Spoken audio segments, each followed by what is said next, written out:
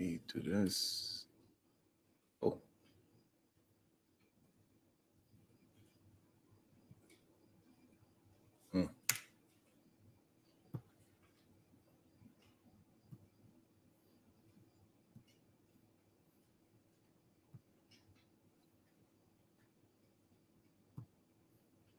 Good day, Myrie. Good day, Chaz. Focus. How you feeling today? How are we feeling today? Seems like Chaz want to talk about it right away. He ain't playing with me. He said, "Where the link at? Stop playing with me." I gotta do, I'll be. Oh, excuse me. No, I gotta do that. What else I gotta do? Before I get beat up. Okay, that's already there. That's good. Also, I want to shout out to the sponsor of yesterday's show, which was who?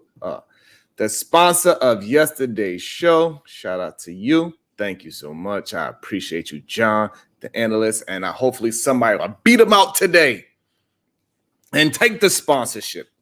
That'd be awesome. Always much needed and appreciated. Tastes so good. It tastes so good. So let me get this link for Chaz so he won't whoop my ass.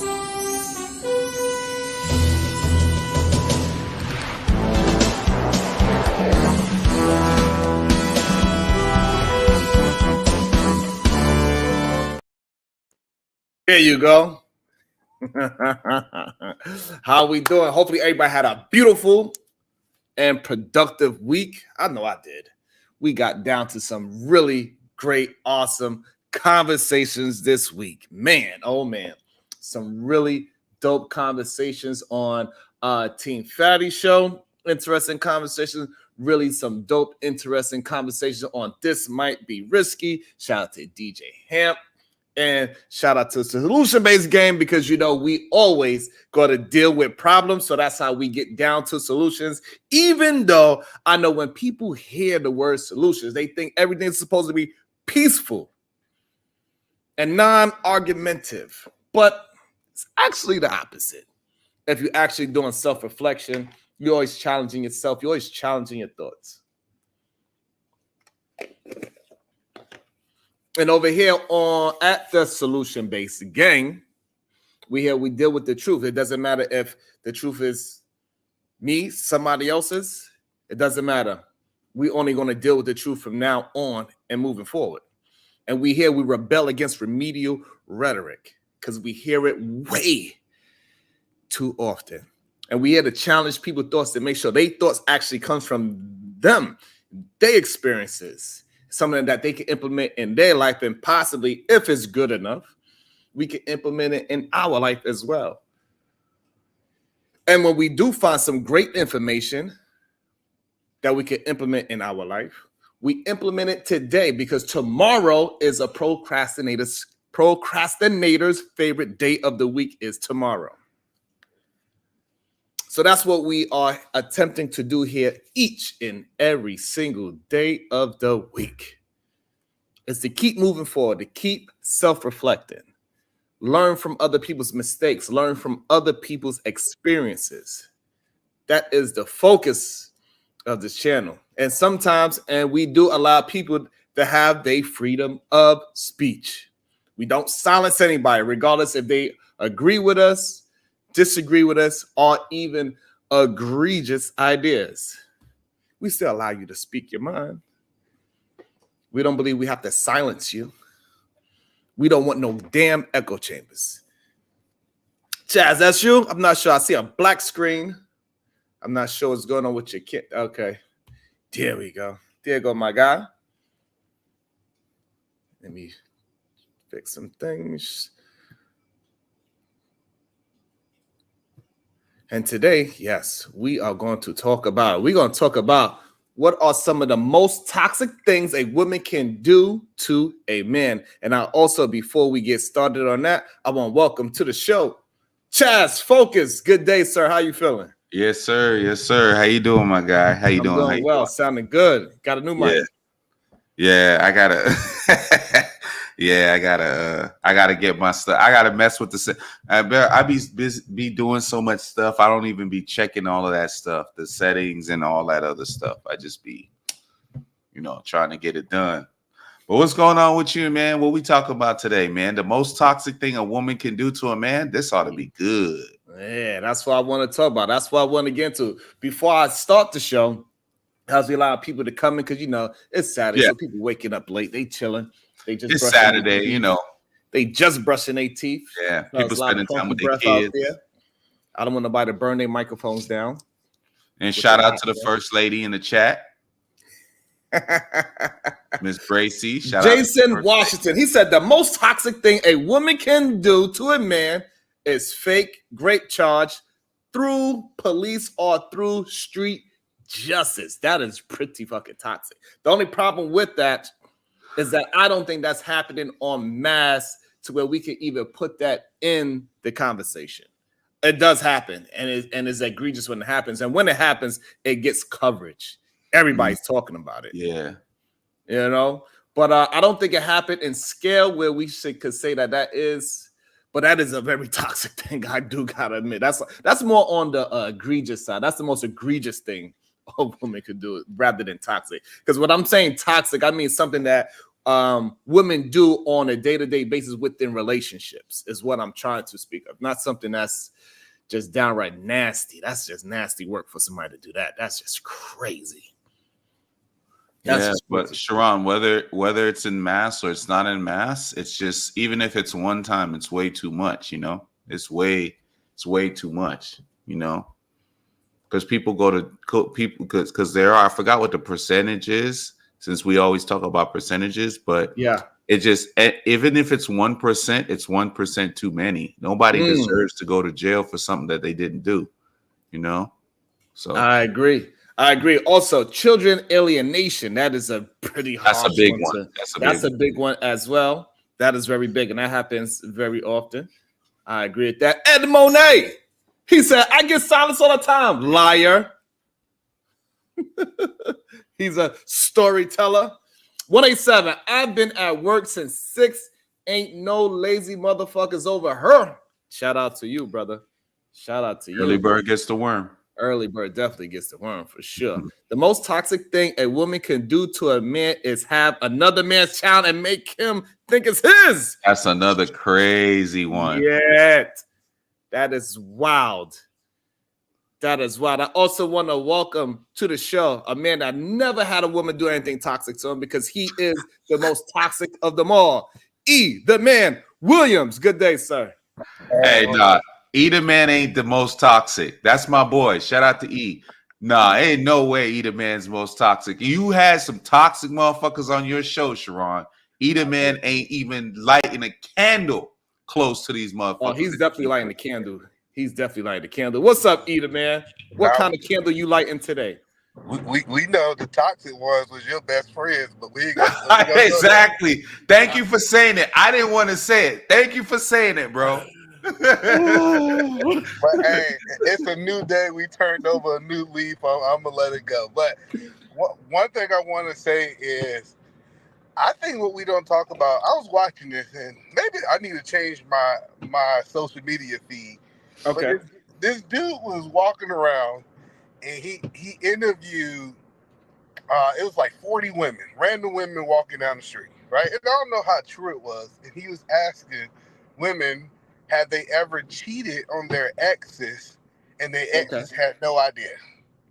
And now the environment was a club, so you know what type of women hang out in the club for the most part. So I kind of give you that. But he talked to 40 women, and 38 of them said they cheated on their ex, and their ex have no idea. I really think men don't understand how toxic women is in cheating. I think we think that men are the worst, but I think there's so many women cheating in relationships that men not even close to. They have not even an idea of the access that women have to other men. So I mean, like, I could understand that with so when we talk about the the club scene, then yeah, I might have to agree with you. I don't think neither side, neither gender is very faithful in that club scene, because I mean that's the whole reason why the club scene is there, is because it's that open door of possibilities of one night stands, meeting somebody new, meeting somebody that is better than what you have at home. So the club scene is the very place for temptation. You know what I'm saying? That is a temptational place. Because you're gonna see men that making more money, or at least supposedly making more money than what you got at home. Wait a minute, hold on 1 second, Sharon. I got a question for you, real quick. You got some bail money for your homeboy? Who? You about to go to jail, Chaz? No, I heard your homeboy. If he got locked up, they won't let him out. You got some bail money? You know what? Let me stop. I'm not this kind of guy. I just had to take a jab. You had to get it out. You had to get it out. So let's answer Ryan some real questions. Let's do it, E. Let's do it. What did Sugar Bum? Was Sugar Bum on that video that you seen? Because Sugar Bum was at the club last night, so they might have asked Sugar Bum. Sugar Bum, did you cheat on the last man that you was with, your ex? Go ahead, Eda, man. What's your question? I know for sure Robin M cheated on her last ex, because she said it before. Go ahead, Eve. What's your question? Damn. See how toxic he is? Out on bail, fresh out of jail, California. You know what? I have no idea, Sugar Bum. Chaz, he felt like choosing violence for a quick 10 minutes. I have no idea why. Listen, your wife is gonna put me in a toxic bag, bro. She just as messy as I am. She gonna make me be toxic. She's a bad influence. So they said single people can't cheat. I disagree. So once you make a covenant, once you make a pact with another human being, you absolutely can't cheat. Once you tell your partner, hey, me and you are exclusive. I'm not dealing with nobody else. I'm not taking no phone calls. I ain't taking no $30 lunches from Cash Apps. I'm not taking any kind of shoulders to lean on, because a shoulder to cry on could lead to a dick to ride on. Facts. Goddamn. Yo, Sharon, I got a bone to pick with you, bro. Oh shit. Hey, bro. I'm vegan, by the way, so don't ever, I mean never in your life say Brokeback Mountain again, bro. They keep playing that fucking clip, bro. Don't do that shit again. What clip? I didn't even see it. Who put Damn, the clip? I gotta find the clip and send it to you. You were like, send me a Cash App because I don't want to be looking like this dude on Brokeback Mountain. I'm like, wait, what? Like, I was like sitting there, I was doing my thing, and I pulled my head up. I'm like, wait a minute, run that clip back again. I'm like, Sharon, this is the wrong, like, any out of all the analogies you can use in the world, you using this and that. No, bro, don't no. Hey, listen, I'm okay with my sexuality. I don't care what they say. I know what I do at home. Hey, and if you didn't know, your wifey and me, we formed a new group. It's called #Team Petty. So we're gonna be the petty ones in the chat, just so you know. So Sugar Bum said, hey, listen, women go to the club for fun and men go to the club to talk to women. So what kind of fun are you talking about, Sugar Bum? What is so fun at the club? Shaking your ass in front of who? Because I've never seen a club full of just women before. That they go to. Hey, we have. Didn't you see I'm talking about like a straight version of it, though. No. But Sharon, don't you remember that clip that where the one woman, she created a club for all women? They were just all sitting around. They were just all in a line. You never saw that video? No, I definitely didn't see that video. I'm gonna pull that up. It's not a bad video. I'll let you play. It was a club designed for all women because they were sick of men hitting on them and all that stuff. And they were just a long line of women just sitting at the bar, just sitting there. Nobody had drinks in their hands, nothing, because the men weren't there to buy them drinks and shit. So I believe that club ain't make no money. They ain't make no money because the girls get in for free for sure. They get in for free, they drink for free. So dancing is definitely fun. I get that, but usually I like to have somebody behind y'all dancing with y'all. So that's usually what happens. Y'all could say y'all be dancing by yourself, but y'all even want your homegirls to dance behind your asses. So that's just what it is. What up, E? So now you was about to say before you got cut off. Yeah, anytime I get close to my house, my VPN cut off. That's why, my bad. But so let me ask you a question. So do you believe that your wife can go to the club if she want to? She have freedom of will, or do you want some level of control over your woman? I'm not really understanding the question. So what are you asking me? So can your wife go to the club if she wanted to go to the club? Should she have that freedom of will to do whatever she want to do? Or would you like a level of control over her to not let her be able to be in those type of environments? So I guess if I had married a woman that was into that kind of thing, to club situation, then I would probably wouldn't have a problem with her going to the club. No, But I since mean, my like, wife, since my personal wife, she's not a club goer, then I probably have a problem with that, because then that would show a shift in her ideology and how she's moving. So that would be a different thing. But if it's like for a birthday party, some kind of celebration, if it's for a celebration, I have no problem with my wife going out to a club. no, I'm just saying, like, so wait, imagine your wife just woke up and she said, you know, I think I want to start going to the club now. I need you to watch these kids while I go out here and go to these clubs. Because remember, we shouldn't have no control over these women. They should be able to do whatever they want to do, based on our last conversation. So if she felt that way, are you saying that you would have a problem with it just because she's changing? Yeah, because that'd be a change of behavior, and usually a change of behavior means something else is going on. So, but that's just with me and my personal life. But now on the flip side, if my wife was a night owl, someone that's always going out, and this haven't changed within the past 10 years that me and her been in marriage, then it'd probably be more normal to me. Oh, I get it now. I got it. See, I wasn't understanding how married men was saying that they didn't want control of their wife.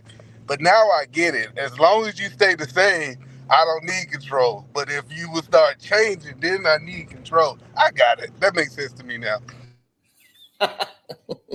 Told you, Chad's toxic. That's what he is. Facts.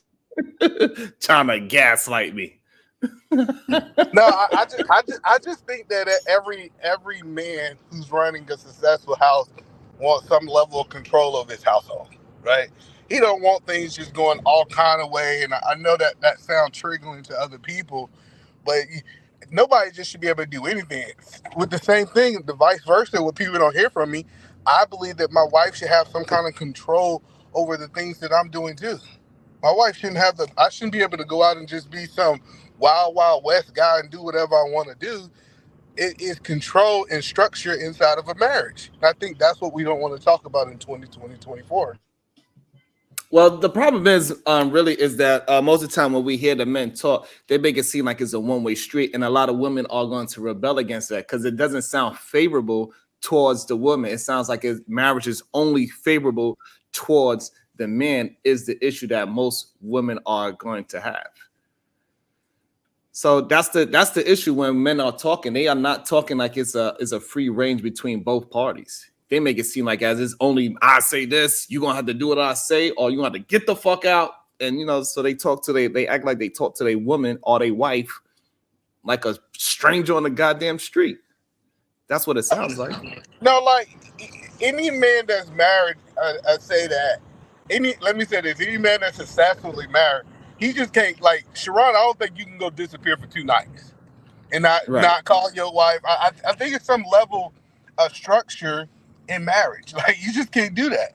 So I'm not that person that believes that it's not no level. But for us to say that we have a problem with words that was designed for marriage, that's the problem that I have. So I think another toxic thing to get back on subject, another toxic thing that women do is they try to emotionally manipulate men. When women try to emotionally manipulate men, and welcome to the show because she want to be petty. Team Petty is in the building. Shout out to Anya. There we go. My partner in crime. Gang. So what's up? Team Petty is complete. What's up, Can Team I speak Petty? now? Yes. I don't have much time. I'm almost reaching destination. I want to tell Edelman real quick. It is not called control. It's called mutual respect. If I know my husband doesn't like something, I make a choice to not do it or to do it. And whether I want to deal with the consequences of disrespecting my husband. As simple as that. It's nothing to do with the control. It's a choice. Unless you're trying to keep, and nothing personal, right? Unless you're trying to keep your wife in control and tell her what to do, and she just does it because you said so, not because she respects you, because that's different. Then, you know, that's just what it is. But it is definitely mutual respect. And that's what any relationship and marriage should be based on: honesty and respect. Yeah, I agree. I agree. You're 100%. It should be on honesty, respect, and control. I think all three of those things is a factor. So yes, ma'am. If that's what you want to call it. Yeah, so like, but I just think that some people always look at the negative side of control. I don't think it's always has to be negative with that word, so in my opinion. But you're right. If it's a level of respect there, you shouldn't have to be toxic with your control. But I do think that men have certain levels of control of their household. It's just how things work. Yeah, I think it's just the way how, especially in these spaces, the way how they use the word control is always it's projected in a negative connotation. It's not projected in a positive way at all. Every time when I hear them talk about the way how they use the word control and submission and these words, it is not in a positive way, and that's why women react to it in a negative way, because they are not producing, they're not communicating the word control and submission as it is a powerful thing for women to do. They look at it as less than. Well, I have a question. Can I ask your wife a question, sir? That's fine.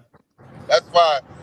So my question is, how does she see women being toxic in relationships based off her experiences with her friends and the women that she might have hang out with in the past? Maybe not the women today. You can just address me. You can say, "Do you?" or "How do you see it?" But anyway, I'm just being petty. I honestly Hashtag Team Petty. Yep. I honestly cannot really answer that question because I don't have any friends like that are petty. I mean, no, I have petty friends that are toxic. I have seen though toxic behavior, well, heard of it, but from like a friend of a friend type of situation. But I don't have any friends that are toxic. I don't keep. If I did, they've been cut off long time ago. I cut that type of behavior right away because I don't need no negative energy. I don't deal with that shit. So yeah, and that's what and to be honest, that's how most people need to move, right? If you are a productive person, you should have productive people around you in your circle. I believe Edelman actually said it not too long ago. If 5 of your friends are rich, then you are soon to become the 6th one, right? So if you're going to be a productive human being in society, you're going to have to hang around other productive people. And being toxic is not subjective. We know what toxic is. It's not subjective. It is a very clear and distinctive thing. Stop saying that it's subjective. It is not. Poison is poison, period. You know, for some reason, people act like they don't want to know what toxic is because they want to excuse their toxic behavior and say, no, it's not toxic. This is just how I normally act. Well, you normally act toxic. You are toxicity. And some people strive in toxic environments. Some people love that drama because I guess they just don't know how to keep themselves busy otherwise, or entertained. Right. They just create that for themselves. Right. Well, so Sharon, would you say none of your male friends are toxic either, or you feel like it don't work that way on the men's side? So none of my male friends are toxic. Or past male friends too.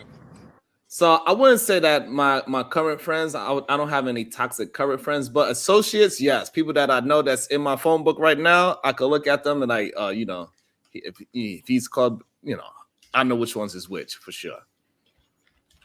But I don't speak to them very often. Okay. I don't know. I think maybe because I mentor people. It's toxic people, and those are the people who typically need help. So I know a whole But do bunch you of consider the toxic people that you people. mentor as friends? At a certain level, yeah, at a certain level, like especially like say for example, once money is like say it's a different if you're a client, right? So some people that you mentor for money, Okay. but after a certain level, say for example, a person's not paying, but they still come to you for advice and y'all still hang out outside of, personal development type stuff. I do see them as friends. Oh, okay, understood. So the ones that you helping willingly, the ones that you allow it into your life, you consider them as friends. Got you. Yeah, because it's like because what I understand is it's certain things that I might have more of. Say for example, I might like say if you was my friend and you was trying to understand business, right? I can Yeah. mentor you in business, but still be friends with you from a like say about wives hang out, different things like that. So I can separate the two. Some people can't. Okay, understood. Yeah, that's kind of understandable, but that's I think that's a little bit different when you are attempting to help people. When you are attempting to help people, usually they are in a state of toxicity. When you are in a good space and they are not, so yeah, I can understand it on that point of view, 100%. That's not my friend, so I don't know why you even use that man's name. But so what I want to jump into, so one form of way of women are toxic, in my opinion, is not cheating. So either man, I'm sorry to tell you, but I don't think cheating is a part of it. It's not the lying or even the disrespect. I don't even think none of those things are it. I think the truth is one of the most toxic thing a woman can do is emasculate that man. Mm-hmm. I think emasculation is when a woman belittles, she undermines or challenges a man's masculinity, and they do it very well. And some men absolutely love it.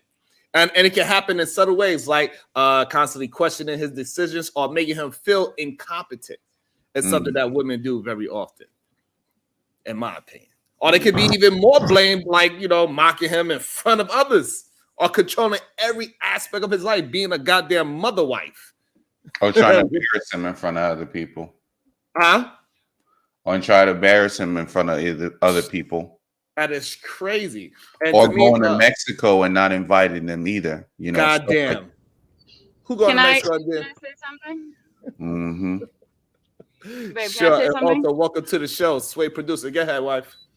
I think I just wanted to correct how you said it. I think you meant to say when You're going to she emasculate tries. me right after I say don't emasculate him? No. Be quiet and let her talk. No, what you maybe meant to say when she tries to emasculate him, because if he's not the type, I mean, and there are a lot of toxic women out there, I'm sure, toxic people in general, but you can't emasculate somebody if they won't allow you to, right? So that's not maybe true. when she tries, I mean, no, because if I attempt to emasculate you, you're gonna cut the shit right away. Like you're gonna nip that shit on the butt right away, correct? Yeah, but most men don't move like me. Most men cannot communicate like men. So therefore, when we talking about, a lot of times these women are very manipulative and they understand their power and they use it for not the greater good. They use it for toxicity. Like Sugar Bum. Sugar Bum is going to use her powers for toxic. She's going to use her blonde wig and her big booty. Listen, I just gave Sugar Bum an example of toxic traits. Toxic traits is going, booking yourself a whole flight, being in the gym, getting ready for them 304s in Mexico, and not inviting Chaz, you know what I'm saying, to go to Mexico. That's toxic as fuck right there, bro. You see what I'm saying? That's a great example. And I also want to welcome to the show Sway, producing. What it do, Sway? What's your idea of the most toxic thing a woman can do to a man? Gaslight them. Gaslighting is another strong one. Woo! What's a form of gaslighting? So you don't go ahead. What's a form of gaslighting? Well, gaslighting is like basically trying to tell you or convince you that you didn't experience what you just experienced. So like, let's say I smacked you in the face. Damn. And I'm like, bro, Violent. what the fuck? Why would you smack me in the face? And you look me straight in the face like, I didn't smack you in the face. I don't know what you talk about. I don't know what you're talking Right, about. acting like your reaction to somebody's action is wrong. That's definitely like I'm reacting to what your actions were. Like a lot of times of women, this is one thing I hear women say a lot. All I said was no. All I said was yes. All I said was okay. All I said, and more often than not, these be the same women that say it's how you say it more than what you say.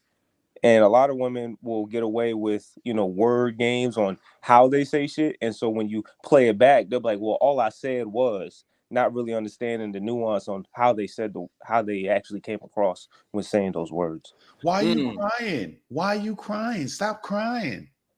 Be a man. Be a man. Damn. I came up here though because he on your head, Sway. Who? Out the mud, Cody. I ain't seen Cody Cody. always on my head. I ain't seen Cody. Shout out to Cody always talking shit about me. That's my guy. No, I only came up here because when you questioned Edaman about being a friend and a mentor at the same time, and I was going to tell you, you can use me as your example. You don't think you can be friends with me and a mentor to me at the same time? Absolutely, you can be. But when he was framing it the first time, I thought he meant it as a business wise, not as a friendship. It could still be the same way though. That's what I'm saying. I don't know if you are. Yes, it can turn into that. I can't 100% agree. It can absolutely. Later, Miss Bracy. Later, she said she's out. Bye. See you later, gang, baby. gang. That's gang right there. But yeah, I could agree with that, Sway. Like I can't really I really can't disagree. I just think that most of the time, most clients are not going to turn to friends. No, you could say most of the time, but the idea that it couldn't, I could say like, if I'm an electrician, you're HVAC, we have licenses, we met this time 10 years down the road, 5 years, wherever the case, you would have more experience in it. You would be mentoring me. So it is what it is. I agree. Yeah, I think a lot of times it can. It depends on it's a lot of variables within it as well that it could turn into that because it could be. Sharon, but to Sway's point though, wouldn't any positive relationship, because a mentor, I don't know, is mentorship like a business? Would you consider that a business? Well, I'm just younger than Sharon, so the idea that he's around 40 and I'm 25, the mentorship, he already can teach me on a lot of different things in terms of our trade, life, business, so, and then we also met on these YouTube streets where we're very amicable and we talk cordially, we shoot the shit sometimes. So I think, over the time, as I mature, we can definitely build more of a friendship. So shout out to Sway, man. Sway sounds relaxed, bro. Sway must have been out this bullshit for like a few months. The Sway sounding relaxed, chill, cool. You know what I'm saying? Not trying to get nobody to business. So shout out to you, my G. Sway always been kind of cool. People just be like, that's why he don't like the word gaslight, because people tend to gaslight him very often. And that's why he don't like it. It triggers him. And so, so I get that. And I think the emasculation thing is crazy to me. Like a lot of women do it, right? They could chip away at a man's confidence. They act like they don't understand that. They could chip away at a man's self-worth. His overall well-being is what they do when they emasculate a man.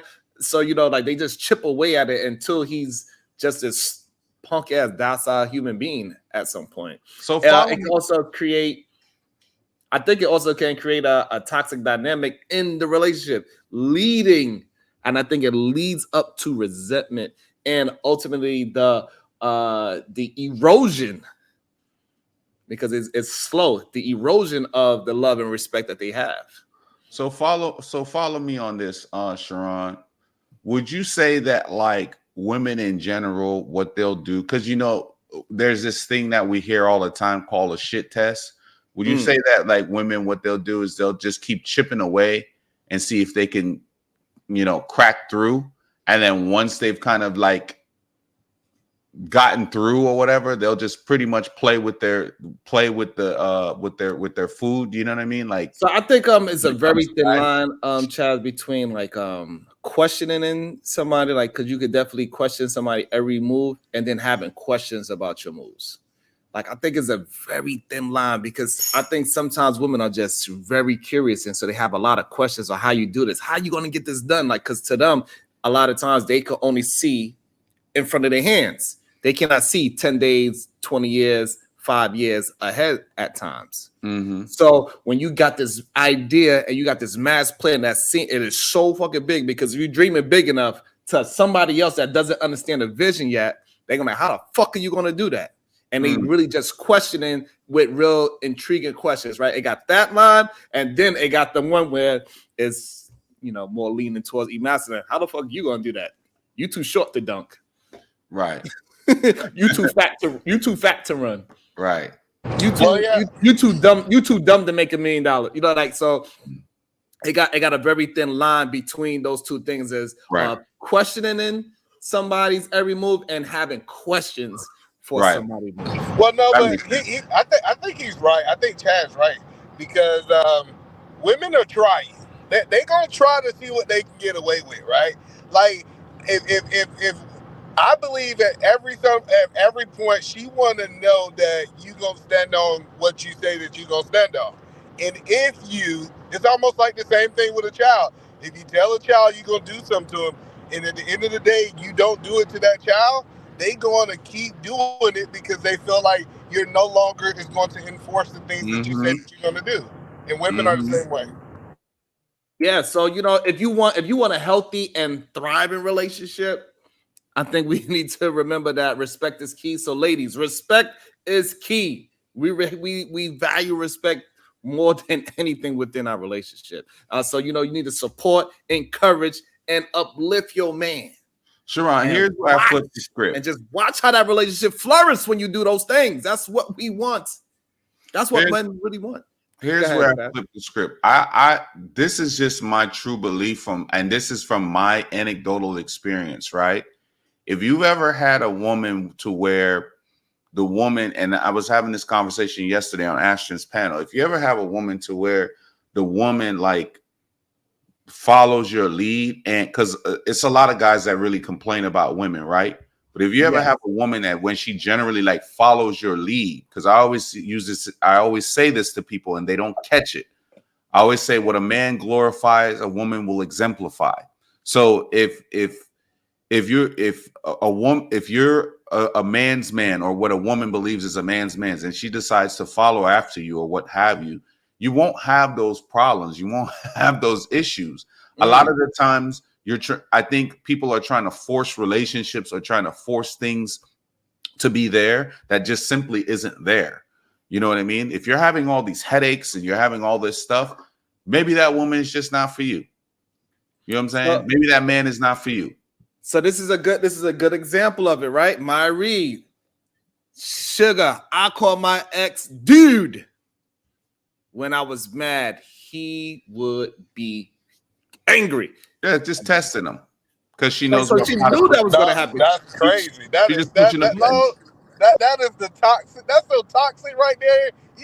Can you imagine how toxic? He angry. That nigga should have been furious. I would have blew a cab. You talking about you gonna call another nigga on me because you angry? Oh no. She said no. She calls him dude. She calls him dude. Instead of saying him babe, or like instead of calling him babe, whatever. Dude, stop playing with me, dude. And he was heated. And just like Sugar Bump, she called it another one of her exes. She called him bruh. Yo, bro. Bro. I was just about to say, bro. Like, call me, bro, and see what I'm hanging the phone up. Don't play with me. Don't play with me. But this is ways that women know for a fact that it's toxic, and they know it's going to pinch a nerve. And this is maybe where it's closer to that whole shit testing and all those things.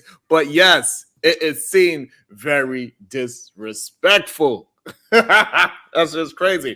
Another thing a woman do to emasculate men is that if he goes to do something like take you out to eat, now wherever you go, now you're trying to belittle the place that he took you. Oh, you took me to Cheesecake Factory. We seen videos of this where she, even though it's nothing wrong with Cheesecake Factory. Here go the crazy part. What's the Women crazy part? always liked the Cheesecake Factory. Mm. Before that video, women liked the Cheesecake Factory, bro. Like I used to talk to my homegirls like from time to time, be like, "Hey, would you do that? Oh, I went to Cheesecake Factory. We did this. We did this. When did Cheesecake Factory become a big deal? Well, let me fire ass food. Let me tell you a secret. Women still like Cheesecake Factory. They just don't like the person they at Cheesecake Factory with. Damn. Let's be honest, like, cause it's like this idea. Like, have y'all been to Cheesecake Factory lately? I think a lot wasn't empty.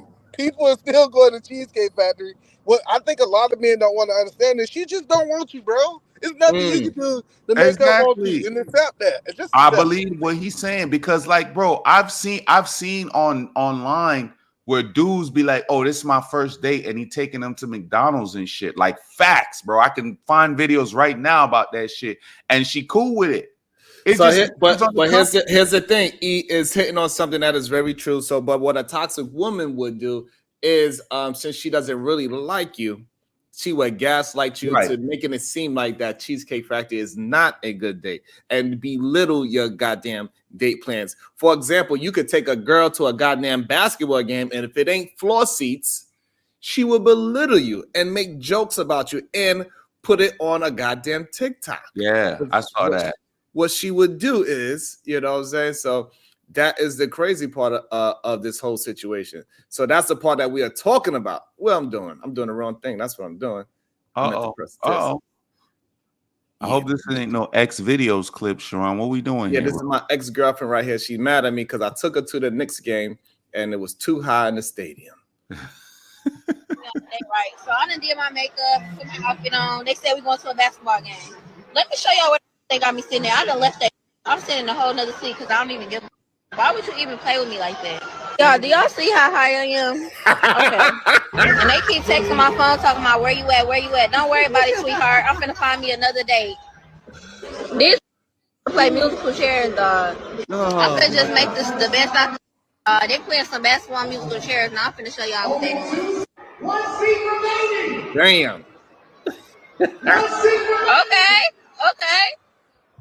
So she couldn't believe the seats that she got. She said she was way too high up in the nosebleed. She couldn't breathe anymore going to the basketball. The nerve of this man taking her out to a basketball game that we don't even know she ever been to one before, but it's way too high because she looks too good. And now she is moving her seat away from the date. Sharon, like two things, right? Number one, you see the Jumbotron, you can see anything on the Jumbotron no matter where you at, right? Damn. At least you going to the basketball game, be grateful. It's people that fucking don't have a pot to piss in, so be grateful. Number two, she don't like the nigga that much. Shit. She don't. Whoever she went with to the game, it's a money play. She don't like him that much. She not really fucking with him like that. Just by the way she talking. Because guess what? I always think about it like this. If she went on a date with like a Drake type dude or one of these dudes that's in the industry, whatever, and they were sitting in nosebleed, because think about it like this, because in stadiums and stuff like that, they have the suites. The suites are not close to the court. The suites are way, way up there. You know what I'm saying? So the only problem is you can't use the suites because the suites is a completely different experience. You get different kind of food there. You get different kind of what drinks I'm saying there. is you don't just get beer. It's a different experience with the suites. You get your own personal TV. Right. But the point is the suites where she was sitting at, the suites are still behind that. They're up in the thing, but it's enclosed in glass, and you get like the suites is like they like midsection. Yeah, hey bro, I done been in suites. Those wasn't suites. Those are nosebleed. I seen the blood. I done been in plenty of suites at you know what I'm saying, at the stadium that where I stay at. So that's nothing. They serve you wine, they serve you beer, they have the taps and all that. You got the personal butlers or people that serve you the food and all that. They're not that high up though, Chaz. I'm agreeing with you. I'm just saying not that high. Yeah, and you even got your sex. She was literally You She even couldn't got a breathe, section guys. outside of the booth. They got the booth, the where it's all encased in, but they also have like below that, they have just a section just roped off, just if you want to be outside and just kind of just chill. You know? Absolutely. Yeah, But the thing is, what I would want to talk about is that, like, so that is a form of emasculation, right? So, like, regardless of, they was bad seats if you are, I guess, you want to be prestigious, right? They was bad. So those are nosebleed seats. Ain't nothing really wrong with nosebleeds if you just there for the atmosphere of the game, right? If you're there for the atmosphere to hear this crowd screaming and yelling, and you could definitely watch and follow the game on that jumbotron.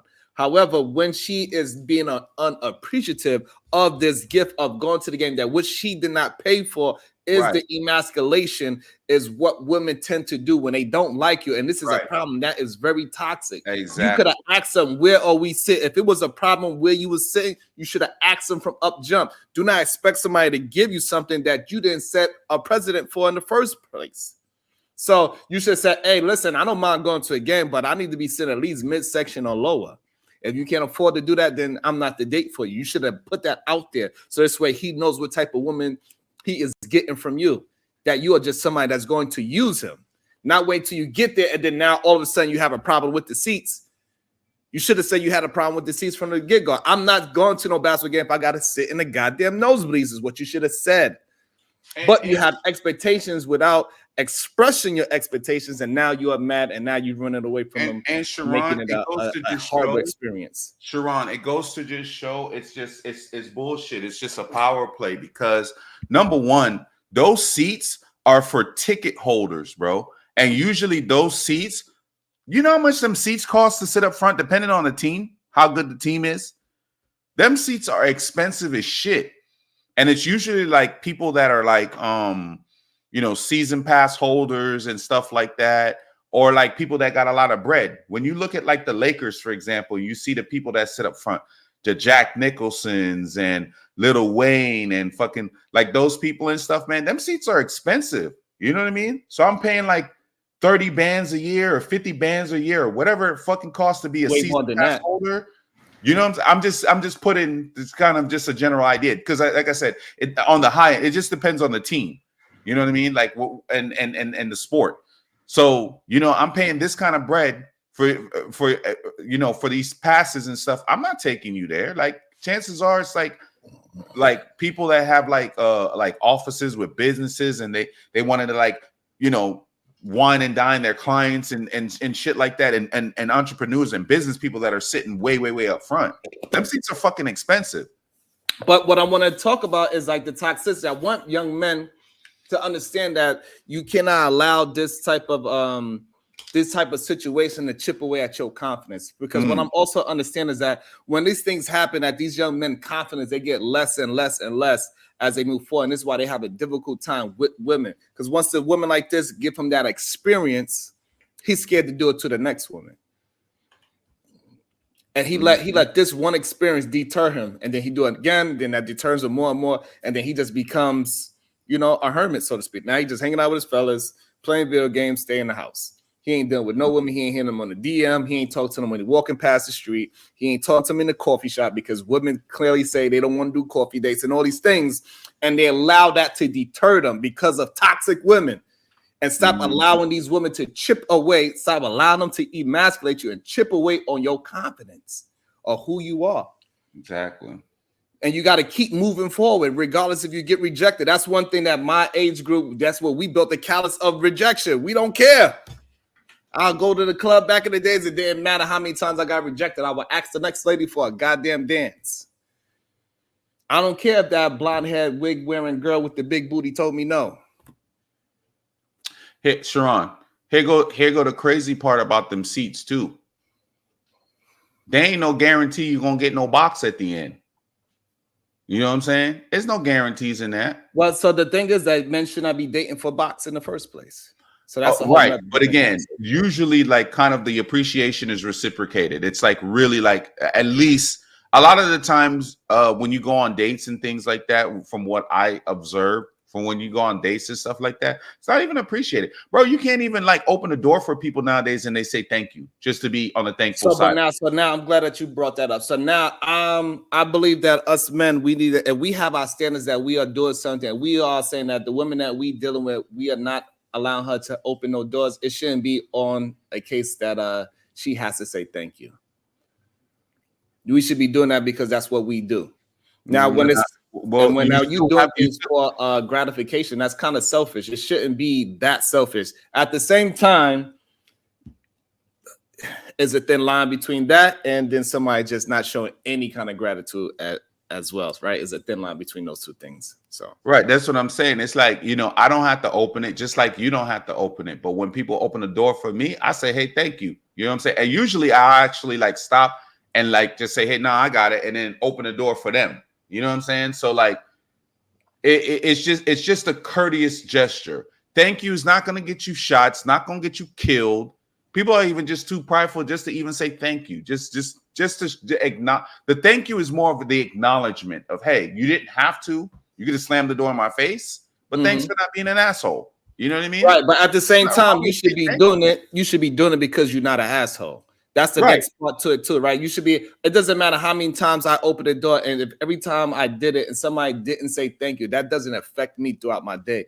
That part, and they should be saying thank you. That part right there, that they're not an asshole. That part, it doesn't chip away of my confidence of holding the door for the next lady just because she had an attitude. And this is something that we gotta instill in young men, that just because somebody gave you a bad experience, that should not chip away at your confidence and of who you being. If you are great and you are a kind person, because we do not promote nice men here. We promote kind men. You need to be kind, not nice. Nice means to be dumb and stupid. So we're not promoting niceness. We promote kindness. You just be a kind human being to society. If you're just a kind person, just be kind. Don't worry if you get gratification for it. But by the same logic, Sharon, but being kind is still the same way. It's forwards and it's backwards. Being thankful is being kind as well. It's being appreciative. But that's for the other person. That's not for you. If that other person is not a kind human being, they're going to get their comment the way how they're going to get it. It ain't for me to facilitate that comment that person gets. I'm going to pull them out the door. And absolutely not. And then go in and then like just let the door hit them in the face. Absolutely not. So I think men need to learn how to stand on a square of being, if I'm a kind person, I'm a kind person. Way too many times we see and hear men talk about how they don't drink, drug, this, that, and the third, and them being considered nice is really kind, or being a man of standards. Those things get emasculated as well. You're not fun. What do you do for fun? If all you do is read books, stay at home, don't drink, don't smoke. Stop being affected by it. Do not allow somebody to chip away at your confidence. No, be who you be and represent that strongly and boldly, and your person will come to you when it needs to. Your greatest tool is pushing all those negative, toxic people away. So if you be more of your kind self, you should be pushing toxicity away from you, because there's more toxic people probably than healthy people. Or at least toxic people are at least more vocal, I should say. And so therefore you need to avoid these toxic women. Stop saying that toxic women are more fun. So if you want fun, just know that you're not having a real relationship then. And these women are willing to prey on your ass because you think you got the upper hand on this woman, and you do not. A toxic woman will always have the upper hand on you. When you think you're doing her dirty because you got some box, she got more devious plans than that. Facts. So stop thinking you getting some kind of upper hand because you got some vagina. Shit don't mean anything. Let me see where we at with these goddamn likes. So y'all be straight up tripping. Motherfuckers. Make sure y'all sharing out the content. Make sure you hit the goddamn like, share, subscribe, tell a friend to tell a friend. God damn it. So, but why do men love that toxic shit? Sway, why do men love toxic women? I don't fucking know, bro. I can tell you why. I'll wait though. A baffle to me, bro. I hate that shit. You hate toxic women? Bro, that shit's a headache. I hate headaches. How many times have you dealt with a toxic woman? in your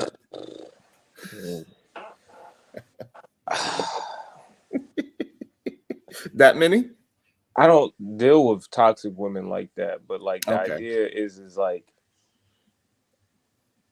I can interact with a toxic woman, but I'm not gonna like deal with her relationship wise. So which one are you talking about? How many have I encountered? Or how many have I dealt with? So all right, how many do you have you slept with a lot of toxic women? No. Ah, okay. So you wouldn't promote that men go out there and get them some toxic pussy. Why would they?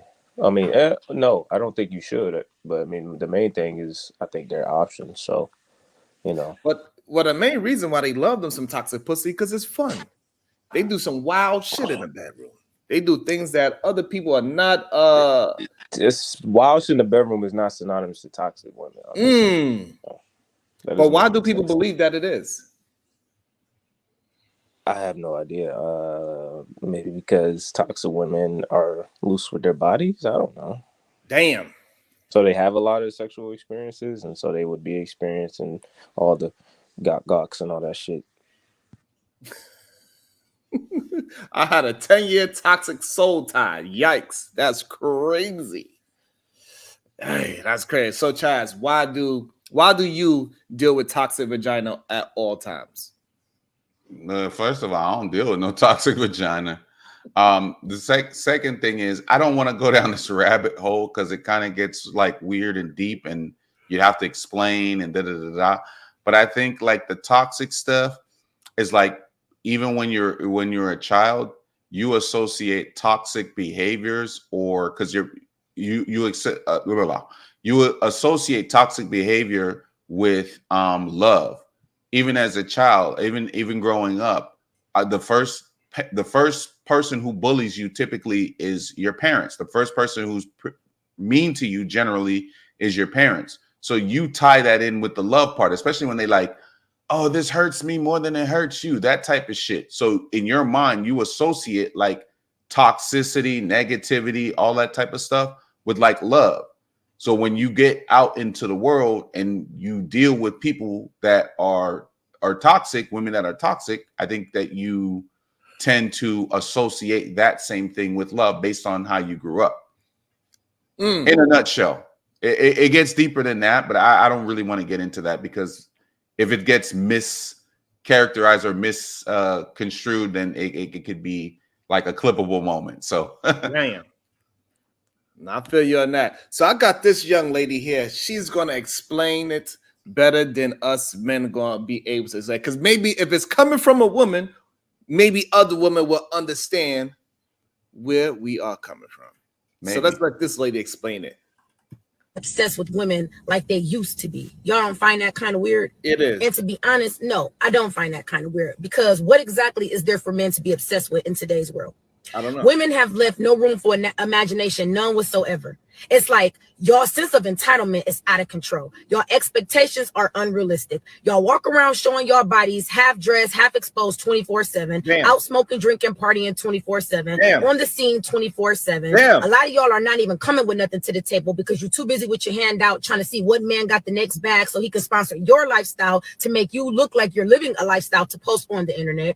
It's like a lot of y'all don't have common sense. A lot of y'all don't know how to hold a conversation. A lot of y'all don't have no originality about yourselves. Everybody is getting the same body. Everybody is getting the same hairstyle. Everybody looks the exact same. And it's like, y'all get that confused. Oh, well, men like that. No, men will fuck that. But men are not wiping that and they're not cuffing that. Men are not upset. Woo! Did she tell a lie? Did she tell one single lie? I don't know. I'm just saying it sounds like the truth to me. And when somebody tells the truth, don't get mad at me, nigga. I'm here telling the truth. If somebody else should have told you this. This nigga's Sharon, I don't think she didn't explain why women are toxic. She just talked about like based on what the title is, the obsession piece of it, but she didn't talk about the toxic piece of it. I think. But you don't think women having entitlement is toxic? It's a toxic trait, but I don't think it's toxic. And you don't think that women dressing up and women trying to dress the same as everybody else is not toxic and saying that it's us men fault, the reason why women dress like that? I mean, that's gaslighting at its fine. That's what Sway was talking about with the gaslighting. These women are getting all these shit done. The same makeup style, the same eyebrows, the same hairstyles, the same BBLs, and then say we like a certain thing. Y'all are presenting a certain thing to us. Gaslighting is a toxic trait. And she pointed two of them out. She pointed out entitlement. That's very toxic. It's something that a lot of women are doing. She pointed out the fact that women are blaming men for the way how they dress and look. That is a form of gaslighting. That's another very toxic thing women do. So these are all things that she is talking about, even though she was trying to talk about it in a different sense. However, those are two very important toxic traits that women do on the day-to-day basis. I agree with that. But toxic traits and the origin of where something begins is those are two completely different conversations. I don't understand what you mean. So you were talking about why is a woman toxic and da da da da. That's more talking about origins of where something began. Yeah, but the title of the show is the most toxic thing a woman can do. So now we got three things that toxic women do. We got they emasculate you. They have a sense of entitlement, and also they have a sense of gaslight and toxic traits.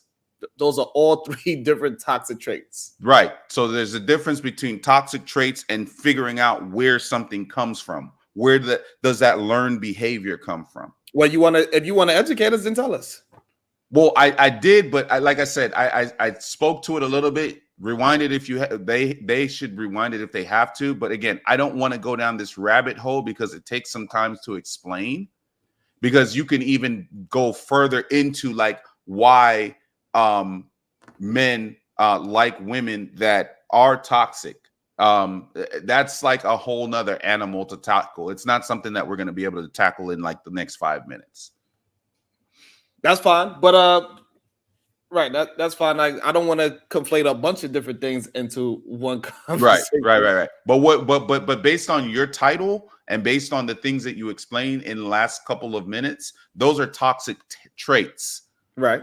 Not where, because the question that you asked more related to where does the behavior come from versus the trait itself. No, I did not. I said the most toxic thing a woman can do is the name of the title. No. You're right now, but when you asked about like the toxic behavior, like where does that come from? That's more about identifying like the origin of the source of I understand, but you answered it and you say it's not something that you want to get into right now, and then that's when I played the video. You feel me? Like you said, you didn't really want to get to it because it's long and it's drawn out and it's deep, and then that's when I played the video. Because I know you didn't want to get that deep and talk about people's psychology. So I know you don't like me to talk about people's psychology because then I can get in trouble. Yeah. I didn't want to talk about the psychology. That's why I'm keeping it surface based so people can understand the things that a woman is doing. Because I don't think a lot of times men or the women understand these toxic traits that people be spewing out.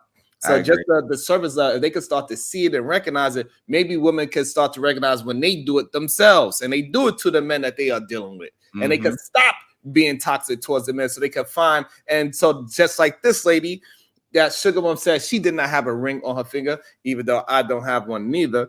But she said she didn't have a ring on her finger, sensing that, she is gaslighting the fact that, what did she say? Was it true or not?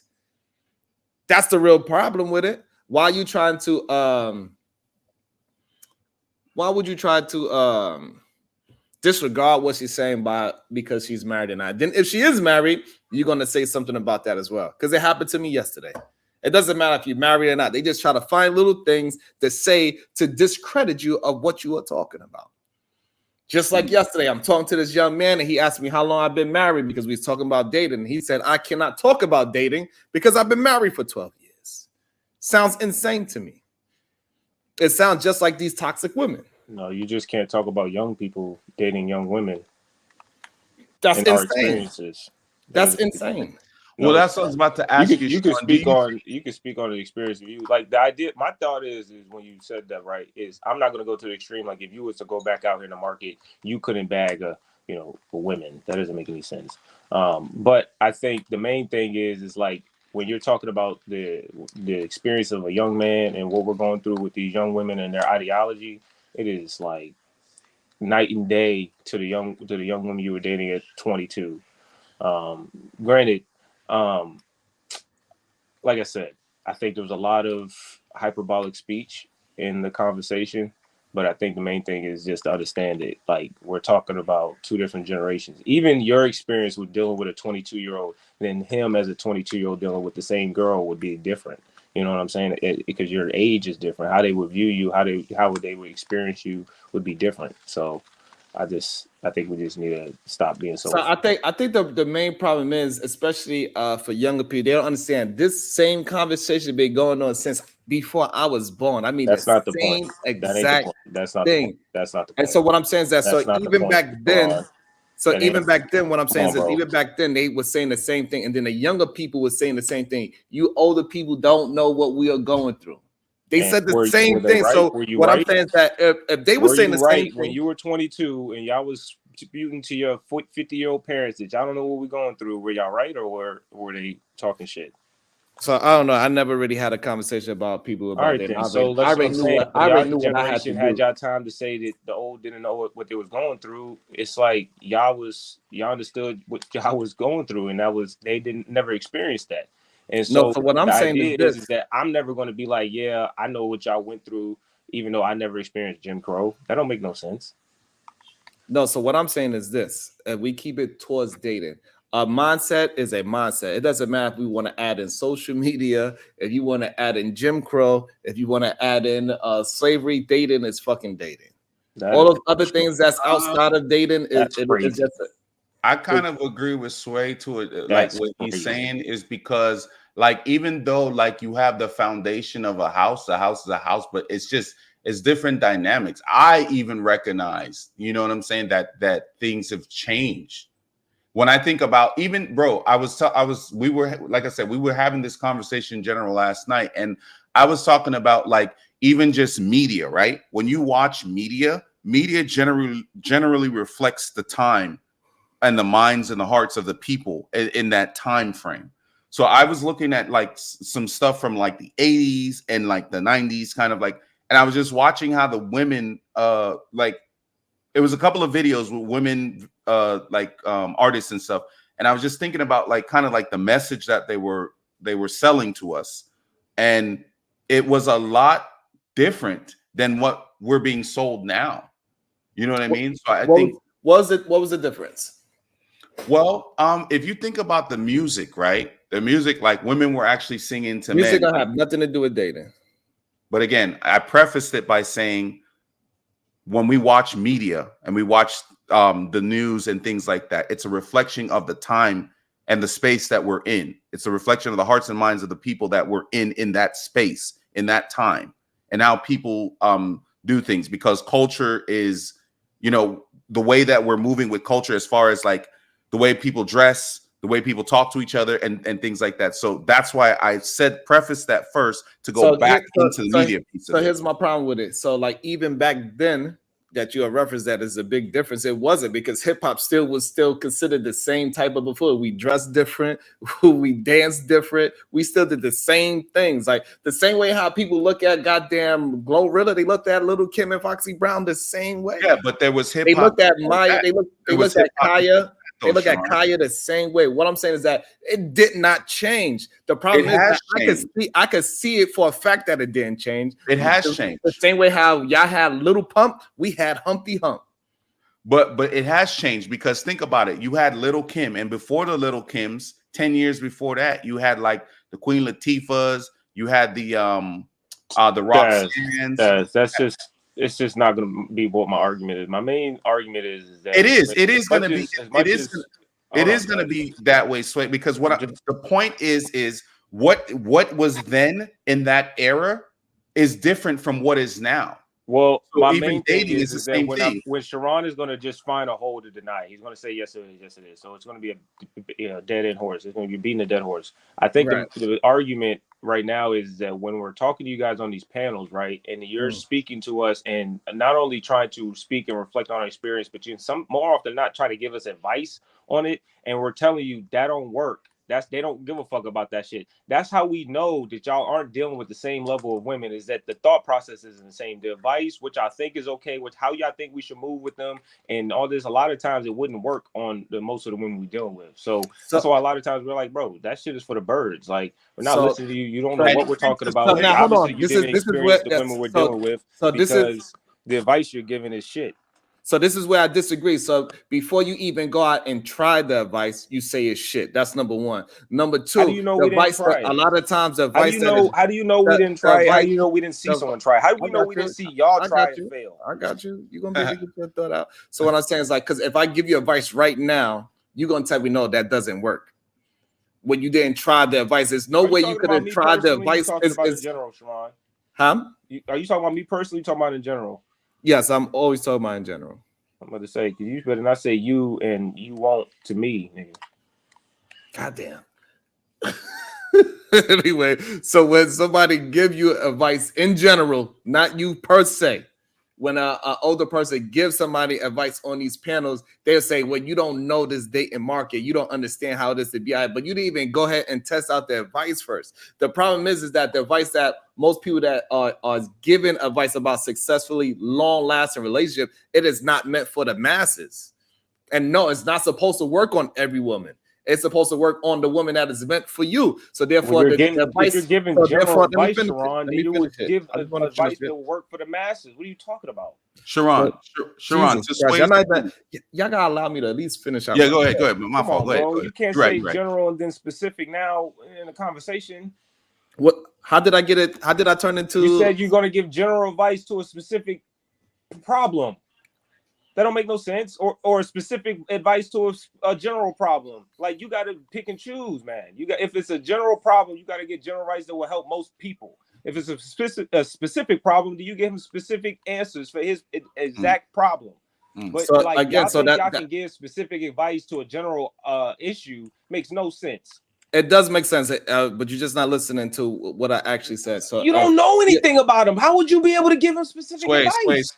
Wait. Go back on vacation, bro. Go ahead, Sharon. Go back on vacation. Just chill, bro. Go ahead, Sharon. What were you trying to say? Let's try to hear you out. So what I'm saying. So if I'm speaking to a young man, right? I'm speaking to a young man, and he wants he telling me all the complaints that he have about the dating world, and I start to give him advice on how to move and to successfully lock down a nice, beautiful woman. And the problem with it is that once we give that advice is not to gain a bunch of women, it's to gain one woman. And so the advice that I'm giving is going to actually push more women away from you. So this way you can move all those bitches away from you, and then you bring in the woman that needs to be around you. But y'all want to reject the information because you want a bigger pool of women to choose from, and having that big pool of women to choose from is a detriment to most young men's psyche. Go ahead, Sway. This is crazy. What up, man to have options to be able to pick the woman that fit best for him based off of majority amount of candidates. Most women aren't going to be able to fit your specific criteria, correct? So the idea is that how long, you want a man to go what, 10, 15 years celibate? Absolutely not. Okay, so the main thing is that if he's going to be dealing with most women trying to figure out if, they're worthy of a relationship, that takes time, So if he's going to be dealing with a woman for 3 to 6 months at a time, he's not supposed to have sex with him. So that's the thing. So my advice would he would get rid of him before it even turned to a 3-month conversation, bro. So this way you eliminate all the. You're telling me you've dealt with women and vetted them for more than 3 to 6 months, and then something didn't come out in the 9th or a year later that you just wanted to break up with them for? For me, no, that never happened. So everything you knew that you want. So wait a minute, you had 2 different what? Each one of them, I've been with them for a long period of time. And you're not with them right now. Okay, but you said 3 to 6 months to 9 months. So you're not with them. What I'm saying, I've been with each one of those. So that I want to make sure I'm clear, because you want to turn it into a specific thing, right? A personal. But since we're gonna turn it into a personal thing, I'm done.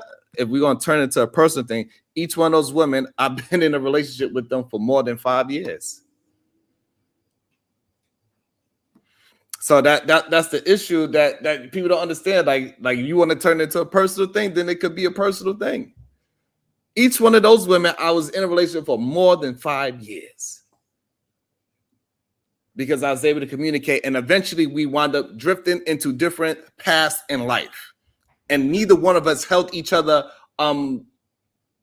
hostage for having these different ideologies that made us go on different paths. Like even though we had children.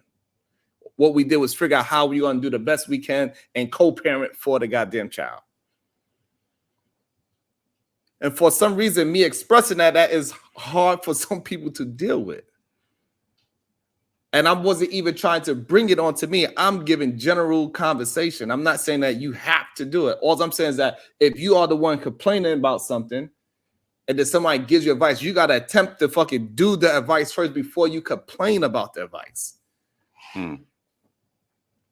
You cannot tell me it doesn't work if you didn't try it. And it happens to me plenty of times, even on construction sites. I'm watching somebody struggling with something and like, man, I can't do this. I say, hey, do this, that. Oh, what you mean? They fight me. You can't do it like that because, and then I hop on the ladder and I get it done in 2 seconds. Just like that. And I do exactly what I said. I think what the issue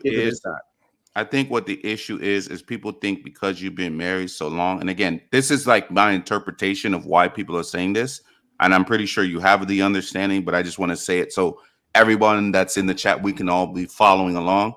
But I think what people are saying is that the advice that you had back then worked back then, but it doesn't work now. Right. So good. That's what they tend to say. However, they don't execute the advice that I give for them to have that opinion. But let me ask you this. Do you think, okay, this is kind of the best way I think I can explain this. Do you think like a basketball coach that coached probably in the 80s or something like that would be able to stand up against a basketball coach that coaches now, that's in the league now, that coaches like the Houston's coach, or like right, because look at Jackson, that type of thing. Perfect example is Greg Popovich. He's still one of the best coaches in the league. You think that still works, or you think that's just a foundation? Because what I find is like the advice that I've been given by my uncles and parents, my dad, all that stuff. The advice that was given from them is not. It's applicable to a degree. It's a foundation, but it's not what works in today's time. Because even to Sway's point, there's women that I see, like even on TikTok and stuff, that's 60 years old that are trying to mirror women that are like in their 20s. Mm-hmm. You know what I'm saying? So yeah, I think from what I don't understand what that have to do with if I was giving advice to a young man. I don't understand what that would have to do. Yes, it's always going to be an exception to the rules. It's always going to be an outlier in every situation. It got women right now giving birth at after 40 every single day. Healthy babies. We understand that. But I think if I'm giving you advice and you are the person, I'm just saying, this is not even directed to a Sway, even though he rage quit and left, because he's not somebody. Okay. Yeah, he left. He rage quit. No, I think to his advice, because I never even gave him advice on women before. You know what I'm saying? I think to his advice, Sharon, it's not you. I just think it's just hearing a lot of the bullshit in the space, because it's just like, being at work and you have coworkers that know what the fuck they're doing, and you have terrible coworkers. It's the same shit in the space, same principles. It's just an analogy I'm using. It's like a lot of people like say a bunch of shit that just isn't so. It's just not true. This doesn't make sense. But right, that is understandable. However, if I'm giving you advice that actually makes sense, but you're not willing to go ahead and do it, do not complain about it. That's my only issue. If I'm a coach and you're gonna say, because I've been coaching for 30 years, I don't know about today's basketball game, is ridiculous to me. Now here's the thing. This is what they are trying. This is what they are trying to say. Even though I have the results, I got the championship ring. The reason why commentators are the best commentators are the ones that used to play football is making so much money? Because they was in the game and they won. People want to see champions win. But for some reason in the dating market, people want to get advice from people that have been in the dating game for 10 years plus and do not have any results of good dating skills. The only thing that they have evidence of that they can fuck a lot of different human beings. I don't like think if you want advice on how to have sex with women, then cool, you go to that person. But if you want to have advice on how to build a long-lasting relationship, then you need to go to a successful person that's have a long-lasting relationship. But it cannot be both. Those two things are different. Sex and a relationship, two different things. So if you want to talk about, I'm just trying to go on dates and have sex for the cheapest amount of time and money spent, then you go speak to that person that just got game. But if I'm telling you that if you want a relationship, you need to hold certain values and you got to move a certain way. Don't tell me, oh, that ain't gonna work, because the problem is a lot of these men, they don't want to put in no goddamn work so they can make themselves available to a woman that's wanting those attributes. Because just like how men can see a goddamn hoe, a fucking woman can see a goddamn husband. But for some reason, men feel like they the only ones that can see a woman that's a wife and a woman that's a hoe. But for some reason, they only see hoes. Then that's a you problem if you only see hoes. So how the fuck did I come from a generation that are different? Like we had the same amount of hoes. We had Freaknik, for God's sakes. Yep. And then they act like our era was just so wholesome. And there was no hoes running around. No, they were. They was rampant. They was even worse because it was more secretive. They didn't have no way for you to even know they was a hoe because they didn't have social media. So you had to guess. You had to figure it out. You don't gotta guess. You know exactly who the hoe is. Welcome to the show, the Chicago Rilla. Yeah, you got a point. Because of course I got a point because I'm telling the truth, Chaz.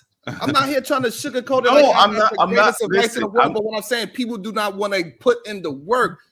Y'all got the easiest way to find out if she's a hoe by her social media. We didn't have that.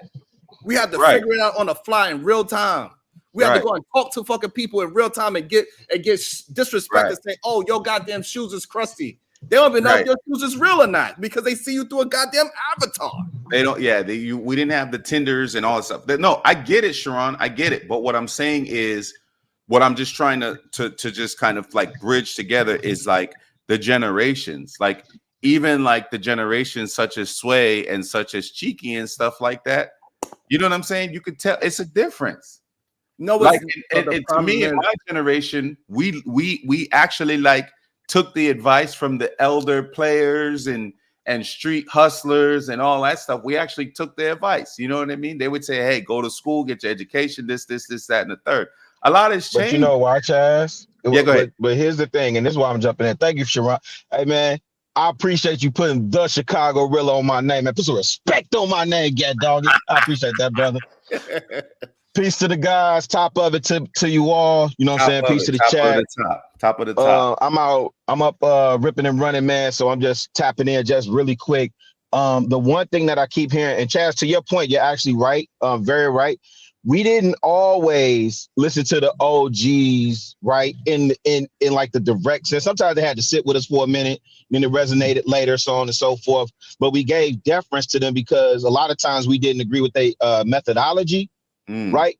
But the core principle of it was correct. And what I keep hearing is, well, what you're saying is outdated, OG. And this is what I'm saying for the young bloods. Just pay attention to the core principle. Like we had to chew the meat with the bones. Right. The other thing is that, you know, we said what we said. We called them all types of old heads and dirty bums behind their back. We didn't disrespect them to their face, though. When we disagree with them. Right. But here's the thing. I really wish the brothers sometime would take a step back and listen to how they sound when I keep hearing these women these days. Sharon, you spot on, brother. Yes, that was Freaknik, you know. In my granddad day, they had the juke joint, right? Hoes been hoeing since day one. The difference is men should never move based on the actions of hoes. True. The only thing you do based on the action of hoes is adjust. And you know what I'm saying? Like you adjust how you move around them in terms of how you choose to deal with them. You don't sit up there and throw the whole like the whole thing away based on what the hoes like. Since when did the hoes start dictating? Right now, what happens? I'm just real curious to what happens when men begin to draw the line in the sand and hold the standing. You can't tell me it can't be done because we seen the Nation of Islam, and I'm not, you know. Yep. I say peace to the God, but I'm not 5% of or Nation of Islam, right? I'm a believer, but I understand the terminology and what that means. But you seen them turn wayward people on the righteous path. They didn't throw anybody away. So my point being is that the men in the Nation of Islam, they hold those women to a standard. So why do we keep saying we can't hold the standard because these hoes is hoeing? So stop messing with the hoes. But no, we keep saying, well, I gotta get my dick wet somehow. Okay, then go get your dick wet and stop complaining. Right. You can't want to be out here, you know what I'm saying you on the path to find a good woman, and then you can't find a good woman because the hoes is hoeing. But then when we ask, well, are you out here playing with these hoes? Yeah, I got to fuck something. That's wild. Rilla. Yes, sir, I'm sorry, man. This is crazy, bro. Peace, Sway. This is not. The issue is not about women being hoes or if the hoes ever existed or just we find these women are finally hoes. No. The issue is that when young men have already course correct, we don't have as many kids as y'all. We're not as incarcerated. We're smarter than y'all was when y'all was at our age. Like the idea is that we already course correct. The only issue is when we get on these panels and y'all tell us that we gotta marry and take care of these chicks. We not doing it. We are not marrying, taking care of these bras that are disrespectful, want to talk and do whatever the fuck they want. That's why Cheeky is on the 2024 House Husbands. When y'all old niggas try to hold young men to a standard to somehow be righteous, we not gonna do that shit. And that might not be you, Sharon. That might not be you, Rilla. But I'm talking about me right now. And when I'm talking about like Chi-Town and most of the young men's plight, is that when we hear on these spaces that y'all are trying to hold us to a certain standard, that one, y'all not living yourselves, or two, y'all not understanding reality with these women, is kind of fucking frustrating because we're telling you like, no, we're not going to do the same dumb shit that a lot of y'all did where y'all set yourselves up knowing that these women was hoes or toxic or whatever the shit that y'all be complaining about in these streets. Because most of the niggas complaining on these, most of the niggas that's complaining on these streets is old niggas. It ain't us. Oh, and to say something really, really quick before y'all get in there, really, like a lot of the advice, I think you just have to break that stuff down to more relatable things today. Because again, to your point, when you say like not marrying the hoes, yes, it's true. Dudes should not be wanting to marry the hoes and stuff, but you have to think about it. Look at the culture. Look at the state of the culture today. Look at how like women, and not all, but the majority, the things that we see, because we're in a special space, right? So look at the women that we see, like the women that are talking, even the ones that are the chameleons and stuff. Most of them are dressing like street workers. So, like, how do you tell the real ones from the not ones? I'm not saying all. Are we saying hoes like we in the 90s or hoes like actual hoes? How do you tell? Like in the 90s, like what was it? The Daisy Dukes? No, I'm saying when we say hoe in these conversations, hoe back in the 90s was just talking about women. Yeah, but like hoes right now, are you talking about actual hoes? But the regular, like we're in stripper culture right now. We are literally in most stripper women culture. aren't strippers, bro. Most women, most women aren't strippers, but like I said, it's not just the issue of them being hoes. It's bigger than that. Like what I'm telling you is most hoe is like 10% of the issue. Please, if you don't mind. Thank you. So here's the thing is, right? So even on today's show, I'm talking about the most toxic thing a woman can do to a man. And I want to make this very clear. I did not bring it to the men today at all. The name of the show is the most toxic thing a woman can do to a man. And somehow the conversation turned around into men not able to find women. That sounds to me that the young men have a problem with securing nice, intelligent women. So now if it's a problem for most young men to secure women, you need to listen to other men that already secured long-lasting relationships with said type of woman. Now, again, like I said not too long ago, when you raise quit on me, Sway, if you're looking to listen to men that just want to have sex, then you go ahead and you go watch those game motherfuckers. No, because basically, but if you want to have somebody if you want somebody to talk to you about a long-lasting relationship, tell young men to do what they're already doing, which is not deal with most women and only deal with the wifey type of material. Only put a ring on it. We're not putting a ring on all these random women, bro. We are being very selective on who the fuck we put a ring on and who we have. So here's the problem. That's what I'm saying, bro. You're already here's the problem. Here's the problem with what you you were saying. Here's the problem with what you were saying. There's a problem is that you are not y'all. Most of y'all young men not listening. I'm listening. Y'all just talking because it's me, Chicago, the Chicago Rilla. We do not tell any young man to just go, oh, she's in like with you. Go put a ring on that and pay all her bills. None of us ever say that. I didn't say you. The men that have successful relationships do not say that. What did I just say? I just said that's the problem because you're not. That's the problem. You're not processing the information that I'm saying. I never said you said that, information. You are processing the information from other panels. I never said you said that.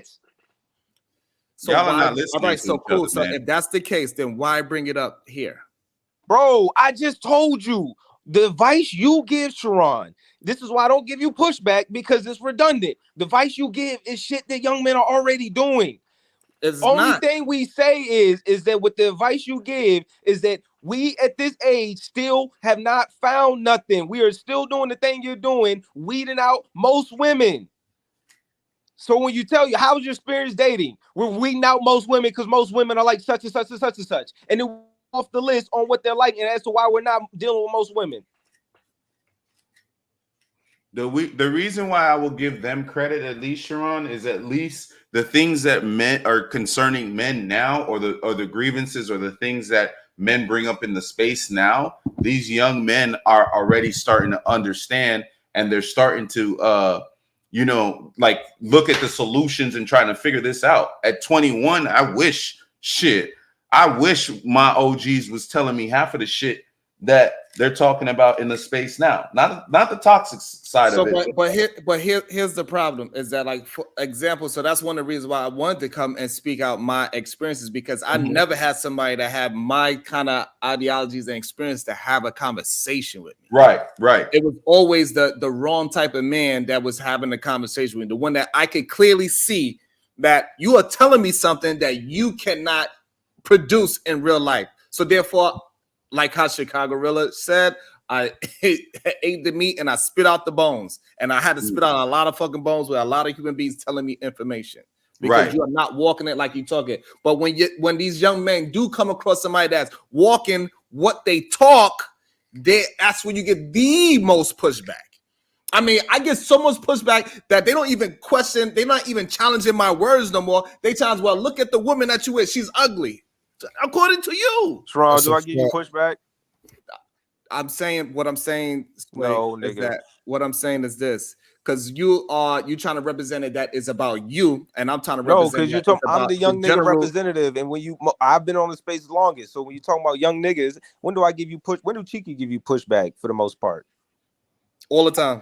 Only time Cheeky give you pushback is when you tell him to marry these bitches. When I tell them to what? To marry them. You absolutely should marry a good woman. That's how you lock down a good woman. Yes. No. If you could recognize a woman is good for you. If you recognize a woman is good for you and she's rocking with you, you should absolutely marry her. I don't even see the point of not marrying her. She make 80,000. Why am I going to take care of majority bills? Sway, let me ask you a question. Hold on. So why wouldn't you want to take care of the woman that is providing all the things that you need in life? You make 80,000. This is what I'm saying is this. This is the mentality that's crazy to me. Like, this is your woman. You telling me that you willing to die for this woman, but you're not willing to pay her bills? That sounds crazy to me. I'm willing to do whatever I can to make my woman And the people that's Well, I'm not around gonna me, pay for a I'm willing random to chick's make their life bills. as easier as I possibly can because I actually love them. You're So talking about therefore, I'm going to Sharon, make sure that they don't have to do as much as I have to do. I'm are you going to try talking about to a woman make their I life married? easier, and in return, they're going to make my life easier. And I don't have to say thank you, and she don't have to say thank you to me because I'm doing it because I actually love them. Is what I was saying to earlier. I'm a kind human being because Are you I'm a talking kind about a human woman I being, not married? because But of you're somebody conflating else. opening a Are door you and being talking courteous about a woman I to married? like, come on, you're taking a bunch of ideas and jumbling them all together, bro. Are you talking about a woman I married? This is fucking wild. Sharon, is that what you're talking about? This is wild. So, hey, Like, so the wild part here's the wild part to me, because I also told y'all when I met my wife, I was only making $8 an hour. So he said he's not gonna answer the question. No, they don't. They didn't. Hey, Sharon, they probably didn't know that. I know that because that was the first. That was our first. That was your first show, and we. No, Sharon says that all the time. Sharon says that like 40 times. He says that all the time. Oh, No, yeah. Sway, do you disagree? Let's get to the root of it. Sway, do you disagree with Sharon as far as when he's saying you should get married to a good woman? Do you disagree with that? No, what's wrong with that? Okay. So Do you disagree with Sharon where he said that you should be paying, and Sharon, correct me if I'm wrong, you should be paying if you're the man, you should be handling the finances, you should be paying the bill. I think that's where the disagreement is, because you were saying if she makes $80K, she should be contributing as well. Yeah, that makes sense. If she has money, why wouldn't it go into the household? So I think that's the conversation y'all need to be having. I don't think y'all are in disagreement about like the marrying a good woman. I think y'all are on point with that part. But it's the piece about the thing. So now I would think that you would have to ask, hey, why do you think that if a woman makes $80K, that she should be like paying, or she should have just as much responsibility, like or more responsibility? Or if she's making $80K and you're making $40K, do you think she should be paying the bulk share of the bills? And if yes, why? Hey, and Sharon, I think you probably need to classify and make sure, like, not just a woman, your wife. Like, not a girlfriend, not a woman you fucking, your wife. I think that's where y'all need to start. Y'all do both agree that you should be trying to find a good woman, and Sway seems like the type of guy that, you know, if it makes sense, he would marry a thing. But I think there's just, you have to figure out the pieces, especially with younger guys, Sharon. It's like, you know, he's not a son or nothing, but it's like a younger brother or something. You have to ask those probing questions to kind of figure out where is it that y'all are in disagreement with, and like, what exactly are you guys disagreeing with? That's my issue with a lot of times when I have these conversations, that they're not actually in disagreement with my words. Like when I say things, they say, no, I don't disagree. So why are you trying to argue? No, I said how we even got into this was, I said, like, Cheek, I said, you ever got pushed back from Cheeky? You said yes. And I said, it's not about marrying women. It's about certain things that you know, the responsibilities and shit that doesn't necessarily make sense based off of the idea of like what it is to be a man. And as a man, you should da-da-da-da. It's like, bro, they don't give a fuck about none of that. So why the fuck should I? But So, because it's not about. Wait. Can I pause him right there? Yes, please. And I also want to welcome 187 into the conversation right after the Chicago Gorilla. Peace, brethren. I mean, y'all didn't. Okay. Yeah. Well, I just had one question, Sway, because you said, and I listen. You know, for the most part, when you guys are speaking, I listen, right? And so when you guys are saying you're choosing, fine, right? I don't take particular issue with anything that the young bloods are saying. There are young bloods that are coming on panels complaining, though, that they can't find a female. So my position is, throughout time, the methodology changed, but the core principles of men, does that change? Because you just said, if she doesn't care about XYZ, then why should I, right? And the reason why you should care is because if you're trying to build family, then the directive and imperative is on you, not her. Correct. As much as y'all, you know, want to do this whole community. Let me go after Sway. I want to do a lot of community-based talk and what should, and you know, shit like that. But when we look at the numbers and the way y'all moved and the men that give these advice, it hasn't worked. So Yikes. I think the main thing is that, you know, if who said something about, you know, if I'm making 40 and she's making 80, should I try to make, you know, pay the majority or such and such? The sole provider in divorce is typically the one that gets fucked the most. Women that rely on their husband are the ones that typically get alimony and the most child support and take the most stuff in terms of the house and other assets. Women that come in 50-50 typically leave with what they come with or what they earned. So I think when Cheeky has a point, now granted, I'm speaking generally, this is not personally, right? I'm speaking generally. So when you're talking about most men, to not set themselves up for failure, if they're going to be dealing with most women, then yes, they should not be taking care of most women's bills and investing more than the women. They should be requiring these women to invest in as well into the relationship, especially if they want to be earners and they want a career and they want to make money and somehow still make money within the relationship. You know, you're going to have to contribute that to the relationship and the household income. Let me So before truth goes, hold on, Sharon, what do you disagree about that? before we just open it up, I also want to get 187 in there. Go ahead, my dog. What's your thoughts? You there? I don't think he's here. Sharon, before truth jumps in there, what is your thoughts about what he said? Is that reasonable, or or what he's saying? Is there pieces of that you disagree with? I didn't understand what he was talking about, to be honest with you. So I didn't. So the one thing that Sway said, he said, you know, he said, based off of the things that we are saying, how has it worked out? Yo. So there you go. So the results of it is a lot of times of the things that we are saying, like Sharon, Rilla, myself, a lot of the guys, they weren't moving like that. They're not moving off of traditional foundation. A lot of people are just moving in relationships on the fly. It's not a system. It's not organized. They don't have a plan to where they're going at.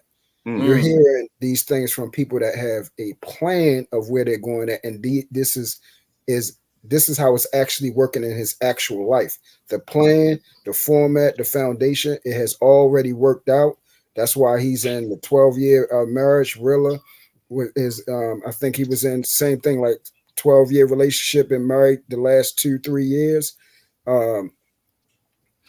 Everything is moving in that direction when the man is head of the household. If you want to be head of the household, then yes, you take care of the bills. The money that she bring in, that should, if she's a working woman, that will be extra. Y'all use that to invest. Y'all use that to, you know, make sure if your children are going to college, all that should be funneling in to build your core family system.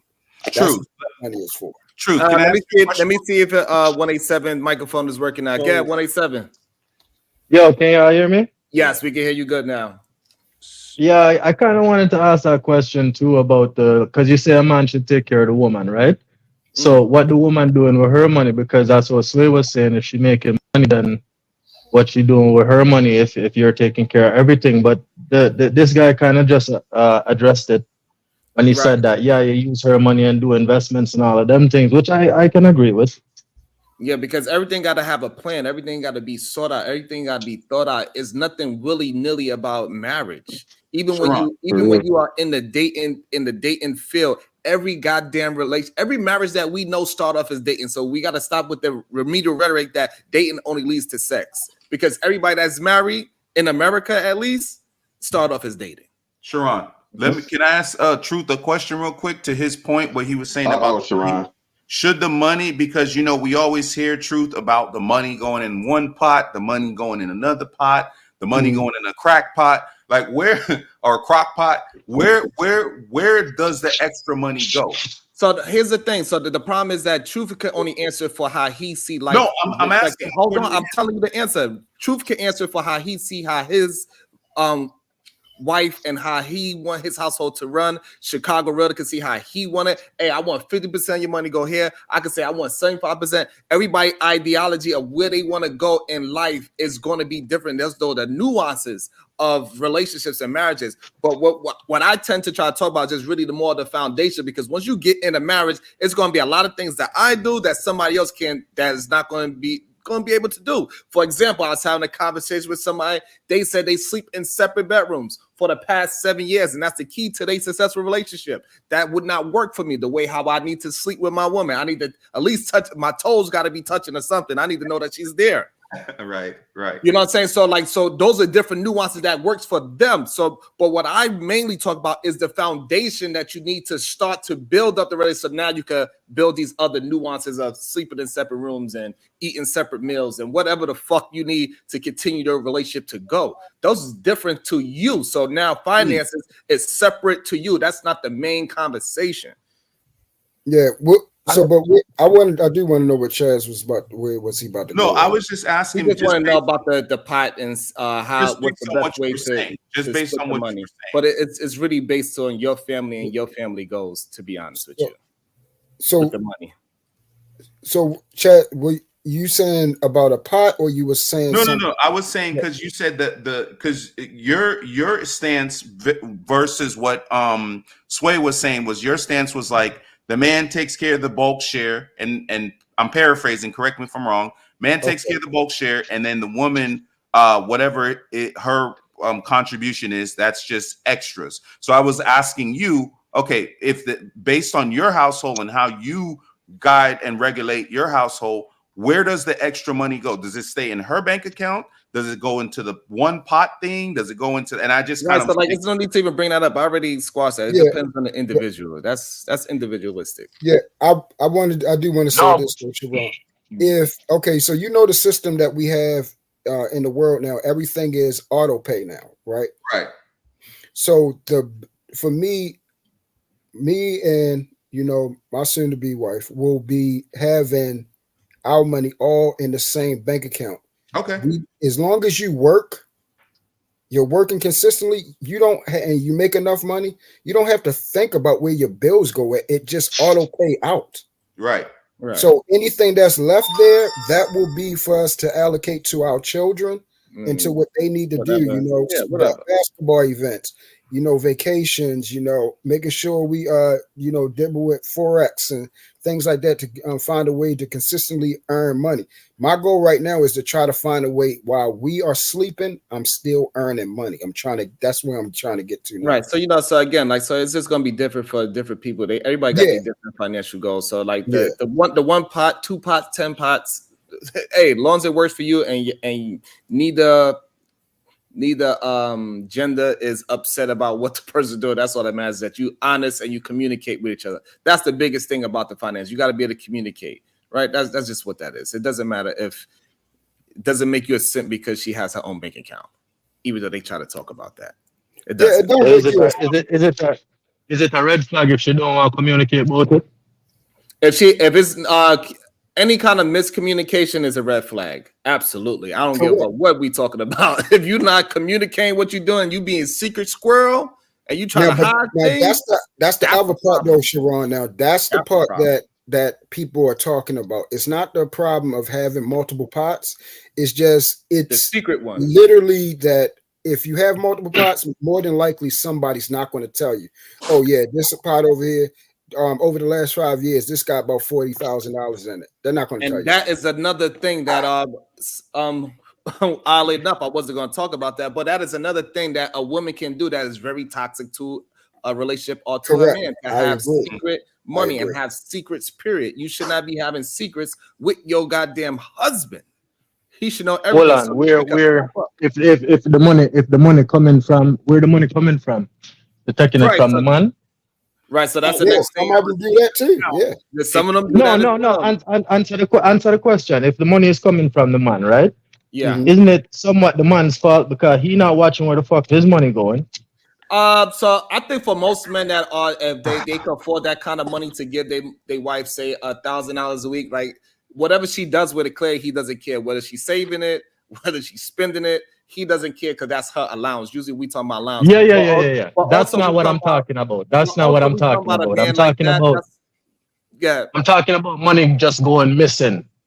He not fucking paying attention and she lining that fucking bank account with it. That's what I'm talking about. 187. Here's the thing, because I worked in banking for like 11 years, bro, and I've seen some wild shit. I can tell you crazy stories, but I'll tell you the bottom line is usually when it comes to the men, you're not monitoring every single transaction that's going out on a daily basis. You know what I'm saying? You'll have a general idea what's in the pot, and usually women are not taking out like a chunk of money. They're not taking out 50 bands at one time. They're not taking out 25. They may take out $200 to pay a bill, and 100 goes into that account. You know, 6 months, if you put $100 aside or a couple $100 into aside, is going to start being thousands. And if you're doing that for 5 years, 6 years, 7 years, it's going to amass amount. So it's not like a big amount where it's just like missing. Oh, there's a $100,000 wire withdrawal from one account. No, it's like little bits at a time.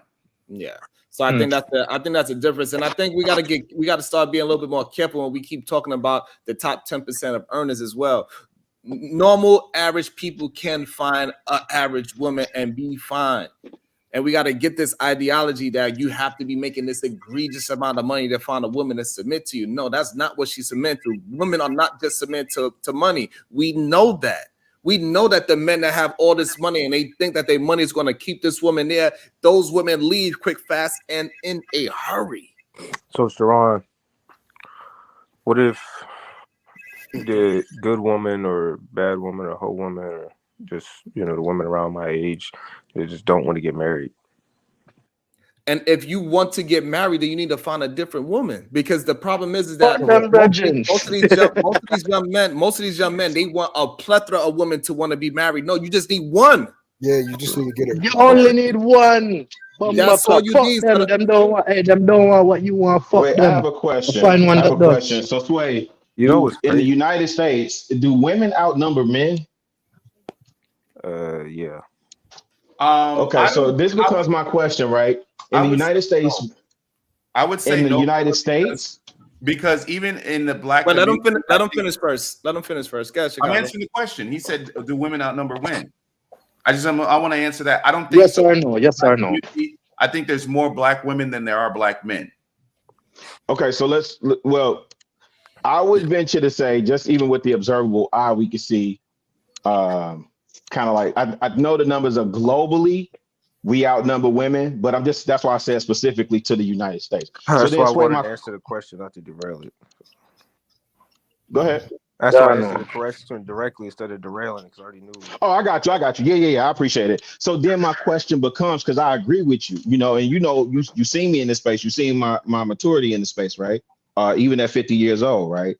So I'm still learning. So I've seen the wayward women in mass that, you all reference a lot of times, right? But again, I have a son that's a Z, right? Who just got married. I have a son that's a millennial who's engaged, right? And so then for me, it becomes, I get it. The wayward women are the wayward women. The pookies are the pookies, and let them mate and find each other, right? But I'm trying to figure out why are good, upstanding men having such a hard time finding a woman to pair with? Or is it that we're pining after someone that we don't particularly qualify for, and that's the disappointment? No. Oh yeah. So let the young people answer true, because you found yours already. They don't want to hear from us any goddamn way. Go ahead, Sway. So no, I understand what Sway talking about. That's what a lot of times things, just it sounds easy when you say it, but then when you apply it, it's not even like, it doesn't even feel feasible. So I'll give you an example. Hey, Sharon, to be skinny, you just need it more often than not. You just need to have a great diet. 70% diet, right, to be in shape. But to be fit, you probably need to be, go to the gym, do push-ups, curl-ups, do some, weightlifting, some, go running. But most people are fat in America. The average weight of a black man is 196. I could say that, but most people don't do that shit. And then when I'm talking about dating, yeah, I just have to find one. But if I'm not on these YouTube streets, or if I don't have somebody pointing me in a direction or kind of putting a woman in my face, a lot of times it feels like it's a needle in a haystack when you're weeding through all these women. And I think, even for a guy like me who might have more options than most young men my age, just because I've accomplished things than they haven't yet. I mean, they're catching up now, 25, I'm getting old.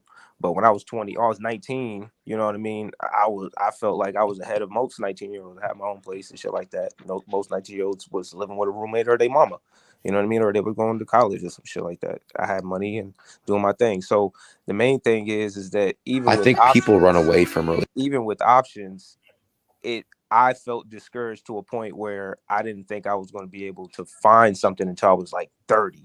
And I was fortunate that it happened a little bit earlier, but I'm still like, I understand the general consensus when most guys are out here dating women, going on dates, investing, whatever, and it feels like they're just wasting their time. And y'all chalk it up to they're just complaining. It's like, no, this is like this when we have to do something to actually deal with them, right? We have to do a level of investment for them to even find us to have a level of interest. Most guys aren't the tallest, most interesting, charismatic dude that just draws in women naturally, where they don't have to spend a dime or don't have to invest any type of time or attention into them. So when most men are dealing with these women, they're telling you this isn't worth it, and y'all like, y'all bitching, they're like, y'all full of shit because y'all not even dealing with yourself. You're married for 20 years. How the fuck do you even know what we're going through? And then it derails into the back and forth like Sharon and Shawtown had. So, see, I mean, that's really, this is not my experience, Sharon. This is how I break down the conversation between the young and how the young people feel in the conversation and what they think and how they compartmentalize y'all information. It literally, this is the experience. And so the issue that I'm hearing is that y'all don't believe that simple is simple. And I think that's the greatest trick anybody could no, give you, is that you're shaming them for telling you their experience. That's the issue, bro. Because you're dealing with people, it's not simple. It depends on. That is the greatest lie. Yeah, hold on for a minute. Let me finish it. Let me finish out. Because you're dealing with people, it's not simple. We aren't simplistic. People are very, they're themselves. Everybody comes from different backgrounds, got different upbringings, got different mentalities, got all types of stuff, got different things wrong with them. You know, certain people have expectations. They have things that they like, preferences, things that they want. You know, people is going to always try to seek the best thing that produces the best product. Men want a good woman that's going to help them produce a great child, so we can produce a better product of people. That's what I did when I look for the woman that I'm going to be with. Is this woman, how is her? Is she intellectually sound? Can I communicate with her? Does she communicate well? Is she a person that turns a house into a home? Do she understands, her place, her position, what it means to be a woman, a wife, and a mother? Is she going to, raise my children how I want them to be raised, that I know that they're going to be acclimated to not only the way the world is, but our household system?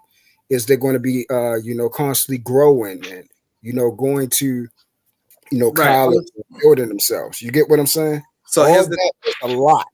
That's a lot. Here's the thing. So the problem is that is very simple. And the greatest lie that's ever been told, what I'm starting to recognize, is that things are not simple and things are difficult and things are, so what if it's a little bit hard because you got to do 10 push-ups every fucking day? So what, you got to run 3 fucking miles to be healthy? I don't give a fuck, but it's simple. Don't tell me that just because it's a difficult thing to do, to be disciplined, means that it's not simple. It is very simple. You gotta move a certain way. So for you to say that it is not simple is crazy to me. It is very simple. You just gotta do the work and trust that the process is going to work out for you. Stop wanting everybody to be your pool. This is the problem that these young people are having. They want everybody to be available to them. But the thing that Truth is talking about is not going to be a mass-produced thing for you. You are individual, so you are searching for your individual person. It's not going to be mass-produced. So if you are a short man with a bald spot at 20, if you are a bald man, 25, and you short, and you have a difficult time dating women, I don't give a fuck. It's still simple. You still got to make sure you are the best representation of yourself. Yourself is the greatest gift that you can give to somebody. It's being present. Stop trying to be like fucking whoever it is that you think is the most greatest man to you. Yeah. That's not You are what not Sway is Aquaman. saying. I get it. I'm not fucking Aquaman. That's I not what Sway understand is that. saying, bro. He Yes, doesn't it is disagree what with they're that. saying. This is what he's saying. He's Ask saying that they need. He's He's right saying there. that the Ask him. man that has a difficult time finding people because it's not Sway's experience. He don't have a problem finding women. He's not Yeah. talking about himself. He's talking about the greater good and all these men are having difficult times Bro, finding women. for any man that can get women, it's two different things. My problem isn't When- the general advice, though. Is what I'm saying. Like the idea, like I said, that to be in shape and to be fit, all you need to do is eat good and do some push-ups and run some curl-ups. That's all it takes. And I understand that.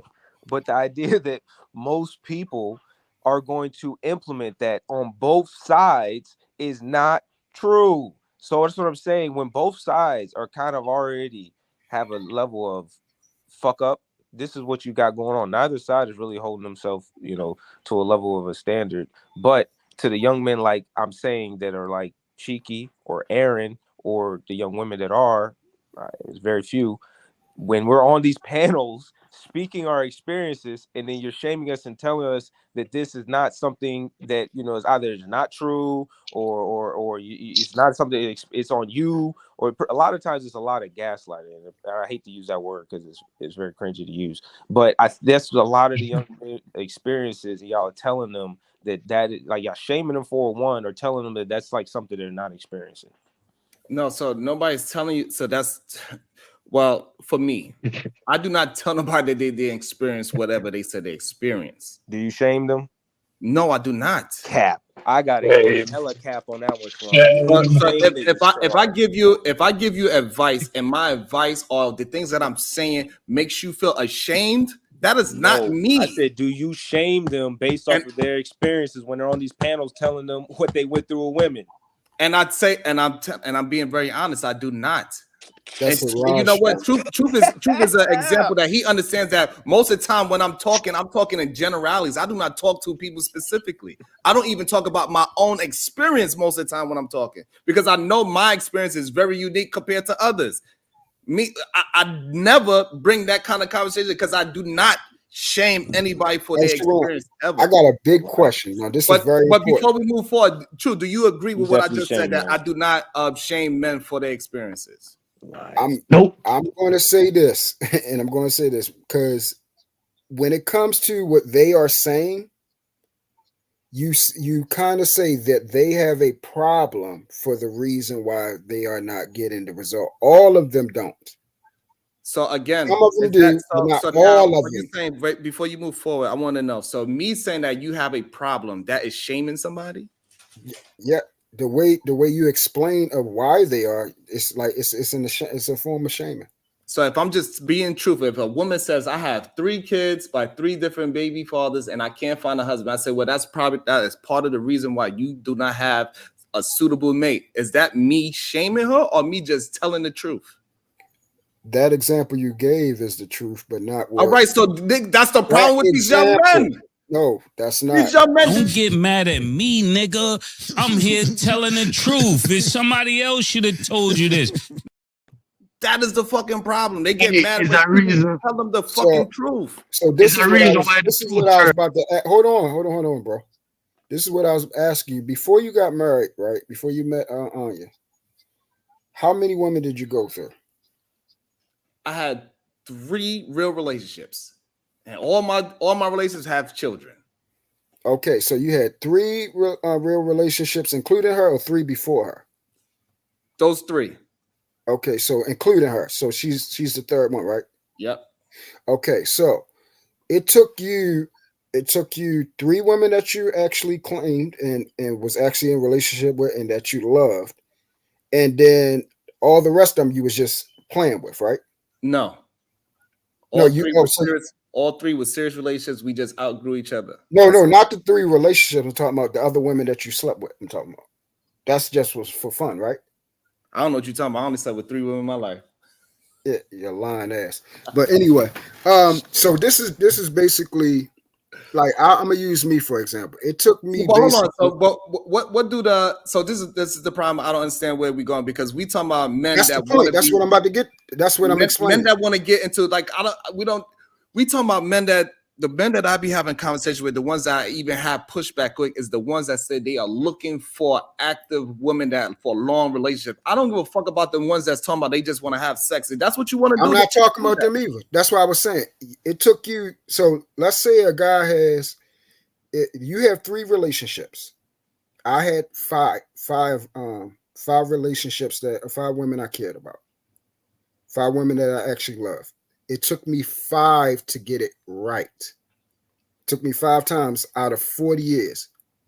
All the rest of the women that I slept with, that was just okay. Yeah, But I'm saying, so get to the point.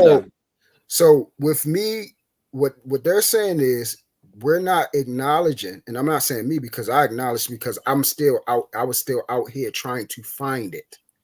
They're saying you're not acknowledging the fact of you failed a couple times before you found that right one. It took a lot of struggle. It took a lot of making mistakes. It took a lot of heartache, pain, all types of stuff before you found that before you found your person. But that's usually never the conversation. So the problem with what you're saying, that's never the conversation. They don't give a fuck how many times it took for us to get it. They saying that we don't know what the fuck we talking about.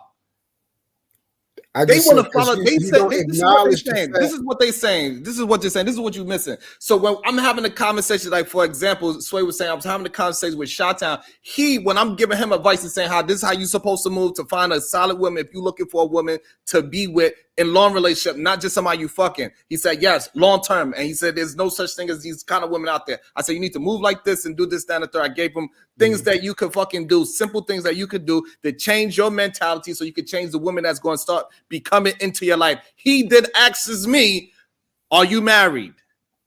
Didn't I disagree with Shottown on how he pushed back on you on the certain exactly? But I'm saying it so again, but this is not just Shottown. But I'm saying that I didn't even agree with the way that they came about disagreeing with you in the points because it was irrelevant and those aren't good like questions to ask. He asks a lot of questions that aren't good one to ask, and that's just probably new to the space. So it's more of like a gut reaction type of question.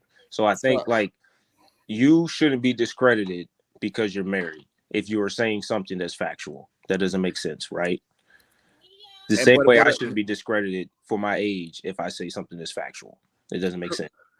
And that is fair. But the problem is that I do not discredit any young man for their age. Like even when me and him was having a conversation, I never brought his age into it. I didn't say you did, brother. I'm just saying to the point that what I'm saying is that in reality, this is what happens often when I'm having these conversations. They bringing things into the conversation that has nothing to do with my words.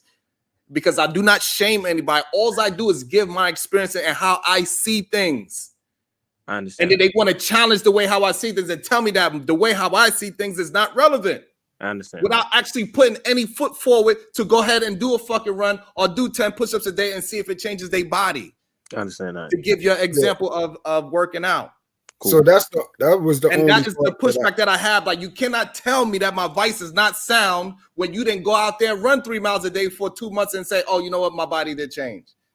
But if you go out there and you did my advice and you ran for 3 months and you say, you know what, I got fatter, and then I could concede and say, oh, then we got to have a different plan. Well, sometimes people, we'll be in a conversation where we're talking about dating women and you'll give advice about women that you're married to. That's not like me. Taking care of a woman and paying for her financially and all that shit. And again, so like Truth already said, I said this plenty of times. I started with my wife making $8 an hour. What, Sharon, do you not so agree therefore with that? You can absolutely, the reason why I referenced that is because that shows and proves that yes, if you are moving in a certain mentality, you could still find a good woman when you're not making this egregious amount of money. Sharon, that's not what I said. This is where we disagree at right here. Hold on, Truth. That's not the pushback, Truth. I said, should you be taking care of a woman financially before marriage or during a marriage? Or it doesn't matter, you know what I mean? Because like I said to Chaz earlier, that finance thing is nuanced to you.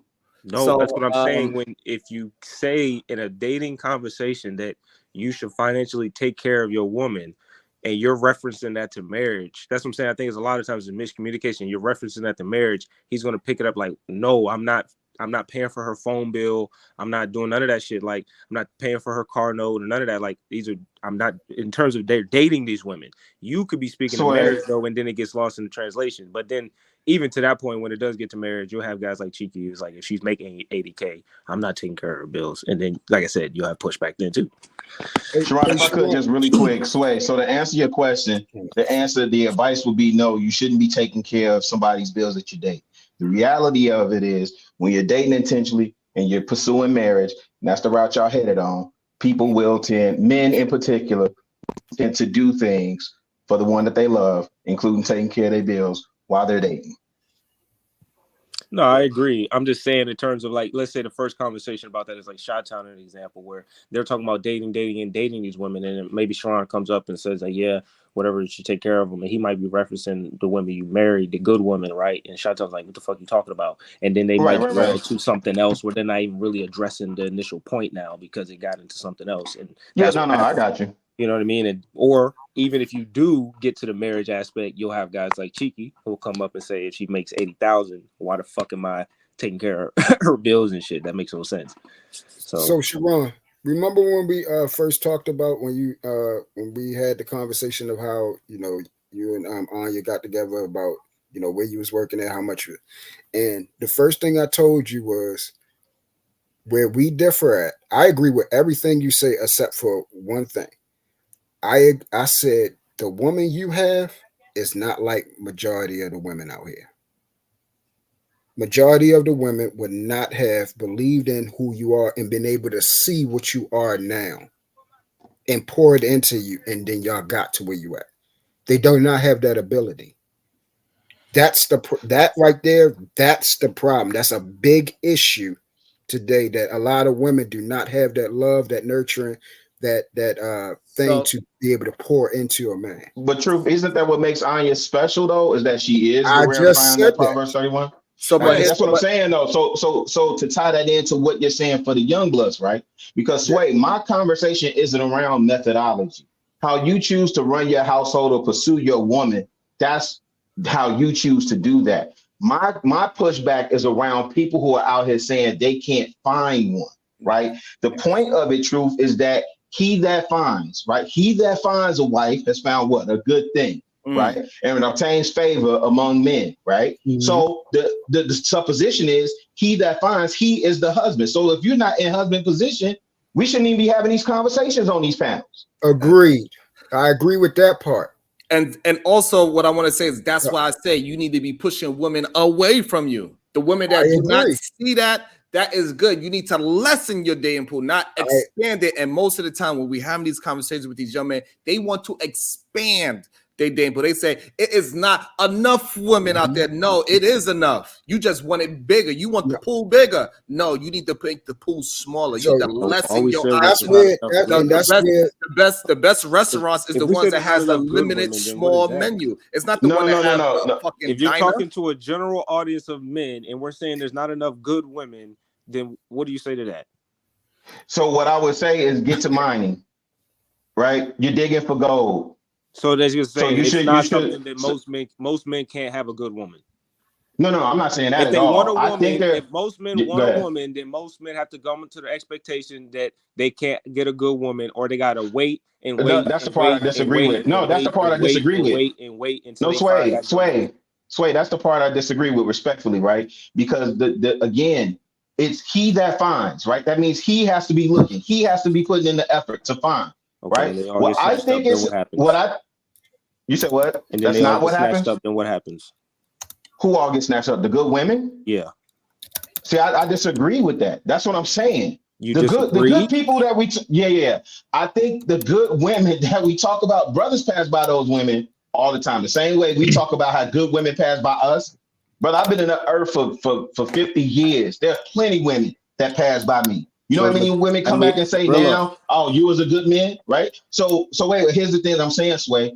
One of the things that we're challenged to do is vet properly. I sincerely believe that. I think a lot of brothers are getting frustrated and tired with what's out there, right? And I agree. Call them out. Call these unruly heifers out. Do what you got to do. And I agree with your other point. I didn't say this earlier. I agree with your other point that you said, and I've conceded this a long time ago, that the young bloods have made an adjustment. I agree with that. What I disagree with is the notion that there are no good women out here. They're out here and they're not all taken up. And I'm pretty sure you've encountered a few in your lifetime, Sway. One. I got one. That's it. You've encountered, well, you're still young, I guess. One. Just Yeah. one in your lifetime? No, I mean, I agree with I've- Sway. He only 25, but I probably talked I know, that's why I had to pull back on it. I've talked to over, I don't know, probably over 60 women, but I've only fucked 20 of them, and I've only dated for real one of them. I dated one other chick. I've only dated 2 chicks for real, and this is the one that I'm dating for real going on 3 years. The first chick was like 8 months. Sway, I'm gonna ask you honestly. So you said you dated 100. No, you dated 60. No. Bone 20. I ain't dating. Talk to. Okay, my bad. Talk to 60. You said dated 20 or bone 20? I fucked 20. Okay, so you bone 20 and dated 2 seriously, and this is the one. This is the one that, for the most part, has been the goodest, nigga. I got you. But let's say out of the 20, I got you because that's fair, right? But because I can say the same thing for my wife, right? I feel that way about her too. But I'm asking you, out of the 20, there were no good ones. I wouldn't say that they were enough to date. Okay, all right. They weren't enough to call I wouldn't call them like bad like people. Right. That's what I was about to say. Before we move forward, I want to welcome to the show a beautiful voice, Callie Bev. Good day to you, Callie Bev. What's your thoughts? But like, what's up, fellas? Go ahead, Sway. I just want to clarify, like in terms of like the dating, right? Like I would want other things. I have other expectations, like the idea that she would be okay fucking knowing how to cook or cleaning up after herself, or maintaining a certain level of fitness, or how she carries herself outside the house, if she's cussing a lot or saying nigga this, nigga that, like just a bunch of different things, So I was always picky on that aspect. So the idea of a good woman is not just like if she's, a good person. Yeah, I was about to say that. In terms of relationship. What you determine is something good, Sharon, I might not think is good. That's where the thing is. Like certain people, women, like especially because of who I am, my beliefs, what I believe in, how I carry myself, my lifestyle, I need a certain type of woman like that. Now, other women that I've ran through, y'all probably be like, shit, she's a wife. That was a good woman. That was a good woman. To you, that was a good woman. To me, it wasn't. That's what I was saying. So it depends on who you are. That's where it gets murky, though, Truth, right? Because we can identify a good man, right? So my bad, Sway. I agree with what you said, Sway, right? Like I wouldn't say they're all bad people. I wouldn't say that they're not good women. They just weren't good for dating or for marriage or for me, right? I get that part. But we can identify what, because again, it's the truth. The conversation that's being had right now is not that there aren't any good women. Not that there's not a good woman for me, or I have yet to find my one. They're saying and I'm not saying you, Sway. I'm saying the conversation is there aren't no good women. There are too many hoes. Right. That's the conversation. Okay. That's the conversation, brother. And I agree with them when they're saying there are way more hoes out here than there are decent women. Well, then that means that hoes is men and women. Then, so did y'all not see me on the show with the Young Bulls when I got? It's not even close. Niggas in the chat said that show went for 2 days yesterday, Sway. That was 2-day show. No, with just the Young Bulls, it was Cheeky and all. Yeah, that was a couple weeks ago. So like I ain't see that when one. I first I gotta came go up back there, I was giving them pushback on all types of shit. I was like, y'all niggas is wrong. I don't know what the fuck y'all talking about. Hell nah, I'm not doing that. I don't give a fuck what they think. Like a lot of the people in the chat said I was sounding like an old nigga. So like when I get the opportunity to talk to the young niggas, it's not like I don't give them pushback on the certain ideologies as well that y'all might appreciate. Yeah, of course. But when I'm talking to y'all specifically, now I'm gonna give y'all the pushback I got for the shit y'all be saying to them because it don't make no sense. And I appreciate that. Listen, I appreciate the pushback because iron sharpens iron, right? So in ways that I don't see it, you covering blind spots for me and you help me see some things, but not all things, right? And there'll just be some things where I'm like, as an old nigga, I'm just gonna disagree with you, young nigga. And that's that. I expect that. What's your thoughts, Callie Beth? Bring some light to the conversation. Well, since the premise of the conversation is different than what I thought it was when I For real. first clicked the link, then maybe I don't have anything to say. But just on the premise of, it's too many hoes or whatever. My thing is that there's always been an imbalance of hoes versus quote unquote good women. So the thing is for me is that typically, okay, well, I'm gonna go ahead and I'm gonna just run it back to what I was gonna say for real. Because it kind of goes together. Okay. Typically how I understood that it's supposed to happen, not necessarily how it is supposed to happen, but how I understood it to happen was that you go ahead and you don't run through a whole bunch and say, okay, well, I want this one. No, as you're going through, you find one that you do like, and not necessarily looking for something better, but you find the one that you do like while you're on your search, and you hunker down and you go with that one instead of saying, oh, well, she's good, but you know what? I think I can do better. Or he's good. I think I can do better. I never understood it to be that way. I always understood it to be while you're on your search, you find one that's good for you and you stick with it, and that be the end of it. You know what I'm saying? And more than likely, that's how all the good men and women get snatched up when they're in their 20s, as opposed to now you're really looking for a sewing needle in a sand of beach. By the time you get into your 30s, mid 30s, 40s, and everything like that, it just gets harder after that. That's how I understood it. I could be wrong. No, I agree with you, Callie. That's exactly what I was saying. Can I say this one point? And I think it's probably the most defining point when we're talking about these dating and men finding, women, whatever, good women. If we're talking about black boys, and if they're supposed to date in or out of their race, makes a big difference in this conversation.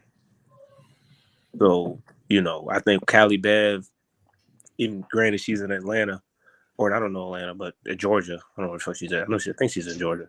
She has black I'm in sons. Atlanta.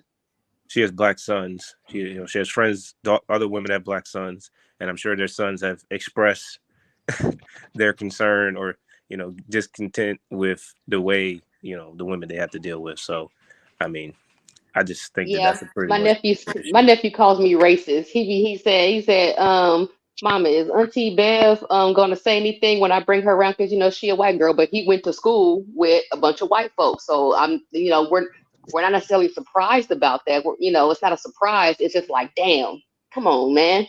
But you know what I'm saying? He called me a racist. But I got a question for you, Callie. Also for everybody that's in the audience, the reason why I'm the only one on screen because I'm the only one with a camera on. So if anybody turn their camera on, they will automatically be exerted into the screen. So that is up to them. They don't want to be on screen. So it's not me being a narc.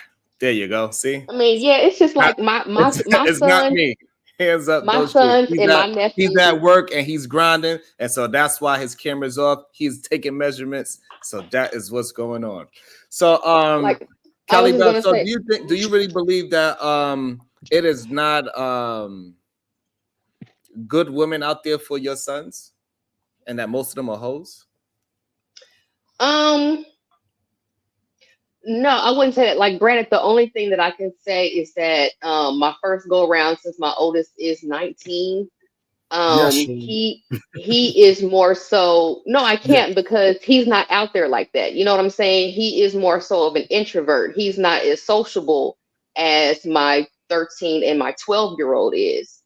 Now, with my 12-year-old, I don't see. I mean, my 13-year-old, I don't see him having a problem. Okay, just off of his personality alone. I don't see him having a problem, but my 19-year-old is a different story. Not to say that, some of his friends do in his friend group, they are out there and they have, they have girls and stuff like that, or they talk to girls. They're more sociable than he is. Callie, so he gets a little bit of exposure, but just on his own. Hey, Sharon, I told my son don't bother with them. Focus on getting bread. Hold on, true. Fuck them dirty little girls. I mean, that's somewhat true, but don't touch them. So Callie, They stink anyway. in my opinion, based off of what you just told me, the one you should be concerned about is your 13-year-old. The one. Oh yeah, I'm already watching him. Well, I'm already watching him. your oldest son, I think he'll be fine. He's Mhm. probably more cautious and just kind of like me in a sense, but just I don't know. He'll find himself. He'll find his confidence. But I think your younger son, he'll have a different view of women younger, especially if he's dating them and dealing with them, and if they express a level of like to him, you know what I mean? So just how you called him on like, hey, don't just be using women, you know what I mean? Like shit like that could be a slippery slope when young men are getting a big And Sway, and that's how come Oh that's yeah, why we most were definitely, talking Sway. I about this agree. not too long ago. It was I believe me and Truth was the only one that was on it, and Chicago Rilla was there as well. But we talking about we just start making our young boys mature quicker, because for some reason we put maturity on younger girls at early ages. We give them responsibilities, and we got to give young men or young people in general more maturity younger, give them more responsibility, so this way they are more prepared for the dating market earlier than later. Because for some reason in our culture, especially Black culture, we tend to tell our youth to get married after college, while the other races, they tell them to find a mate within school, that you need to have a ring before spring. And that is the real situation that I see is happening, especially with our young boys. We teach them maturity, especially relationship maturity, way too late in the game. And that's like most of them wait until they're 35 to start taking relationships serious in this day and age. And this is why y'all don't have as many children as we do at the same time. Because I agree with that. So, and I think we have to change that ideology. And yes, and make sure we got 100 people here watching. Our goal is 150. If you want to extend the show, make sure every last one of you send a $1 bill to the Cash App, a $1 bill, super sticker, whatever. If you can afford more, I appreciate that as well. But I know the times is rough, so let's crowdfund these shows, because I believe we had a great bill today. And just show your love and appreciation by sending a $1 bill. If you could do more, then do more. That's also appreciated. If your children in kind of my college, I would concern. suggest they finish it. I would suggest they focus on college first if they're going to college, because you got to pay that money back. So that's the problem. I think that's an issue that we have. Go ahead, Callie Bell. What was your concern? Finish college, focus. I was going to say that's really our concern with my oldest, because he's still, I don't want him to stay green for so long where, it comes about, it happens, and it'll be hard for him to recover from, if it don't work out type stuff. That's the concern. Whereas with the 13-year-old, I think he'll be okay and he'll be able to bounce back quicker, because he has. He better have a broken heart and keep it moving. Yeah, he'll be young enough to have a broken heart and keep it moving. Is that the one you spoiled? What up, Venus? How you feeling? They're all spoiled. Okay, they are all spoiled. All three of them. But yeah, I think that's something that we got to explore. We got to explore of having our children attempting to be married before they leave college, or at least be marriage minded before they leave college. If you don't find somebody, you don't find somebody. Don't marriage minded. Yes. You need to be marriage minded while in college, or in your last 2 years of high school. You need to be marriage minded if you want a long lasting relationship. If you just want to be a playboy for the rest of your goddamn life, then you need to make that decision now and go ahead and get yourself a vasectomy, like some of our like Fatty. I think that's a great idea. If you feel like you're gonna be, if you think you're gonna be a playboy for most of your life, go bust a nut inside a goddamn canister, freeze it up, and go get a vasectomy. But if you want a relationship and you want a long-lasting marriage and all those things, you need to start thinking about that around the age of 17 and up. So this way your mind can start moving forward and develop the skills of, I'm looking for a woman with core values that mirror minds. And this way you could weed out the people that just are in like. You don't want to be just dating people that y'all are in like with. We like the same movies. We like the same clothes. We like the same music. Fuck all that shit. That shit don't mean anything. You need to have the same. It kind of does, actually. No, it doesn't mean anything. People can have completely different dislikes, but they core values are the same. They could build a long-lasting relationship. Go ahead, True. I mean, yeah, I agree with that. So I'm gonna say this, man, because it definitely means something. If she has the core values with it, and she has the core values without it, it makes a difference. So let's not just try to say it doesn't make a difference if you guys have relatability on things. That's So a the lot of reason why I would say before why. I'm That's a gonna lot of jump reason in front of why. the truth real God damn, quick. I can't even. I thought you was finished. You That's paused. what I'm, Well, go ahead, man. what's you actually Damn. cut in front of me. That's what. Yeah, right. So Whatever. But I'm in the cut middle of speaking though. It ain't about just I cut in front of you. He cut me the fuck off. Go ahead, Sway. Go ahead. Jesus Christ. Go ahead, Sway. No, Get your go full, ahead. get your Obviously, full I thought out. I thought disrupted you the was finished. conversation. Y'all I thought you niggas was got it. finished. Get your full thought out, Sway. No, literally, the last point was just that's why a lot of young women don't want to date older men because they can't relate. So go ahead. That's not true, but go ahead, True. That's true. Yeah. True. Like you were saying earlier, as far as like with my son, I'm making sure that he don't focus on women because I don't want him getting all caught up. I don't encourage my son to have no go ahead and sow your oats and sleep with a whole bunch of women or anything like that. Right now, so far from what I know, he's a virgin. And he's been focused on working, school, and that's what I want him to continue on. He know that if he become who he needs to become, women are everywhere. Pussy is not going nowhere. It's always going to be on here. The goal is for him to become who he needs to become so he can focus on being a better person, and then he can know what he deserves. And not just deserves what, excuse me, I hate that word, what he's worthy of. If you are a decent person, then you're worthy of a decent person. And that's what he wants to have. He wants to be married. He wants to have children. So I said, focus on becoming a great person, and then you will attract and acquire a great person, and then y'all could build from there. But I don't want him focused on no women at all. Right, and that's why I said he need to focus, and that's why I said we need to get our young people mature faster so they can understand what their core values are and what they want, because we all know opposite attract. More often than not, people are opposite of their likes. They attract to each other because that's what makes great conversation going back and forth throughout the little nuances in a relationship. But however, your core values is what's going to keep you together. So if I want to invest in stocks and you want to invest in Birkin bags, that's probably not going to work. We got two different investment strategies, right? Our core values is not in line. I want to have 4 children. You want to have 1 to none children. Our values are not the same. We probably are not going to work. And I think people need to start figuring out their values earlier than later. So this way they can understand that if they even are a human being that want to be involved in a marriage or not. But most people do not even have that conversation at a young age. And that's the issue that our community is having, it seems like, because every other community are talking about you need to have a ring before spring, which translates into having a marriage before you leave college. And it's something that we need to start exploring. We need to give our youth maturity a little faster. Stop waiting until you become goddamn 35 to talk about now I'm ready and to settle down after you've been a fucking slut. Yeah, that's crazy. That's crazy.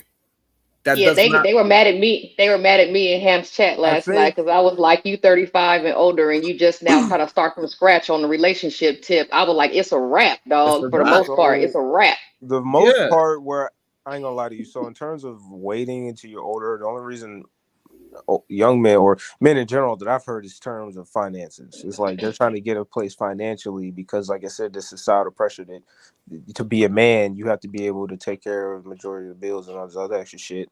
And, you know, being able to go on trips and vacations and basically, you know, almost retire a woman. So a lot of men push that off, you know, or even the idea of college, like that college tuition. You don't want to put your kids in a bunch of debt.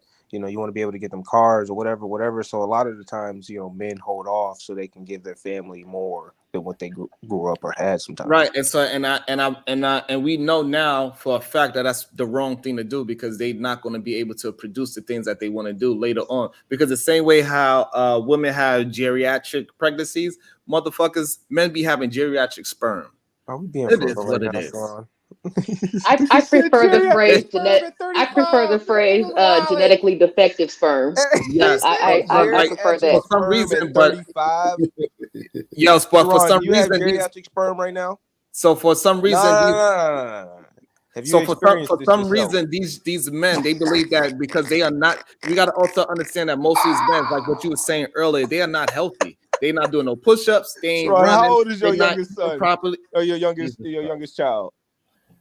Is your youngest child like 1? And also, my youngest child, I've been working. I'm in shape. This thing. Listen, I mean, you laughing and joking, but look at Shot-Town compared to me. He's fat, bro. He's overweight. You can tell his arteries is clogged. You can tell he eats shit. You can tell he's not eating properly. Like, I don't understand But how we don't understand. No, it's still your age though. Your health helps, yes, but it's still your age. You still producing some faulty sperm, as Man, I know opposed to niggas that what the smoke sperm that you were cigarettes all producing in their your lives 20s. had kids at 70. Yeah, so I don't give a fuck. so Probably again, got big so heads the and same way. regular chin or some Okay, shit. hold on. We're not gonna just scream and yell at each other. Hold on. For the same way how if a woman can have a child after same way how women can have a child after 40 because she is a healthy human being. The same thing with a man. So he got to be healthy. I don't understand why we act like we don't understand these fucking things. Like this shit is fucking remedial like a motherfucker. Sometimes he has to be alive and his sperm has to be kicking. That's it.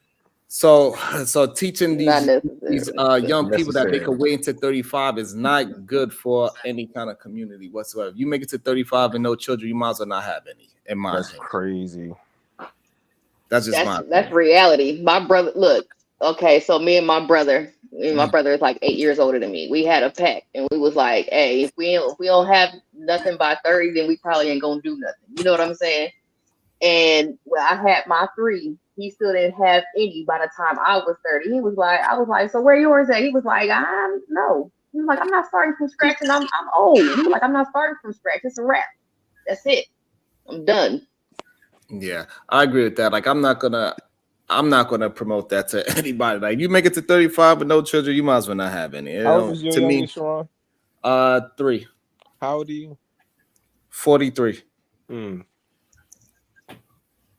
Like a friend of mine, she got remarried and she has 2 under the age of 5, I think. Yeah. So the youngest of her, the oldest of her 2 youngest is 5, and then the other one is 2. So that means she had the last one at like 41. So yeah, so like if my wife wasn't younger than me, I wouldn't have done it over again. I wouldn't have started over because right now I'd have been good. Both my oldest children already out the house living their own goddamn life. I'd have been good, free balling. Right now I'd have been sitting down like Red Pill Ranger with no bottoms on. I'd be just like that. Yeah, she a little jelly because her oldest is the same age as my youngest, and her oldest are the same age. So that shit crazy. What are the genders of your 2 oldest children, Sharon? A boy and a girl. I find that cap that you would be fine not having these 2 in your house. Oh no, I'll be perfectly fine. I'd be awesome actually, because then I don't even need. But anyway, it is what it is. I already chose it. I love them, so it is what it is. They here now, so I can't go back on it.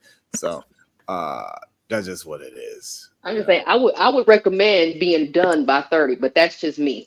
Yeah, absolutely.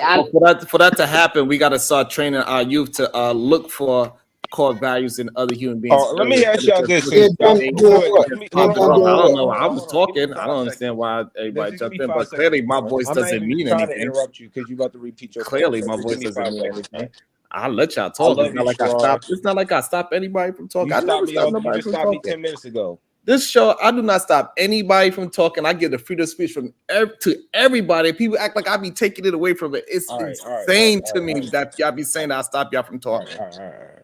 Go get some cucumber. The windmill. All right. Damn. You got a big ass forehead. Anyways. Oh my gosh. You're making me forget my point. Because it wasn't none. No, it wasn't. No, yeah. I was just saying, my mom, I'm the baby. My mom was only me and my brother, but my mom had me when she was 27. I was like, that sounds like a pretty good age. She can still keep up with me, this, that, and the third. I was like, 30 sounds like a good age to be done. That way I'm not no old ass mama trying to keep up with my kids. And just so happen I happen to have 3 boys. I can still keep up with their ass. So that's why I said I recommend being done by 30. So that way you're not no old ass mama running around here. So are y'all gonna help raise these children as grandparents? If they need help? Yeah. Yeah, if they need help. Are y'all gonna be watching them when they need to both work and stuff like that? Yeah, my mom did it for me. Why wouldn't I do it? You know what I'm saying, Mom? Well, a lot of older people, in my experience, they tell me no. They don't want to do that. They don't want to take, they'll babysit here or there, but they're not trying to A be. lot of y'all don't love children like that. They're not. Well, they're trying to retire, like Sharon just said. You know what I mean? They're not trying to take care of another people's child for another, however long, 4, 5. So, but it's the difference between taking a child over it's like and then helping daycare, it right? on Who's the the weekend. daycare person going to be? If both parents work, which 75% of mothers do, so if both parents work, who's going to take care of the child from pretty much 5 years to 5 years old? And so if your grandparents daycare. don't want to do They it, have to daycare. exactly. Yeah. Now they got to pay for daycare, right? And let different people outside of their household, outside of their culture, raise their children. And What's then it wrong has with to make that? sense. And it has to make sense financially. Like a lot of older people, like y'all, push young people to have children, but then y'all want to just leave us out here to deal with the problems that come with it. But and we're like, no, we don't want to do it right now. Y'all are like, well, that's stupid. I'm like, no, fuck you. That's not stupid. Me personally, I don't see anything wrong with daycare. Unless though. you I want to mean, help us, you don't go any mini money mo. I'm just saying you don't go any mini money mo and just pick a random daycare. Usually it's here's through the problem. referral. So if I didn't send you to grandma, Dang, Sharon, I was talking. Little bastards, like, damn. You can't have no say on when we have y'all motherfuckers be tripping. Is the point? No, you cut me off. Unless you want to raise these little, you can't have no say on when we have them. Listen, go ahead, Callie. Because clearly I was just gonna say I don't see anything wrong with daycare. More often than not, what happens when you choose a daycare is through referral, meaning someone else child who goes to this daycare, they're straight, you know what I'm saying, and you send your child there. You don't just go in the y'all don't have phone books no more, but you don't just look up Google and close your eyes and then the first one that you point at, okay, let me go ahead and pick this one and just send your kid there. No, that's not how it works. Whatchamacallit, especially because I had mine so young going to daycare. My mom watched them because they were on a waiting list and everything like that. Because when they're that young, the waiting list be like, can be anywhere from like 6 months to a year. So you know what I'm saying? My mom watched the two little ones for 6 months or whatever like that. The smallest one was for like was for like 3 months because I put him on the wait list when I was pregnant with him. And and they watched them then, and it was all good, and they just going ahead and go to daycare, and she's there to babysit when we want to go out or something like that until the oldest one got big enough to watch them when we want to go out. Great, all right. That's amazing. Like I said, main point. Let them socialize. Hold on, Jesus Christ! I gotta go. My daddy calling me. Y'all got Tourette's sometimes. Y'all be tripping, man. God damn it, y'all be tripping sometimes. I don't know why y'all be trying to stress me out. I be just trying to have a conversation, True. That's all I be trying to have, True. That's all. Sometimes I would like to talk on my own show. Sometimes, you know what I mean? That's not the point. It's solution. But you don't cut people off. You allow people to speak their piece. So that's what happens. Damn, when I allow people to speak their piece, this is what happens. Yeah, you don't cut people off, right? So you just you're very respectful. So I disrespect you. God damn. Damn it. All right, so I'm going to end the show there, God damn it. But can you get around that point, though, Sharon, before you end it? Just say this. If you are not willing to help raise these little bastards, you cannot tell us to have them. So how I look at it is this: if I didn't send you to grandma 90% of the time, then you shouldn't be sending me. You shouldn't be sending me your correct. Correct. But if grandma, if we grew up in a space where can stay in the house with us, jeez Louise. But can grandma stay in the house with us? No, because you said you about to end the show, so I'm trying to. But can grandma stay in the house with us? That's up to you and how y'all move. I don't know how old that grandma is. So like if you talking about like a me and Callie age kind of grandma, no, you're not gonna be willing to take care of a 40-year-old grown human being. Because the grandma that you were talking about that live with you is the ones that's kind of like retired. But for the first 5 years, if we live in the same area, can I drop the kids off at your house? Absolutely. As long as you communicate it and say, hey, on this day, I'm going to drop off the kid. I'm going to pick this kid up by this amount of time. Every day for 5 days out of the week. Right. Whatever it is, as long as we could come to an agreement and we could make it work, then yeah, that's understood. But the agreement got to be set. I'm gonna come and bring your grandchild over at 7 a.m. before I go to work because it takes me an hour to get to work. Whatever. I drop off at 7, and I'm coming to pick up the child at 5 p.m. every single day, and don't be late. That's cool. Right. Like So I said, like as long as you're willing to that's how help the take care of the conversation. children and contribute into their well-being, then you can, say, hey, have this at 22 because I'm gonna be your security net and I got your back and we're gonna do this. So also here's the thing with that as well. Also, y'all got things that we didn't have when we was younger. We didn't have no goddamn such thing as paternity leave when I was young. $4 gas. Is that what we got? What I'm saying is that rent is 30% of your income now. Is that what we got? What I'm saying is this. We allow me to. What else we got? What I'm saying is this: if you and your woman get pregnant, so she is able to still get paid while she's on leave. That's the difference. In my time, that wasn't a thing at all. Yeah, not only 18% of your income. Not only she would get paid to stay at home after she had the baby, you would be paid for like a month after she has the baby as well. If you are married, that's something else that is not was available for us when I was younger. So y'all have a lot more things that's involved in y'all situation where y'all can have them earlier. So it's a lot of different things with this shit. But you got to plan for it without a doubt. You know what I'm saying? Like, but that's where I'm going with the values things, that you got to have values. So if you have the core values at the age of 17, you already going to start thinking down the road, I'm going to have kids around like 25, 28. You're going to start building up a cushion for that because you're already going to be mature enough to understand the future. Instead of waiting until you're 30, 35. Because if you wait until you're 30, 35, you're playing behind the 8 ball now. Instead of we start thinking of it and being value-minded at this age of 17 and up, you're going to put certain things in place. This way you don't have to make the same mistakes like I made. And this is why people like Ed Monet is fucking crazy when I'm trying to give advice and try to get people that are younger than me that have not experienced the things I experienced to give them some quick and early advice and say, hey, this is what I went through. And so they could see it a little further ahead than what I did.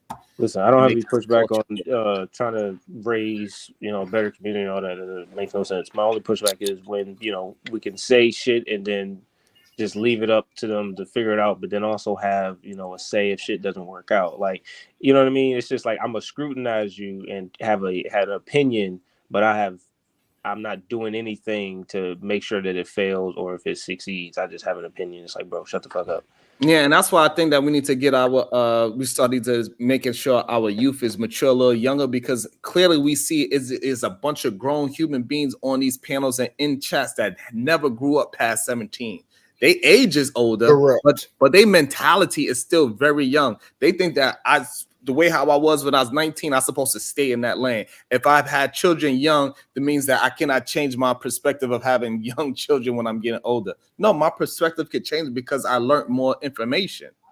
So therefore, my rhetoric should change. Like my rhetoric should change from last year to this year because I learned new things. It's a possibility. My core value system probably most likely never would change. But my ideology should change. My philosophy should change. If you want to know what kind of woman you want, you need to find out what's her philosophy. That's how you find if that woman is good for you. But I never could get into those kind of conversations because they start to argue me and tell me that I don't know how to deal with a woman nowadays. But I would know how to get into and understand what a woman's philosophy is. And that's how I would know that woman is good enough and she's going to finesse me or not, because I would get finessed. Sharon, you know what? With you, I would think that you would work out well with this climate now, because how you are fits what the women are asking for. So it actually fits it. Sharon is fine with women versus who I am. Group from 32 to understood what you're saying, because you're a little bit more rigid. Gotcha. Yeah. Sharon, you're fine with your age group. You're from 32 to 45, you would do fine. To be honest, I could do good with any age group. Nah. If I wanted to. Nah. I just wouldn't date that's the level of arrogance. Now I'm gonna just give it to you. We're about to agree to disagree on that point, because I think that's just the Sharon in you. You know what I mean? But nah. You would do it. That's what I'm saying. The disconnect what Chi-Town was talking about, like, I won't talk about the same woman. Like I was speaking in general, but Chi-Town. But you're saying Sharon don't the 20-year-olds wouldn't want Sharon? Fuck no, man. That's crazy. Not the one Chi-Town talking about. My daughter about to graduate and go to college. She knew girls two and 3 grades ahead of her that's in college. They come over the house. They be hitting on me all the time, bro. Tell them, like, I be telling these little girls, y'all better go to fuck. You better go on. About to be a situation.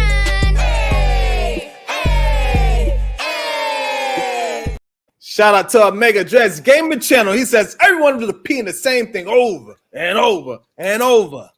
Shut the hell up and get to a new talking point. Shout out to you for showing some love and support to the show. And he is the new sponsor of this show today. So if you want to beat him, you got to set more than $199. I ain't too proud to beg. Goddamn right. Yeah. I would definitely have to pay for these little women. I would have to pay for women? What makes you think that? For the young ones, for sure. Definitely not. They would require it. Nah. If you say so, I don't know. I don't understand. You think you can be that old and you don't gotta pay? Absolutely. Absolutely. Yeah, that's just. I mean, like I said, I'm just gonna let y'all live. I'm not. So I don't know what you mean by pay. You mean like what you mean by pay? You mean like I gotta take him to a restaurant? Like I'm not gonna die on this hill with you, Sharon. I'm just saying. What's your idea of paying? What's your idea of paying that? My idea of paying is that I'm gonna buy some. I'm gonna buy. She's gonna be at least 21. I'm gonna buy some liquor. I'm gonna bring it to the house and I'm gonna cook her a dinner. That's what I'm gonna pay for. I bet. That's it. We'll see how many house dinner dates you gonna. How many house dinner dates you gonna be able to get away with until she asks you do anything else? But the craziest thing about it, for some reason, what the fuck? What I'm saying is this: that you cannot project your own. I'm not. Don't try to say I'm projecting whatever you got going on with the young, whatever ladies that you dealing with, you can't project that shit on me. That shit don't got nothing to do with me, bro. I'm just telling you, it don't. I'm not talking about how I'm dealing with women. I'm talking about how they would deal with you as an old man. That's the problem. You think that it's not my experience that I'm not an old man. That's what you think. I mean, I never had a problem with any age group. So, I mean, you can say what you want to say.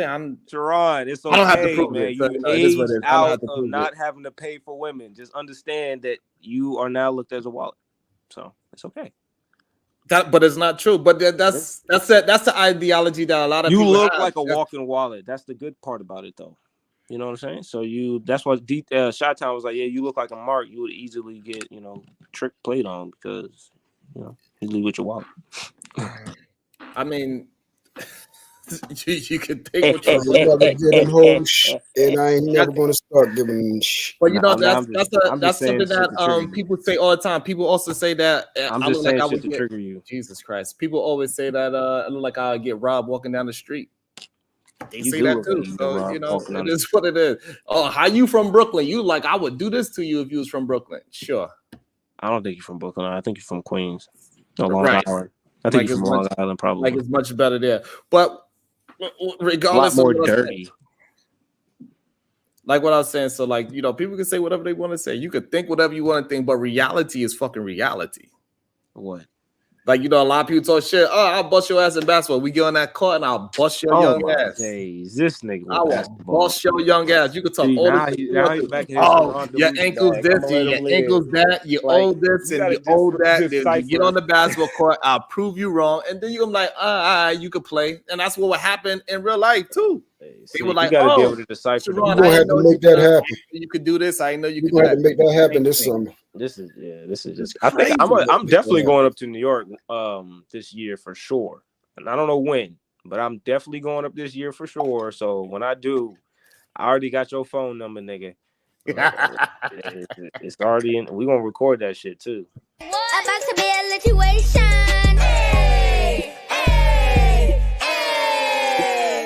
Shout out to Robin M. She says, no, the ladies are the sponsor of the show. Shout out to Robin M. Lead with your wallet. Fire. 100%. God damn it. So, Robin M. is now the sponsor of the show. Did I just play a video earlier of a chick leaving a nigga at a like she was hopping seats at a basketball game because it wasn't to her liking? Uh-huh. Uh-huh. That would never happen with me though. I don't know, but the crazy part is that happens. You can't make this shit up, bro. These niggas be you know what I picking think and the real choosing. problem is? What I think the real problem is that a lot of these young dudes, they get gamed up and then they just want everybody else to get gamed up with them. About to be a situation. Hey, hey, hey. Natasha said, no, I'm the supporter of the show. I'm the sponsor of the show. Shout out to Natasha Vision with the $9.99. She said, did you support the channel? Like button, share, super chat. Let's go, family. Support your host and send in super chats. Appreciate you, Natasha. The ladies is showing up. They saying that they are the sponsor show. Shout out to Natasha. Thank you so much. Appreciate you. God damn it. That's right. Robin M said women like men, like men that spend money. Simple as that. So I wouldn't have too much of a problem the way how y'all young men do. I don't like that nigga. He spend some money and she ain't like him. So it won't enough. But here's the problem though. So I'm not gonna feel a certain way if I had to spend. If that's what I had to do, I wouldn't be on. I wouldn't be. So here's the thing though. So if I was one of those men that had to spend money to get a woman, if I was one of those men that had to spend money to get a woman, I would not be out here complaining about it and saying all these women just want money. That's not me. Whatever I have to do to get whatever I need to get, I'm not going to complain about. I ain't never seen somebody say, damn, a Mercedes-Benz cost so much for me to get. So that means you could be doing that right now. You're not complaining. Shut your ass up and go and get it. Isn't that right? Doing that right now. That's what I'm saying. That's the era me and Truth come from. Whatever it is that you want, so whatever that cost, right now, whatever that cost is, we didn't complain about it. So y'all could be paying for women right now, not complaining.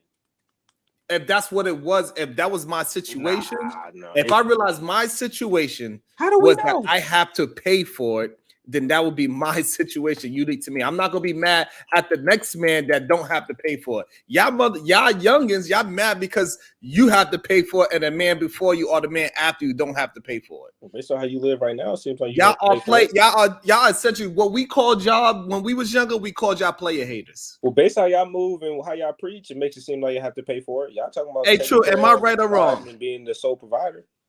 True. The men that used to be able to get it, they called the ones that complained about not doing the same thing. They called them player haters. That's what it was. You call it what you want, but it seems like that's wrong. You know what I'm saying? But y'all don't have no word for it. Y'all just saying, I don't understand why I gotta pay and the next man don't have to pay. Y'all sound like younger. A lot of times the men they be sound like you the player hater, Sharon. You just try to y'all be sounding. What I'm saying is this. Y'all sound hater, Sharon. Y'all sound. You keep repeating the same thing over and over. I heard you the first time. The problem is y'all are the ones that's complaining about one has to pay and you do. What? Why do Pookie don't have to pay and I have to pay? That's your problem. Who's y'all? Whoever that person is that says it. You old niggas? It ain't me. If it's an old nigga that said it, then it's him too. Like I said, the term came from our generation, a player hater. Some men got mad because I didn't have to pay for it and he had to pay for it. You definitely want to pay for it. Y'all tripping. I never had to pay for it. About to be a situation. Hey, hey, hey. Shout out to Beretta Scott King. Why not just marry each other since no woman in the entire world is good enough for your 40K salary? That sounds like a woman's logic. God damn, Beretta Scott King. That was vicious right there. Sheesh. How do women think? About to be a situation. Hey, hey, hey. Shout out to Natasha Vincent. She is definitely the sponsor of the show with 5 brand new memberships. Who got those memberships? Let me see who got them.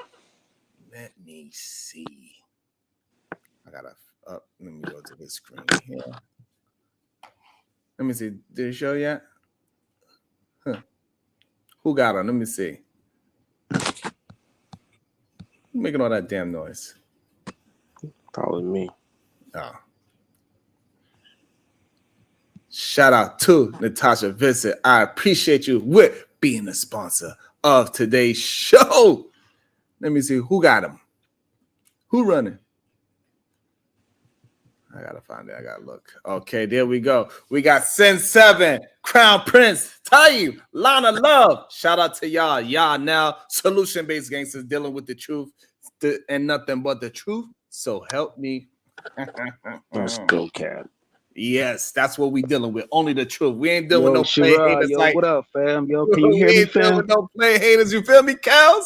Who? Hey, yo, Sharon, I'm gonna play this back for my nephew, yo. He's 18 years old, worked 2 jobs, right? And he never complained about the modern day woman in his age bracket, bro. He always tell me that he always keep it moving. He left this one white girl because she wasn't being financially stable with her money. You know what I'm saying? She was spending her money foolishly. So he was That's like, one yo, complaint. if she not adding value to my life, I'm gonna keep it moving. He dumped her and now he got a new one right now. I was speaking to him yesterday. So that's a So I complaint. want my nephew to hear these young dudes in these spaces. Like I think some of these young dudes, yo, in these spaces got to defeat this attitude. You know what I'm saying? That's what it sounds like. I don't know why. Listen, if he came up on the panel and it was like, how have you experienced women? She's like, shit, the other day, I cut a bitch off, because this chick couldn't even fucking, take care of herself financially. Fuck. And then it's like, oh, y'all niggas up here bitching and moaning. Why you even dealing with her? Why you dealing with chick that can't even deal with herself financially? Nigga, something wrong with you. Like, that's how y'all literally. Even him, if he came up here and just told the exact same story about what he experienced, No, yo, that would he be a considered laugh. something wrong with him. All these young niggas is doing is just telling you what they have dealt with. It's not like they bitching and moaning or Well, even yeah, I talking about get them, it though, even but it's saying it's like about them personally. it's like Listen, it's all we cycle. know is Kel's nephew would tell you this. Fuck up in 2020. You sound About to be a situation. Hey, hey, hey.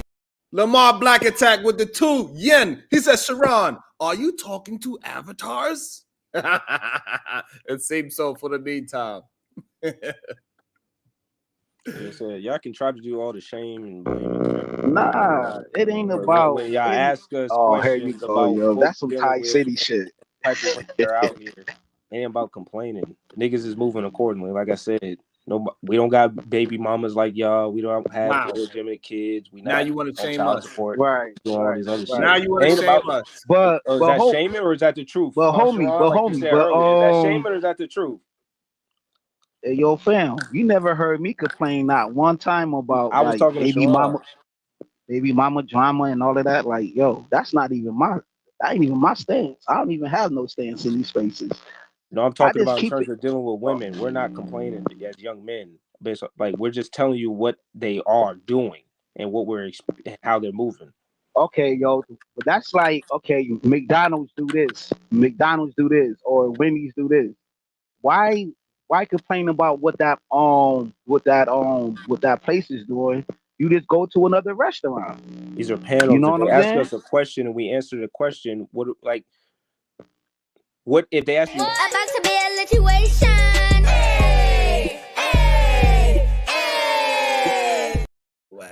Beretta Scott King, he said, if you don't have 2 commas in your annual income, then you don't deserve any woman. Have fun with each other. Go ahead and goddamn sword fight all you want to. Because that's what you are promoting when you talk that crazy talk. Go ahead, Sway. No, I'm just saying, like, if I come up on these panels and you ask me a question like, how has your experience been like with, most young women? I'm like, I ain't gonna lie to you. Most of them is like this and such and such and such. I found one here or there, but, it didn't work out. I'm trying to find one now. But like I said, for the most part, they is ass. You know what I mean? Like, just to say a few words, we can say any kind of talking point that you can say about young women. But I'm just saying in the sense that if that's the conversation, it'll lead to, oh, they're crying, complaining, enter shame language here. It's like, motherfucker, you just asked me a question and I'm being honest with you. Is that shaming or am I just telling you the truth? So now cool. All right. So you tell us the truth. So then we go and say, like, the reason why y'all don't have no baby moms is because y'all can't find nobody to put y'all penis in without paying for it. Because y'all so trash with y'all mentality. Because y'all all walk around like y'all defeated every single day because you mad because a woman said you need to make more than 40K, and then you walking down with your head down, and then you get mad because the one that don't have no job at all, no income, he can get all the vagina that he want to. The problem ain't fucking bitches. What? When people misquote the stat about 1/3 of men or haven't had sex, that's is 1/3 of men, young men under the age of 30, only had sex with either one partner or none. So it's pretty much a miscued stat. A lot of men could be in a relationship for the whole fucking year. So I think that's just a dumb stat that needs to be thrown out regardless. Like the idea of fucking these bitches and dealing with them in a relationship, investing them financially or putting a ring on it or getting them pregnant is not the same. 1 second. About to be a situation.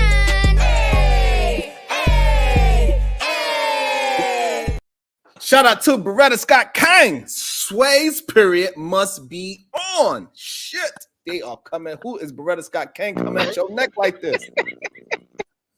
I have no idea. But yeah, like I said, interchange language here. I mean, I was expecting it, but I'm still the person that's in a relationship successfully, not complaining about my woman and what I'm dealing with out here in these streets.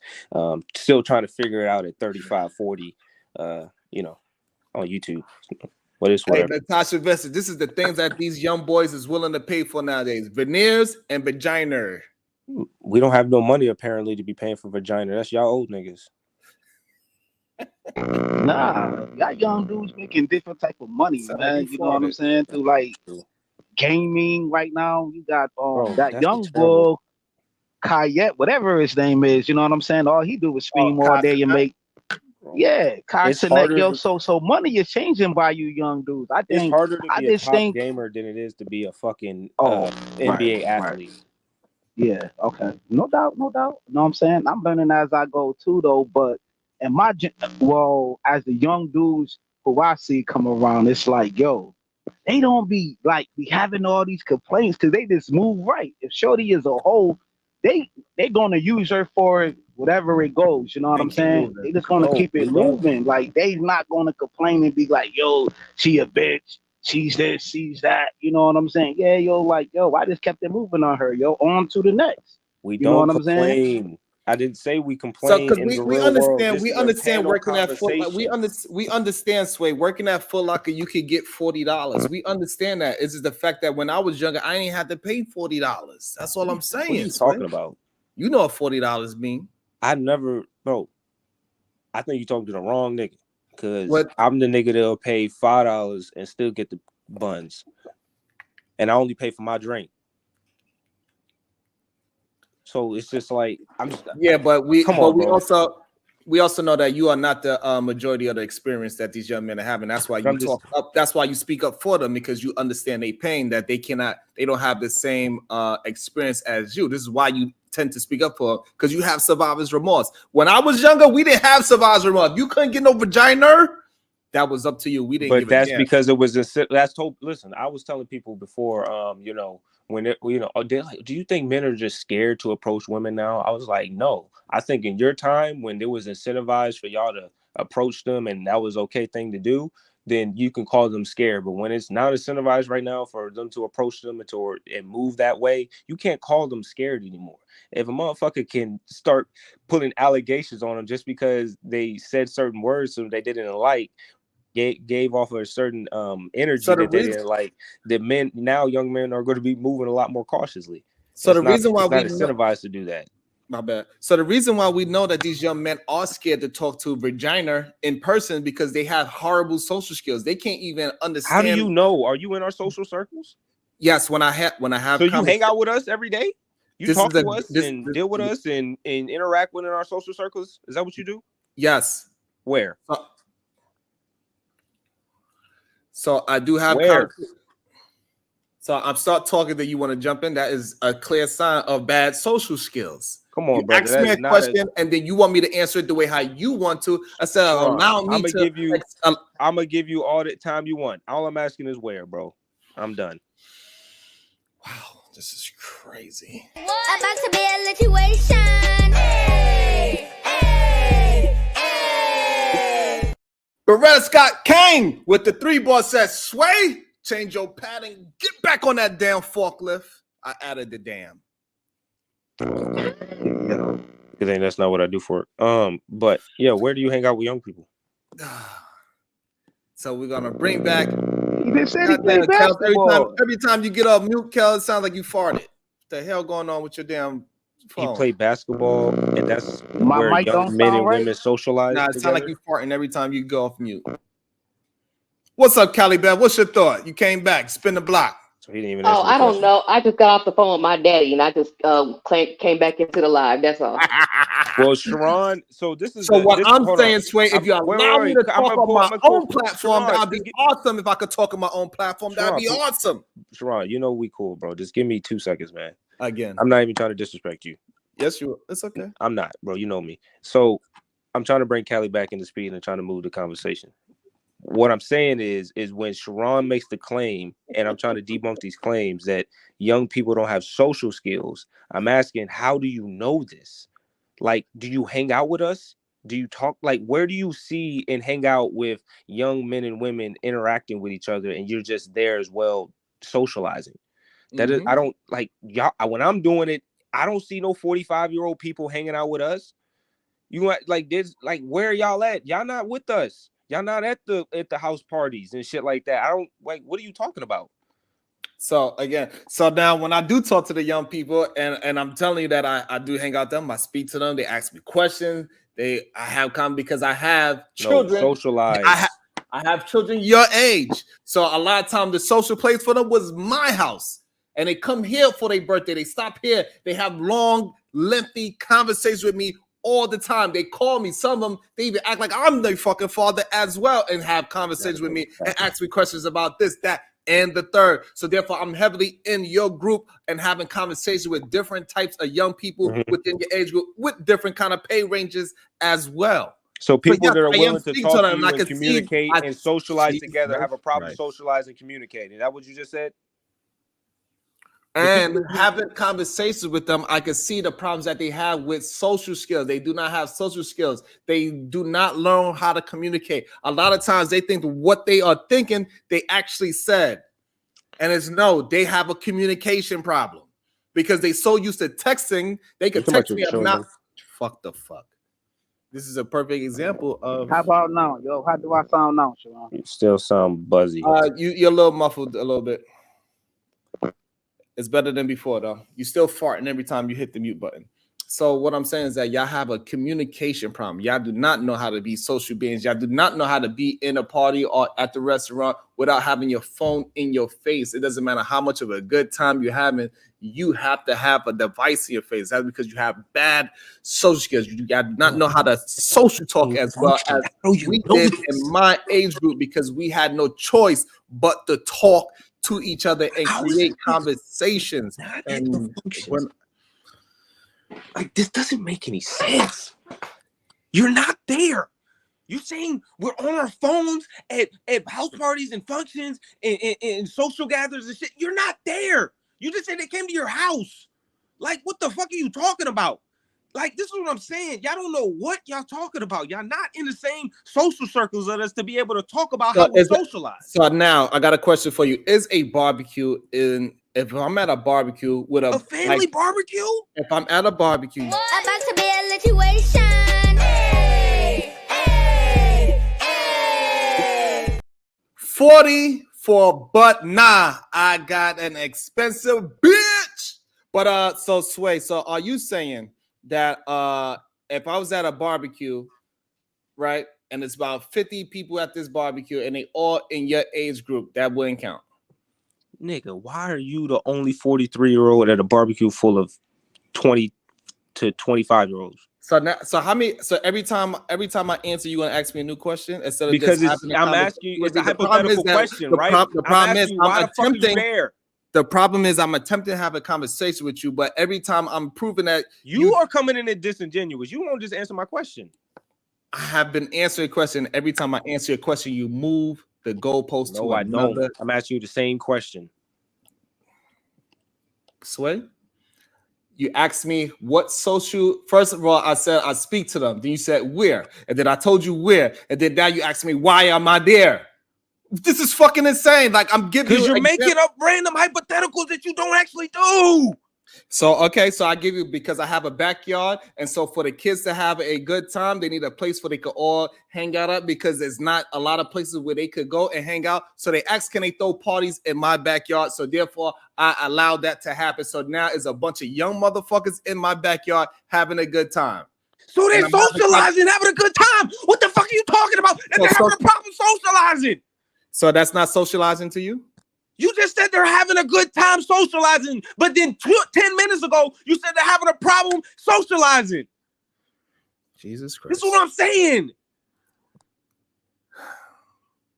And again, so for some reason, you're not hearing because I gave you an example of what I meant. About you just said 10 minutes ago. If you allow me to say, people are having a bad time and a hard time socializing, and then 10 minutes later said that they had a good time socializing. So wait, stop trying to get a gotcha moment and listen to the words. So let me talk so we can have a conversation. So again, what I said was after that, I said you cannot be in a social area without a phone in your hand. So your idea of a good time crazy. I don't know why you keep interjecting when I'm speaking. It's kind of frustrating. Thought I was on mute. My fault. Again, so that was funny. You said I thought I was on mute. That shit is wild, Cali Bev. That shit is wild.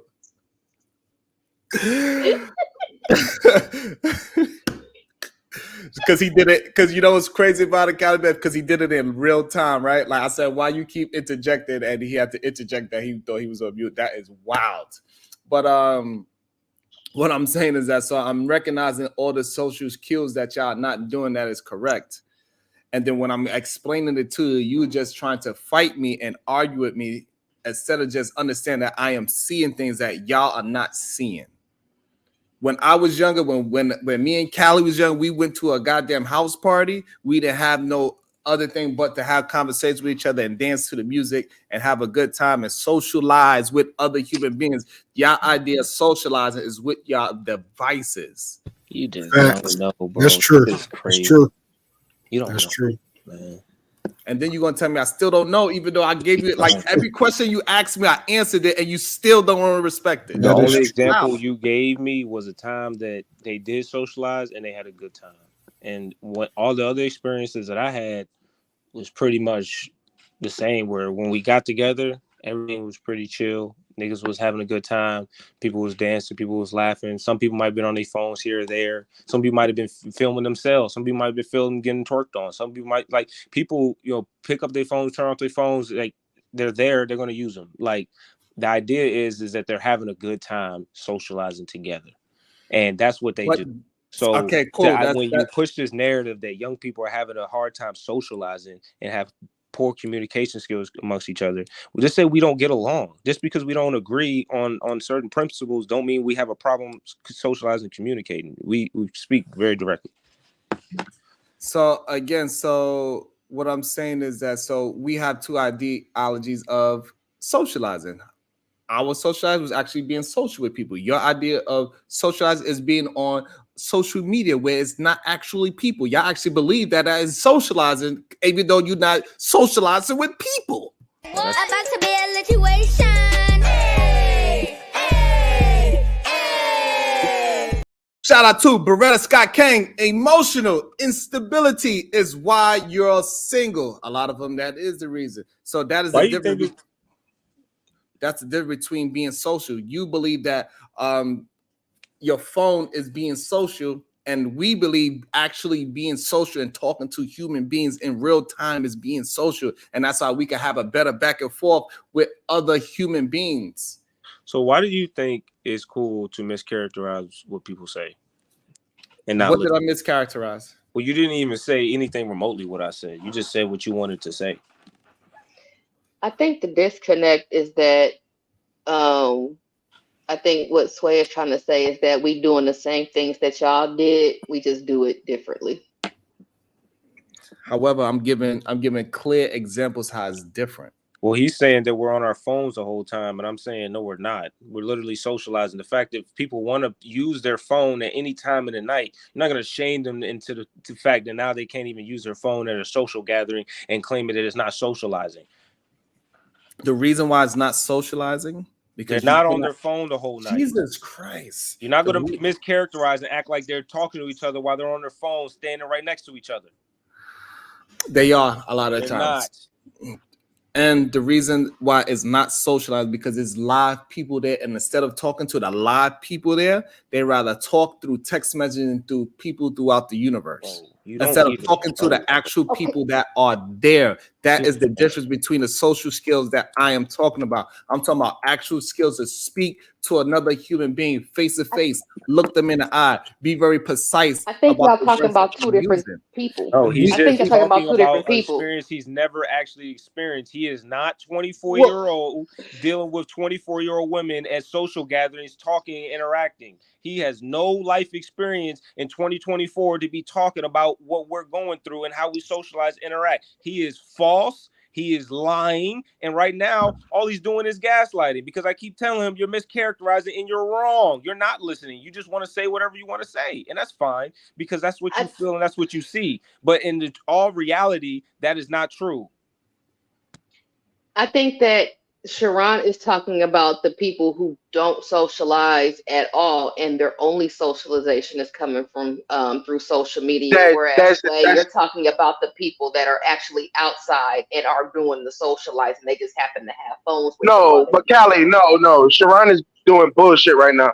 Sharon is talking about the minority that doesn't socialize, and he's trying to pick the whole generation. Sway mentioned people meeting up, talking, interacting. You may have some people on their phone. You may have some people texting. Sway took the whole generation.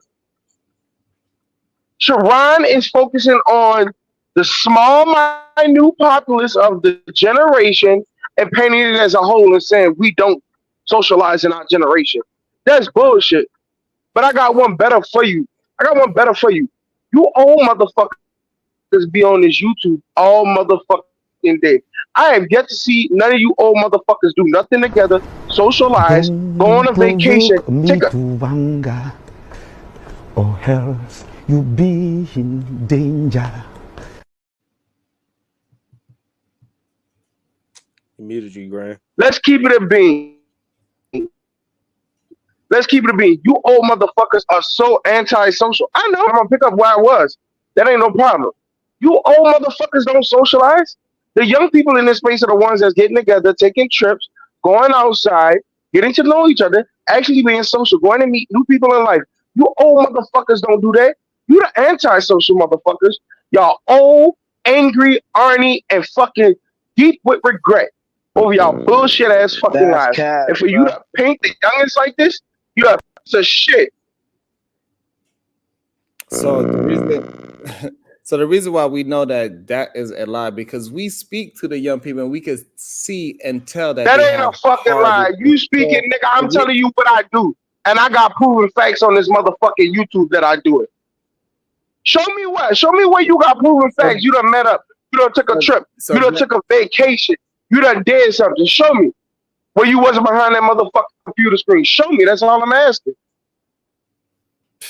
I went to plenty of meetups where I met people that's in these YouTube spaces that met me. I don't want to hear all that, nigga. Show me the proof, nigga. So again, the problem that I have is every time when you ask me a question, then I give you the proof. You keep telling me that it's not proof enough, which is that ain't the motherfucking proof. If I give you the time when I was on a goddamn cruise and I took my whole family out the country. That still ain't proof. You took your family, nigga. That ain't socializing, nigga. You took your family. You grew up with your family. You married your family, nigga. Show me where you met people outside in the world and actually socialized.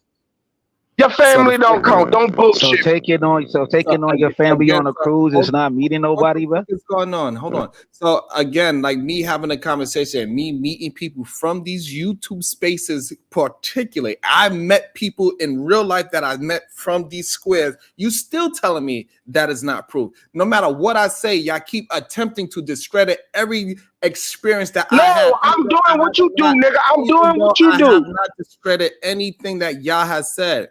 I'm just Yes, you did. You just painted. I'm just telling you what is going on. You asked me a question, and Hey, Jay, what you're saying is bullshit. What you saying? Is my truth. That's what I experienced. Man, that weak ass shit. Fuck your truth, nigga. What you saying? Bullshit. So the reason why I said it might be two different people because I see it in my own house, and all my kids are from the same generation. So that's kind of where I was coming from with it, because it can be you guys are talking about two different people. Nah, right. Hey, No, I'm yo, just talking hey, yo, about generally. Granville. What about Anton having these meetups though? So that's not I don't give a socializing. fuck about Anton having these meetups, nigga. The only time y'all Yo, niggas do you socialize. dead if you do, you dead if you don't, bro. Especially That's with the only niggas. time You, a hold on. nigga Let's would keep it meet a up bean. in person if another nigga Time out. Let's keep it organized a an event. bean. Let's keep it a No, bean. The wait, most time people that out, come to time out, Anton meetups don't be on these fucking panels. We don't even know who they are. We don't time even know out, who they are. The majority. time out, Granville, time out. Hi, Granville, how you doing? You didn't say hi to Hi, me. Callie. Hi, Okay, Callie. carry on. So now Look, you she went don't to know his big Logic. crib You mode. don't know Logic. You don't know him. He go to the meetups. Sharon go to the Well, meetups. wait, it's very Like easy to answer his question away from the so, meetups. So that shit is Granville. not socializing. That's not That's just socializing though. that's just not my Listen, wait. Take it to arguments. wait. Hold on. Just to answer Granville. Just to answer your question. Do y'all so in Chicago we got lounges? That's where all the old head kick it, right? Where do the old heads in New Orleans go to? Damn fishing. Yeah, some of Nah, them, but nigga, we talking socializing. Where they go to? What would be the equivalent of lounges? The hole in the wall, nigga. The hole in the wall, right? So what essentially what I heard while I was, on in the clouds listening to y'all is that y'all do socialize different. Y'all socialize, but it's different. And what's missing most of the time, what old heads is doing, and I think it keeps getting misconstrued just because the way that the message is delivered, is they've been down that road. They see the road, the obstacles coming. They try to say, hey, don't go down that road. And then the interpretation in terms of what they feel like they get back is, nah, old head, I know the way. That happened to you. It ain't gonna happen to me, old nigga. And they trying to preserve y'all from going that route, right? People do socialize. People do take vacations. Matter of fact, I would venture to say old heads, because they got the most disposable income, take more vacations, right? Outside of just family. More of them. You hear about these girl trips and all this other stuff, and they, the dudes, the bros getting up, the Q dogs, the fraternities, they link up My all the argument. time. Okay, go ahead. My bad, Sway. What's the argument? Do you want to address my argument? Yeah, I'll address it. What is it? It's the mischaracterization that young people don't know how to socialize. Thank you.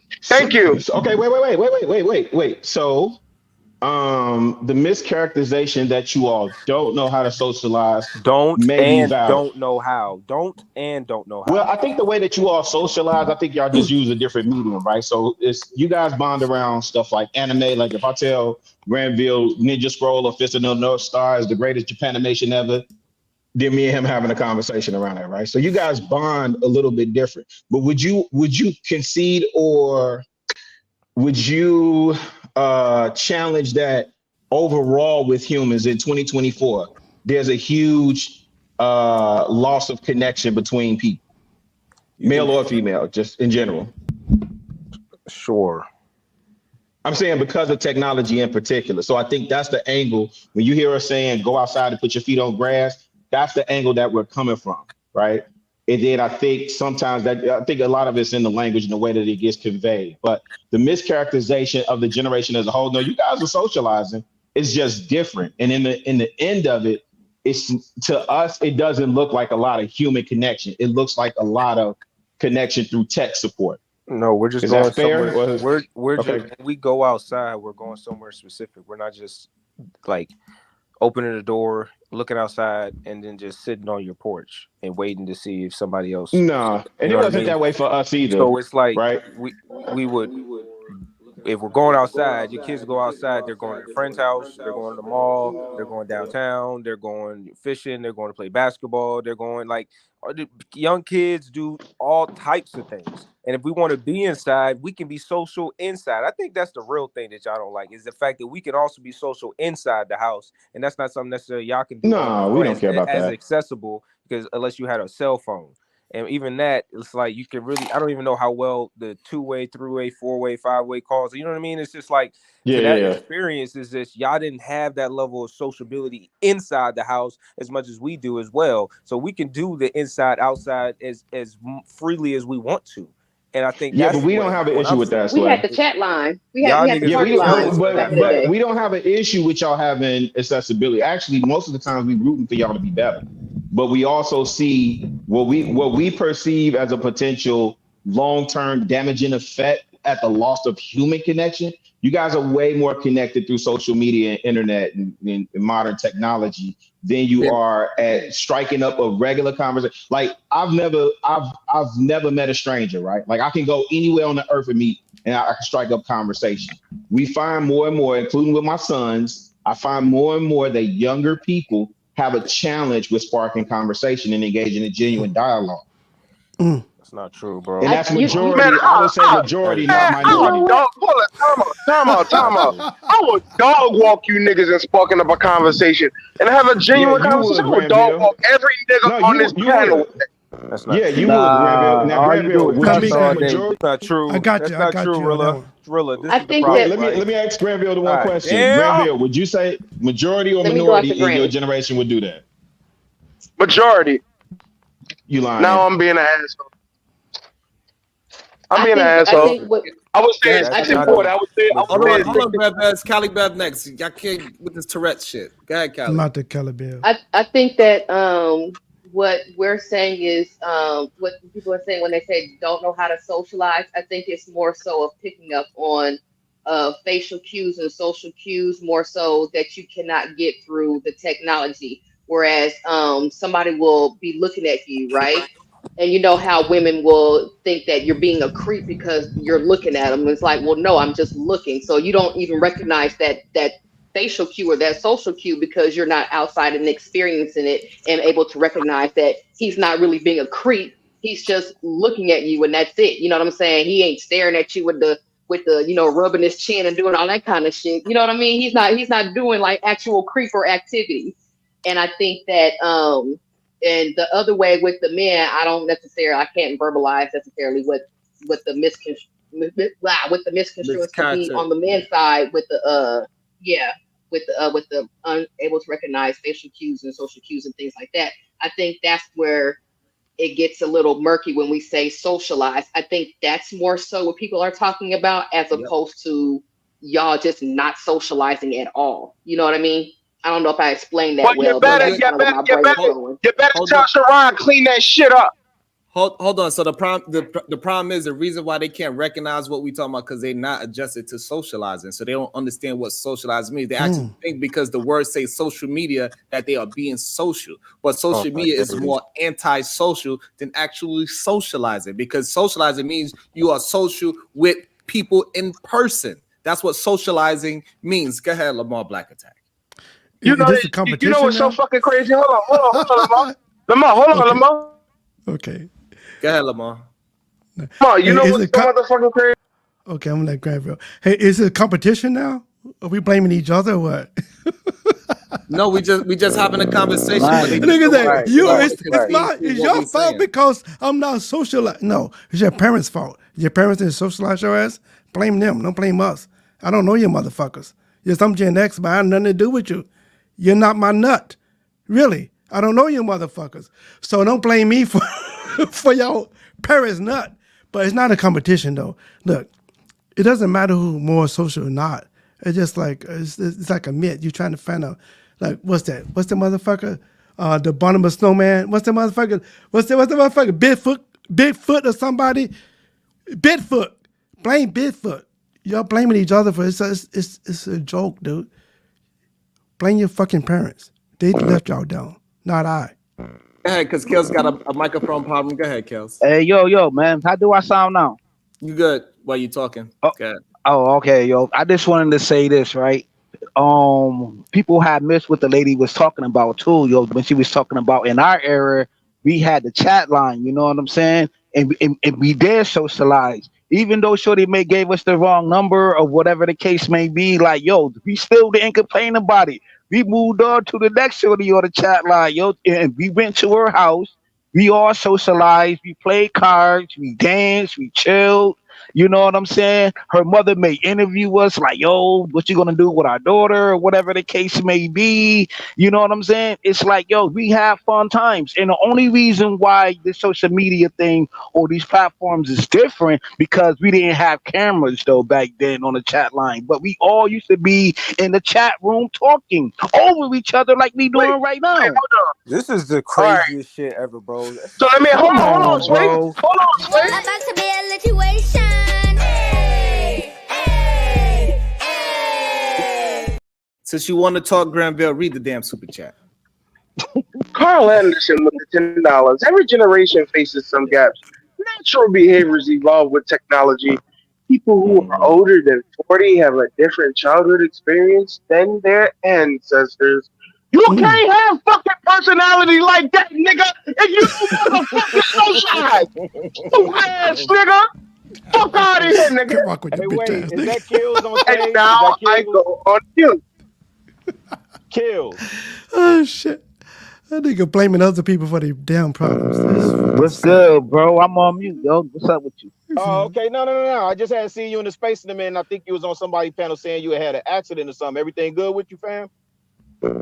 Yeah, yo. You know, I'm healing right now, yo. I was in a car accident. You heard?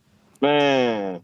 God Yeah. bless you. Yeah. Hope you get well soon, brother. Good to hear you back in the space. You funny as Good hell, looking, B. good looking, Yeah, you bro. You funny as heard? hell. Yeah. Yeah, yo, I try to be, yo. I mean, I'm an old head though, yo, but I be trying to make it fun of these All platforms. right. No Tourette's. So what I'm saying is this. So with the socializing part of it, I think the main problem that we see the difference is what Callie Brown. I think Callie was spot on with that. Is that y'all don't pick up the facial social cues because everything is through your phone. Y'all always texting and talking to avatars, so y'all not used to seeing face expressions and having courtesy that go back and forth and understand that being verbal and socialize with somebody, like maybe 80% of it is non-verbal. That's how you know if the girl across the street likes you or not. By the way how she acts and moves, the way how she flip her hair, the way how she flicks her eyes, all these different tells where she cross her legs or she unfolds her arms, all these things we was adjusted to. We knew who liked us and who didn't. We'll go give our homeboy a bump on the shoulder like, hey, bro, she feeling you. Go check out, go holler at her, because we could tell the tells. Y'all, the only way y'all could tell the tell is somebody hit you in the DM. Bro, y'all niggas. That's crazy. Y'all. Hold on. Kelly and Rilla. Kelly and Rilla. Oh my yeah, but look, just one at a time. Kelly Hold and on, one at a time.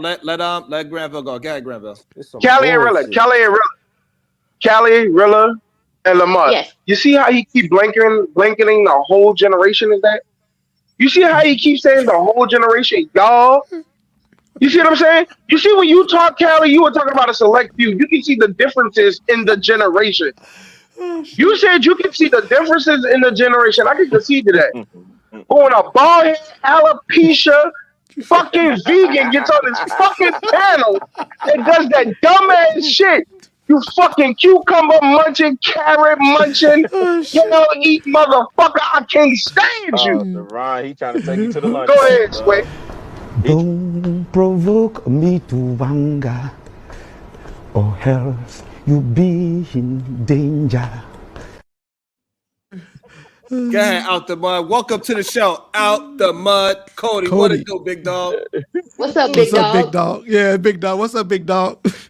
Big dog intelligent. Big dog, y'all got going, man. Like we just bullshit, man. Good to hear from you. Yo, Sharon, what good with you, big dog? I'm glad to see you got your shit. Keep your shit going, big dog.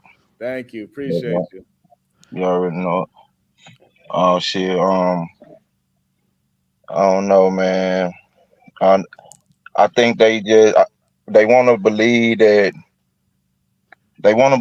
that this shit's so different and so much harder in their generation. I guess because it gives them some type of excuse / reason to be in the positions they in, right? Or to not own up and do what the fuck they supposed to do. A lot of these, I don't want to call them kids and shit, but we'll probably talk like that because we got children their age and shit. You see what I'm saying?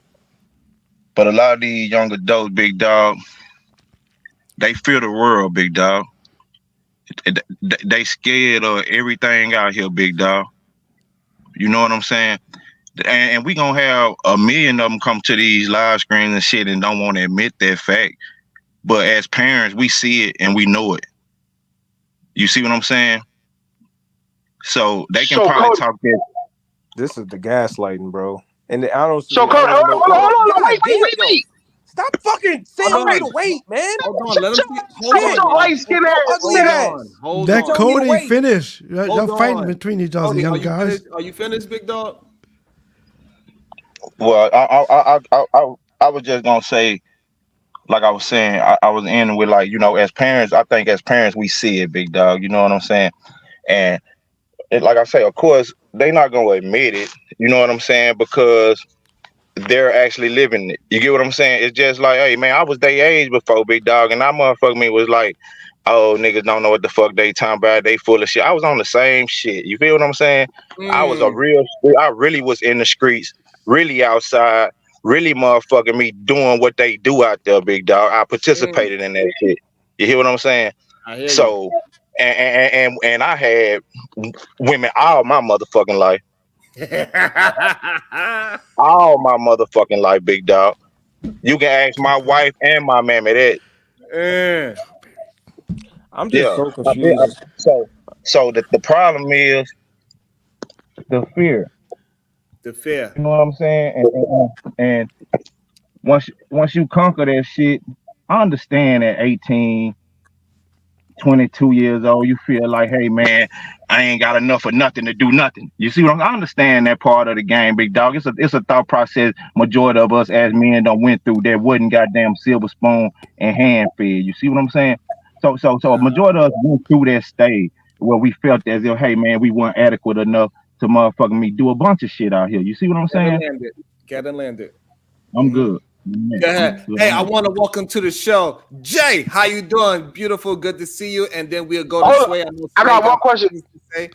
So I got one question. Then Sway to go. I want to introduce Jay into the conversation, and then Sway and Grandma could do their thing. Jay, tag me in. Jay. Jay, tag me in. Tag me in, Jay. Tag me in. Go ahead, Jay. What's your thoughts? Jalen, tag me in. Tag me in. No. Go ahead, Jay. I have one question for Cody, though. Go ahead, Jay. I didn't ask him to do that, Granville. I didn't ask him to do that. He did that on his own accord. Don't yell at me. She definitely asked. Let me ask one question, Jalen. Let me ask one question. Go ahead, Jay. Okay. So, can we all agree that the technological advancement has caused the newer generations to not need to go outside anymore? Can we all agree on that? I don't think they have a problem. I think when they blame us, that's the problem. Are you kidding me? Technology advancement can't don't provide sunlight. It don't provide Okay. Calm your ass down. Okay, relax. I'm cursing me out. He cursing me out in the back. Hold on. Jalen, this is not the argument. Nah, I have to disagree with that, yo, because we had Nintendo, we had Genesis, and we still went outside. We still went outside. Like, don't act like that we didn't have technology. Wait. I feel Don't act like we didn't have technology, yo, but we still went outside. Hold on. Please let Jay finish her thought. Go ahead, Jay. Okay, I'm gonna go after somebody. Go ahead, Jay. Hey, y'all are so great at socializing, right? Y'all are so great. This is amazing. This is amazing. Wait, Sway, what were you about to say? That wasn't the argument? It's not the argument, man. He's like, old niggas. Okay, what's the argument, Sway? What's the argument? The argument is they need to take their medication and go to therapy. I'm going to take the people who think that they're agreeing with Sharon, but not actually. But I'm mainly addressing Sharon. Sharon is saying that we do not socialize, and for the most part, even when we do go outside, we're on our phones, even if somebody's standing in front of us. He's pretty much saying the only way we socialize is through social media, and that is not true. Yeah, that's definitely not true. That is not true. Young people still go out Thursday through Sunday. Young people still get drunk at 12 in the afternoon. Young people still do drugs and party and fuck bitches and do all types of crazy shit that are degeneracy. Young people do all types of shit outside. We just do other things that y'all didn't do, and for some reason y'all fixate on those things and then characterize that as the bunch or as the majority of the time. A nigga could pull out his phone, take one photo, was like, look at this nigga, he on his phone. A nigga could pull out his phone at a party, be texting the bitch, and look at this nigga, he on his phone. And like a nigga could be doing anything for 30 seconds on his phone, but that is characterized as the whole 3 hours. Apparently to Sharon. I know, but why y'all blaming us for y'all lives? That's the problem. So here's the thing. So now we see y'all in clubs all the time, and we see y'all socializing the way how y'all socialize. Do not get mad at us for recognizing what Sharon. Jesus. See, like again, like I'm allowing you to talk, but you won't allow me to talk on my own show. Shows your social skills. You don't have any. You're a goddamn caveman. I was about to say the same thing. So when I was about to say a bunch of irrelevant shaming tactics. Hey yo, Sway. Let me say this. Real quick, Sway. Hey yo, Sway. Do you know how many young, people in general that be looking down on their phones, and I be having to tell them like, yo, lift up your head, like, yo, you about to bump into me in a grocery store, out in public. You know how many people stay looking down? Do an experiment one day. Go outside and go downtown or your local grocery store or wherever you go, and see how many young people or whoever always looking down on their phone. Okay, You always so- got to say, excuse me, bro. Hold on, Sway. Like, it's crazy. That does not I just got disprove. here. Jay, I'm Hold on your on, side. Sway. Please allow Jay to have some conversation. Sharon, I'm not please. even. Oh my God. Let Jay have some conversation as well. We have to share He the just mic. addressed me. What are you talking about? It is okay. Go ahead, Jay. I'm not. Go ahead, Jay. I don't Have want a to. conversation with us. I'm Come not on, in Jay. that energy right now. bro. So Sway, go ahead. Go ahead. I think it's just Go so ahead. weird. He literally just said my name and addressed me, and I can't even fucking respond. Just go ahead. Yeah, so you can have patience. You don't gotta respond to every time you just hear your name like it's squirrel. Oh, If he's relax. talking to me It's and he's okay. speaking We to are having me, a- why would I not What I'm saying respond to is what he that- said? What I'm saying is we having a conversation, and other people want to join in on the conversation as well. Jesus Christ. Go ahead, Jay. Oh my God, this makes no fucking sense. Don't call on him. He don't got nothing to do with this conversation. How you know God isn't him? Shut up. Okay. To save myself from an argument, I'm just gonna let him go. Okay, Sharon. So Sway, go ahead, please. What you just said. You don't have the answer, Sway. Sway gonna be my looking like days. the You old looking head for by his the end of get this, back. man. Niggas looking for his Sway get got back. like 6 gray hairs right now. Oh my God. What you said, Kel, may be true, but as irrelevant to the point about young people socializing together. You're talking about them going to the grocery store and they're being on their phones or listening to music or texting people, whatever the case may be. People do that in general. The idea that to Sharon's point, like I said, so I don't even think y'all really even agreeing with them. Y'all have your own discrepancy. But Sharon is saying young people don't socialize at all. And even when they are together, they're on their phones together or doing random shit on their phone, which is not true. It is true. It's 100% true. We see it all the time. We got to tell our children. We got to tell the young people at the goddamn party, put your phone down and enjoy and interact Now with the you people. gaslighting, Jay. Wait, now you gaslighting, goddamn. Cause hold on, and you too, Jay. You gaslighting like a motherfucker too, Jay. Cause you one of them motherfuckers who on your phone all goddamn day. I can tell by your voice. But listen though, Okay, I'm gonna tell you what's real. First of all, Though, I got a 22-year-old daughter. I got a 22-year-old daughter. I got motherfucking 25-year-old nieces, 24, 26-year-old nieces, and nephews. You understand what I'm telling you, man? And I sit and watch these people at goddamn family gatherings, sit in the same room with each other and be texting and talking to each other, but texting on their phone at the same time. We see that. We observe this shit every day. I go out to the club. I go out to the club. I go out to the club with young women and young men in them club spaces, and they in that motherfucker not in the dark space in the club,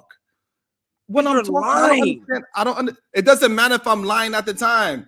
It doesn't matter. You have your time to rebuttal and disprove whatever I'm saying.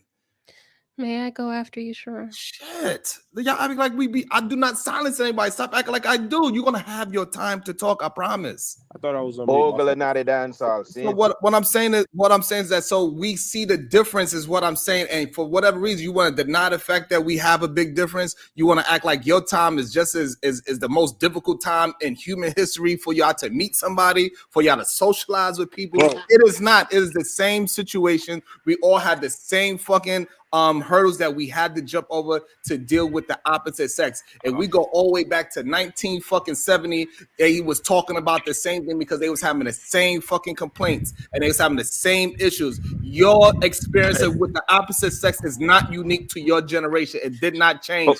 Go ahead, Jay. No. I gotta go ahead, Jay. You just told me I can respond after you. Go ahead, Jay. What? Go ahead, Jay. Told me I can go after This you. is a coincidence, Sway. Go ahead. Go ahead, Sway. Please just calm down and breathe. This is just crazy to me, right? Because Breathe. y'all are lying. One, two, one. Living in New York, you telling me bitches is not dancing in the club, whining, and niggas ain't back dancing with them. Last time I went, I've always got the cheeks. Two, after the club, where do you think niggas go? Do you know what a house party is? Do you know where people go after this shit dies out, or if it's not really popping? Niggas is on their phone trying to find the next place to go, and niggas got other places to go to. Like, I don't understand. Like, we have our own cookouts, our own beach parties, our own beach weeks, our own spring breaks that we make up, our own house parties that we come up with, our own. We have our own shit that y'all are not a part of, and we have there to socialize. And for some reason, y'all are talking about clubs and football games. And even that, you talking about student sections being rocking. Are you dumb? Like, niggas are fine socializing. I don't understand where y'all at or what group of people y'all picking out. But for the majority of people that actually wants to be social, they're out there doing it. And in my opinion, most young people want to be social. Most young men want to date young women, and most young women don't want to be in the house. If you ever had a girlfriend at 19 to 21 to 24, they want to do shit on a Tuesday, a Wednesday, a Thursday, a Friday. They don't want to be in the crib.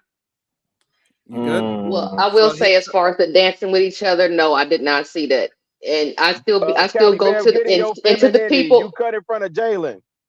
Well, I just wanted to add that because I'm reading the comments too, or whatever. And not necessarily saying that anybody's coming after me or nothing like that. It's not like that. But no, I know. I do. I know what you're talking about. I know. Yeah, what you're talking like about. I still go to the club because I still go to music events and stuff like that. So I'm still out there. Y'all party on college campuses? The only place that y'all party on college gotta explain what the fuck you do as a grown ass adult. Why they little bitch ass in there and ain't getting no pussy? That's the question. You party on college campuses? Yeah, dog. You go to frat houses? Hold on. So hold on, Sway. See, the problem with what we having with you right now, Sway, what I'm starting to recognize is that you are conflating too many things. So what we're saying is that when y'all in this social place, do y'all go to frat houses? Jesus. When y'all in this social place, whatever you want to call it, y'all are not socializing with each other. And then yes, when we are. And then when the party's over, y'all go outside and then y'all on the phone. Where is the next spot? And then y'all socialize about where's the next spot. And then y'all all go to the next spot. And then when y'all reach to that destination, again, y'all not socializing with each other. Y'all back on your phone talking about the next spot. Y'all always looking for the next thing instead of being in the moment and enjoy the people that is around you is what we are saying. This is what we recognize in y'all when y'all at the parties and at the functions, at the after party and all that. Y'all always looking for the next big thing instead of being present. Go ahead, Jay. Okay, how this started? Were y'all just talking about the differences, or were you trying to say how they socialize is wrong? So what I'm saying is that we recognize that y'all social skills is completely off in this day and age. Y'all don't recognize social cues. Y'all do not understand how it is to be speaking and conversating and conversing with other human beings, especially the opposite sex. And it shows when we have conversations in real time. We have conversations about body counts. This is not a conversation that will ever come up in our time. Because we had conversations with people in real life, not over some bullshit about how many people bodies and all this other bullshit that we talk about. These and asking for submission. The reason why our wives submit to us because we never had to ask for it. Yeah, no, I would disagree. These conversations aren't new, but I don't want to go down that rabbit hole. I just think y'all don't agree with how the new generation chooses to socialize. That's just the whole problem. Y'all don't agree with it. Jalen, can I ask you a You question? could put your hand on your forehead, Sharon, but that is the truth. That's the whole reason why y'all are frustrated with these newer generations, because y'all don't agree with how they do it. Jalen, And y'all would rather them revert to how you used to do it, because you're able to understand that better than I them disagree being with on that. their phones and showing each other TikToks. So Jalen, if this is the case, why y'all generation having the hardest time of finding suitable mates? Because we have so many. Because y'all motherfuckers failed as parents and let y'all children do what the fuck they want to do. You were fucking failures. Y'all made whores and ain't shit niggas. Don't provoke me to anger. Nigga, play your little bullshit ass clip. I don't give a. You be in danger. Hey, I got a question So though. you can do that to Why Granville. You better why keep that same smoke for everybody Let's else. be real. Let's be real. Y'all niggas come up here and talk about the niggas in my generation, about the bitches in my generation. You motherfuckers failed. That's why they're antisocial right now. You failed as a motherfucking parent, you piece of shit. Granville, I always say this on Generation X. They're not I antisocial. always say Y'all this the is on bastards that Generation X. fucking Why? failed. You wanna know why So motherfucker looking in the camera all day or in a motherfucking phone? Wait. It's So if because when you Generation was X is raising your holding that children, you L, gave them motherfuckers Game Boys. You gave them Game Boy Advances because you didn't want to raise your fucking children. So you gave them Game Boys. You gave them a computer. okay. You gave them all that bullshit because you didn't want to raise your fucking shit about the fucking children that you raised. Y'all ain't shit. Let's speak on it, nigga. Let's speak on it. Let's motherfucking speak on it. We trying Every to. motherfucking kid my age had a motherfucking Game Boy. Every kid my age had a fucking Game Boy. You know why? Because their parents Let me try wasn't it this shit. way. Is my mic on? Is it not working? All right, first of Yo, what all, big kind of dog, mic do Granville, Granville you know I got, fuck yo? with you the long way, Granville, big dog. But guess what what? kind of mic you Ain't got, nobody on this brother? motherfucking stage old enough to be your daddy, big dog. Bro, I just go to too many check. different house parties, different Halloween parties, Is my mic not different working? Christmas parties, Microphone working fine. different like I can just hear went you. through He fireworks. wasn't even born when Game Boy came out. Yo, he tripping. I'm just Wait, let me do this real quick. so Granville. do So y'all again, not I say Generation X holds that L, right? You right. I said This Game Boy generation has Color, it you on stupid, our watch. retarded motherfucker. Right. I Game Boy got it. Color was I got it, Granville. 1996. You dumb bitch. Wait, Granville.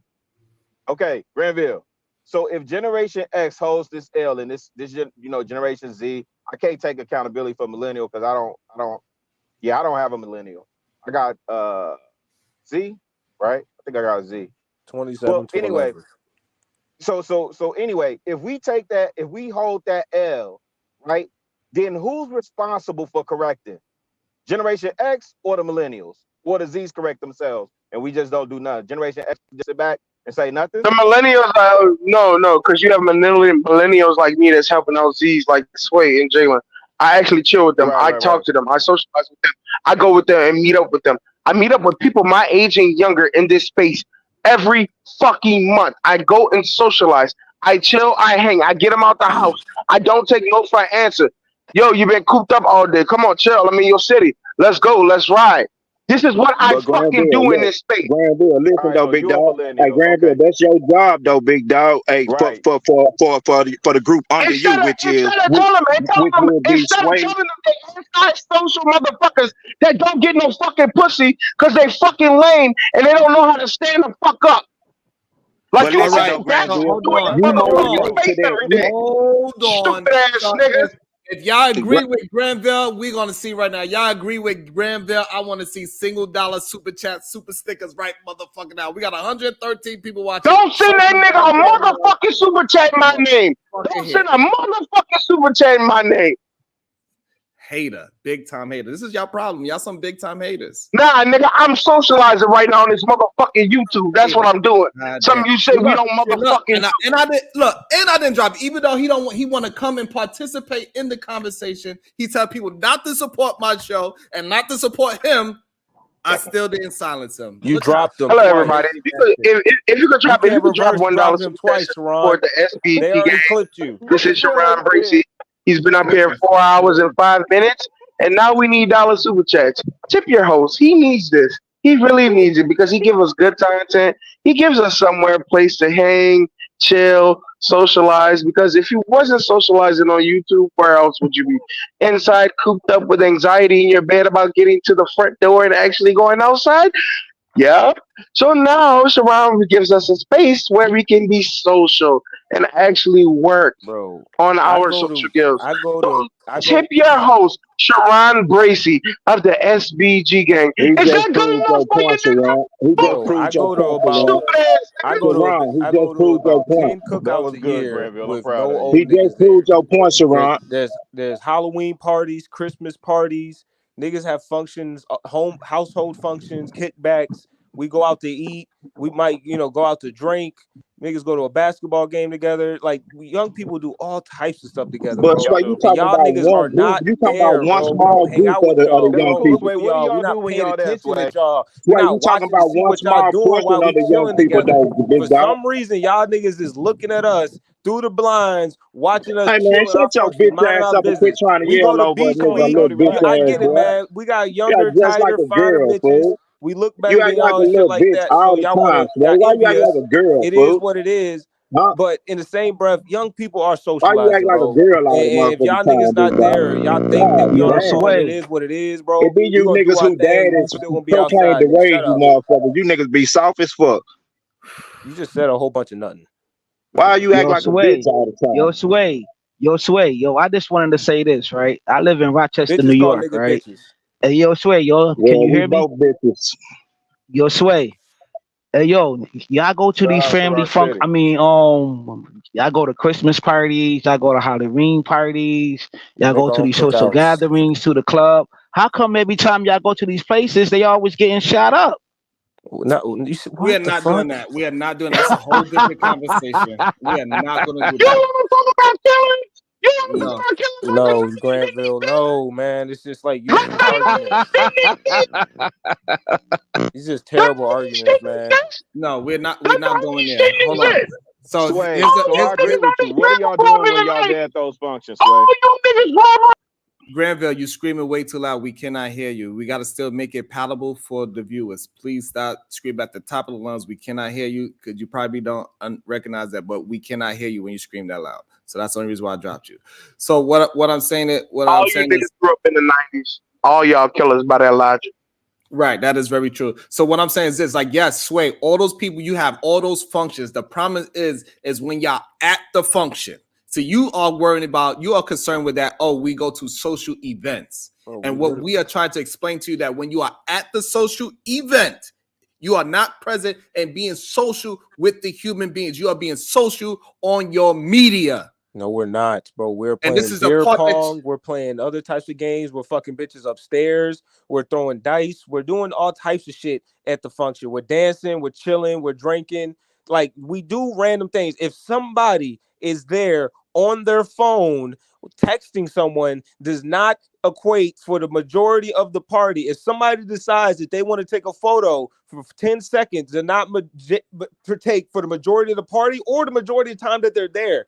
You guys love picking and choosing, acting like niggas are there for 3 hours sitting or standing on their phones looking at a screen. That is not what happens. If you think that's what happens, you are not going to the actual social guys. I don't know where the fuck you going, but that's not the majority of them. Okay, cool. Land it there. So why is your generation having the hardest time mating with the opposite sex? Because they don't want to. What are you talking about? They don't want to get married. I didn't actually. We're not having hard time fucking them. Yes. Okay. So yes. No, I'm not. No, we're not. I already just proved that shit. Y'all want to use the 30% of men under age of 30 haven't had sex. What? And they already misconstrued that stat. Okay, so here's the thing. So we could go with our little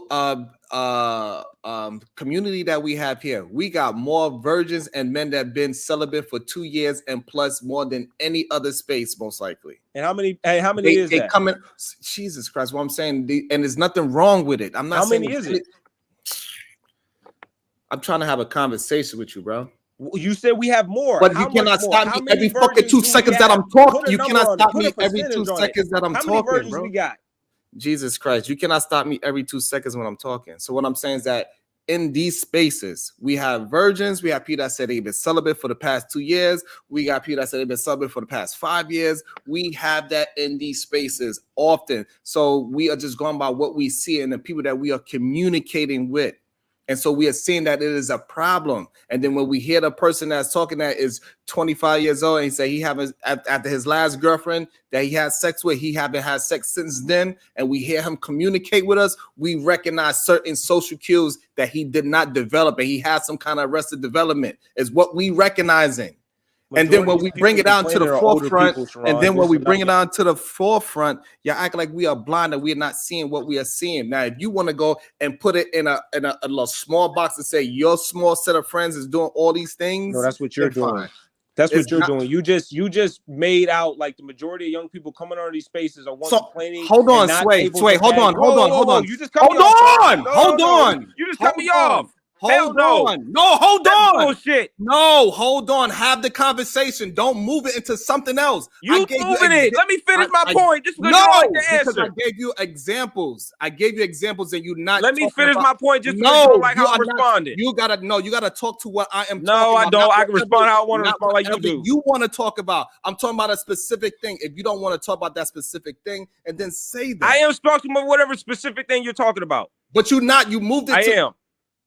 Sway. You didn't even let me finish. I said two things. Hold on, Sway. As we having a conversation, I said something very specific, and you moved it away from what I was just talking about. You said the 25-year-old in these spaces, and he's coming up here talking about he got out of a relationship, but he hasn't had one since. That is not the majority of young people in these spaces. The majority of people that even complain on these spaces are old niggas. So get that straight. 1. 2, young niggas is not complaining that they can't fuck women. That is not what our complaint is. It's not about bagging bitches. It is literally when y'all talking about marrying these hoes and taking them seriously and wanting to build relationships and communities with them. It is a bad bet. And y'all niggas keep telling us, no, do better, invest into them, fix them. Fuck that. They're your kids. You fix them. So again, what you are conflating a whole bunch of things that is not what I'm talking about. Once again, so the women that you are fucking with ease, y'all finding these women through text messages. Y'all paying them $40. Y'all are paying for play. This is what we hear y'all say. Is that wrong? So when y'all say this thing, so that is a lie that these women do not want money from y'all, and that's the only way you can get a relationship. Is that a fucking lie? You just conflated so many different things, bro. Because you said now one second you say we paying for bots for $40, and another second you're saying we're paying to get into a relationship. We got to pay to get in a relationship with them, bro. You like to just throw out random shit and conflate so many different points and just try to make a different point that has nothing to do with the shit that you're talking about. Sway, again, because you cannot follow a conversation. I follow very well. I follow exactly what you said. Shit, stop talking so much, and maybe if you listen again. I was talking about when you go to these social places. This is what we was talking about. When y'all go to these social places, I recognize it. Cali Bev recognize it. Chicago Rilla recognize that. When y'all in these social places, y'all in your phone, being on social media instead of dancing and being with the people that's present in your face. And then you go and say, we are having sex. And the way how y'all have sex is by talking and text messages and direct messages all on social media, not by being social with human beings, because y'all cannot go outside and bag bitches. You gotta bag bitches on the goddamn phone. That's the only way y'all could do it, is what we are saying. But somehow it's a disconnect in your ideology of what we are actually saying. We're not saying that y'all do not go out to places. We're not saying that spring break doesn't exist. We're not saying that we are not saying that. We are saying once y'all are there, y'all interacting with y'all phones. When y'all in the club, y'all videotaping the club instead of actually being a participant of the club. And then after that party's over, y'all always looking for the next thing. That's why y'all always in your phone, because you think the next spot is better. And that's why you on the phone again. Y'all go to that next spot, then you on the phone again. Is what we are saying. And then you are saying that to negate all the things that we see, or the signs that we see y'all doing, and say that your own personal lived experience is the lived experience. The problem with what you're saying is that you conflate so many different points that it doesn't make up the majority of the time or the majority of the people there. Y'all will gaslight the fuck out of us, bro. You will take the 1% of either a person that's there the whole time on his phone, or somebody actually just used his phone and then now that is his experience at the actual function. You do not know what you're talking about. You're not there. You don't experience them. You aren't actually bagging these women. You think we can pull them on Tinder, and then when we show up in front of them, we just start talking to each other on the phone like we not in each other's faces. Women say all the time niggas talk themselves out of the coochie. You still got to talk to them to get to the box, dickhead. No matter if you fucking talk to them in the DM or not, you still got to talk to them. You still got to interact with women. No, I didn't cut you off. I didn't do none of that shit. I was quiet. Point, Sharon. He just proved your point.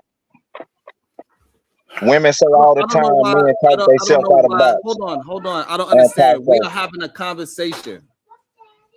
Yes, we are having a conversation. It's not just you. I hope you do that same shit with other people, bro. Because you being hella biased right now. You say you don't drop. You say you don't cut off. You say you don't do a lot of shit. And you solutions-based gang. But you done that shit to me in Granville. And I get it, we cool and all. But keep that shit of being across the board. Especially with the women up here be talking that crazy shit.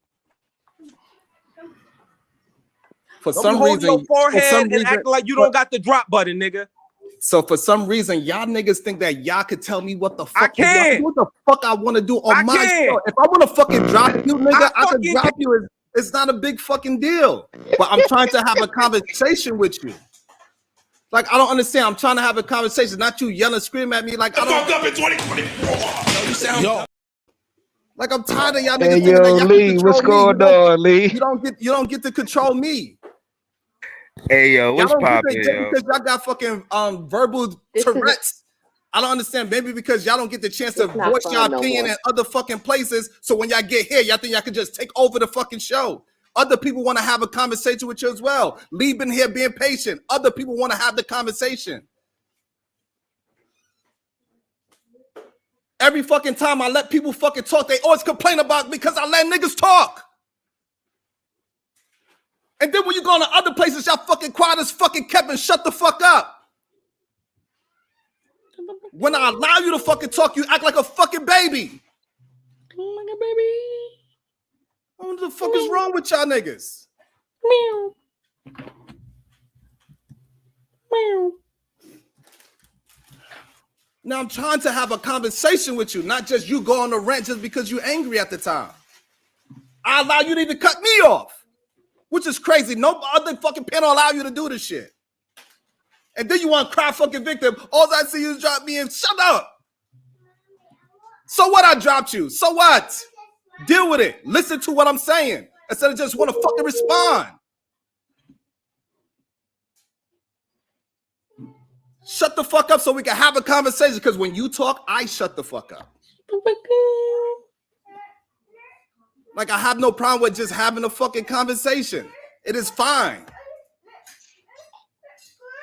I don't understand why you think everything's a fucking joke, that it's all about you. We is having a conversation about, it's more than just me and you on the panel.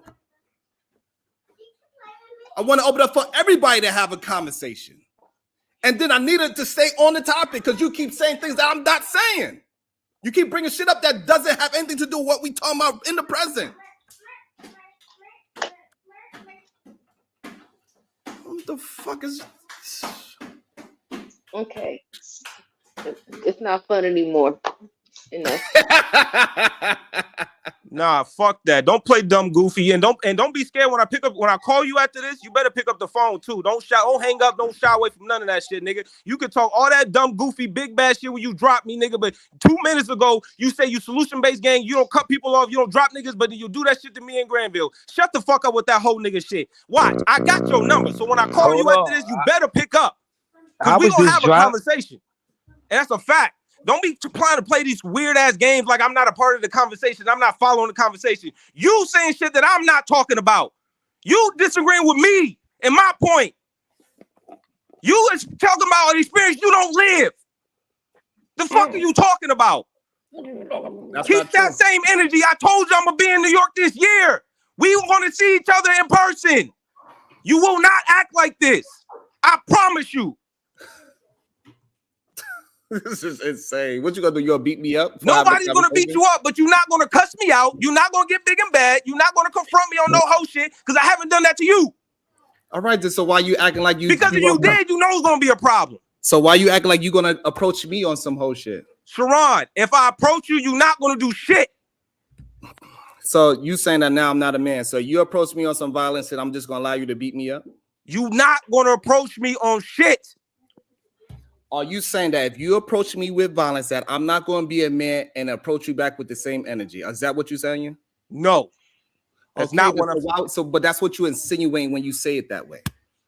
Well, when I say it that way, I know that you are not going to do it in person, so you doing it on this panel faking it. I'm not faking the same way how I am right now. Nobody came at you and said that they was going to say shit to you and do anything to you and call you out on your name and cuss at you any type of crazy. All I'm doing is being extra as fuck. But you think you can pull these little games on these fucking panels and acting like and niggas is acting out of character and aren't following the conversation. You are not following the conversation. Yo, if you was following the conversation, then we wouldn't be right here, right now. You trying to fake threaten me. Like you kind of throwing a threat. You kind of throwing a threat. Right, but you acting like you acting like you're not even. That's a bet, bro. You trying to stop me from talking again. That's a bet. You keep acting like I'm the one that is insinuating this. You finish saying what you're saying. I started talking, and then remember I got your number, man. We gonna talk after this show. It's crazy. Insane. About to be a situation. Hey, hey, hey.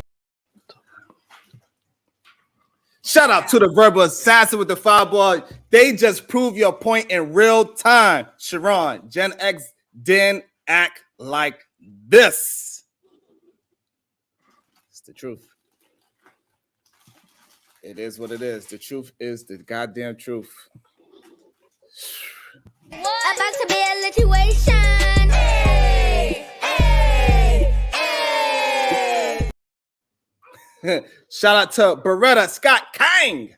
Sway sounds like a jilted baby mama. He's in love with Sharon. Ah, that's right. That's my dog. Ain't nothing wrong with him being in love with me. I'm in love with him too. It's my dog. Pause. Is it okay for me to speak now? What the fuck y'all talking about? Hey, Sharon, it's okay for me to speak now, right quick?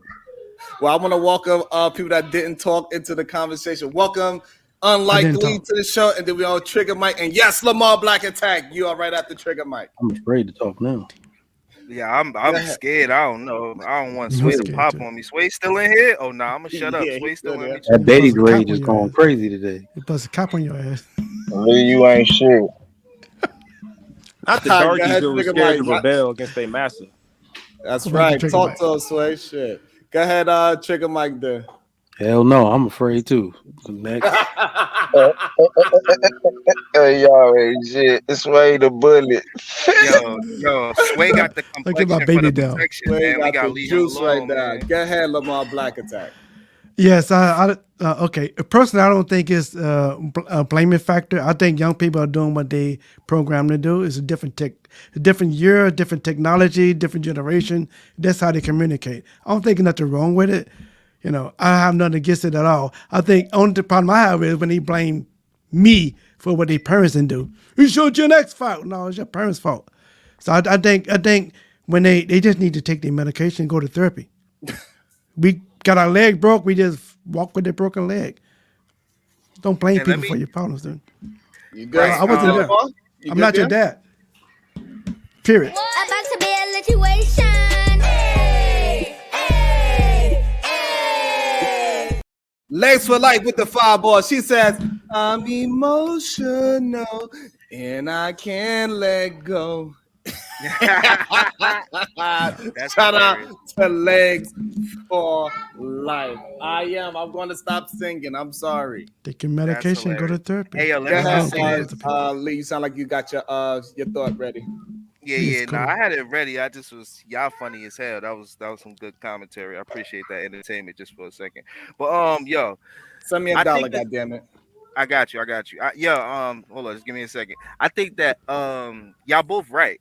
And that's what make that conversation so funny is because both of y'all right. I think Sway right with his assessment, and I think you right with your assessment. It all depends on what environment you in. Like when Sway said you probably saw the dude for a second on his phone, But and then you done made that your whole reality of what all young dudes are doing. He right. I mean, and then what you said, Sharon, is right too. So I'm just sitting there like, I don't know what they arguing about. But I will say this: a lot of people like to blanket everything, and that's the problem.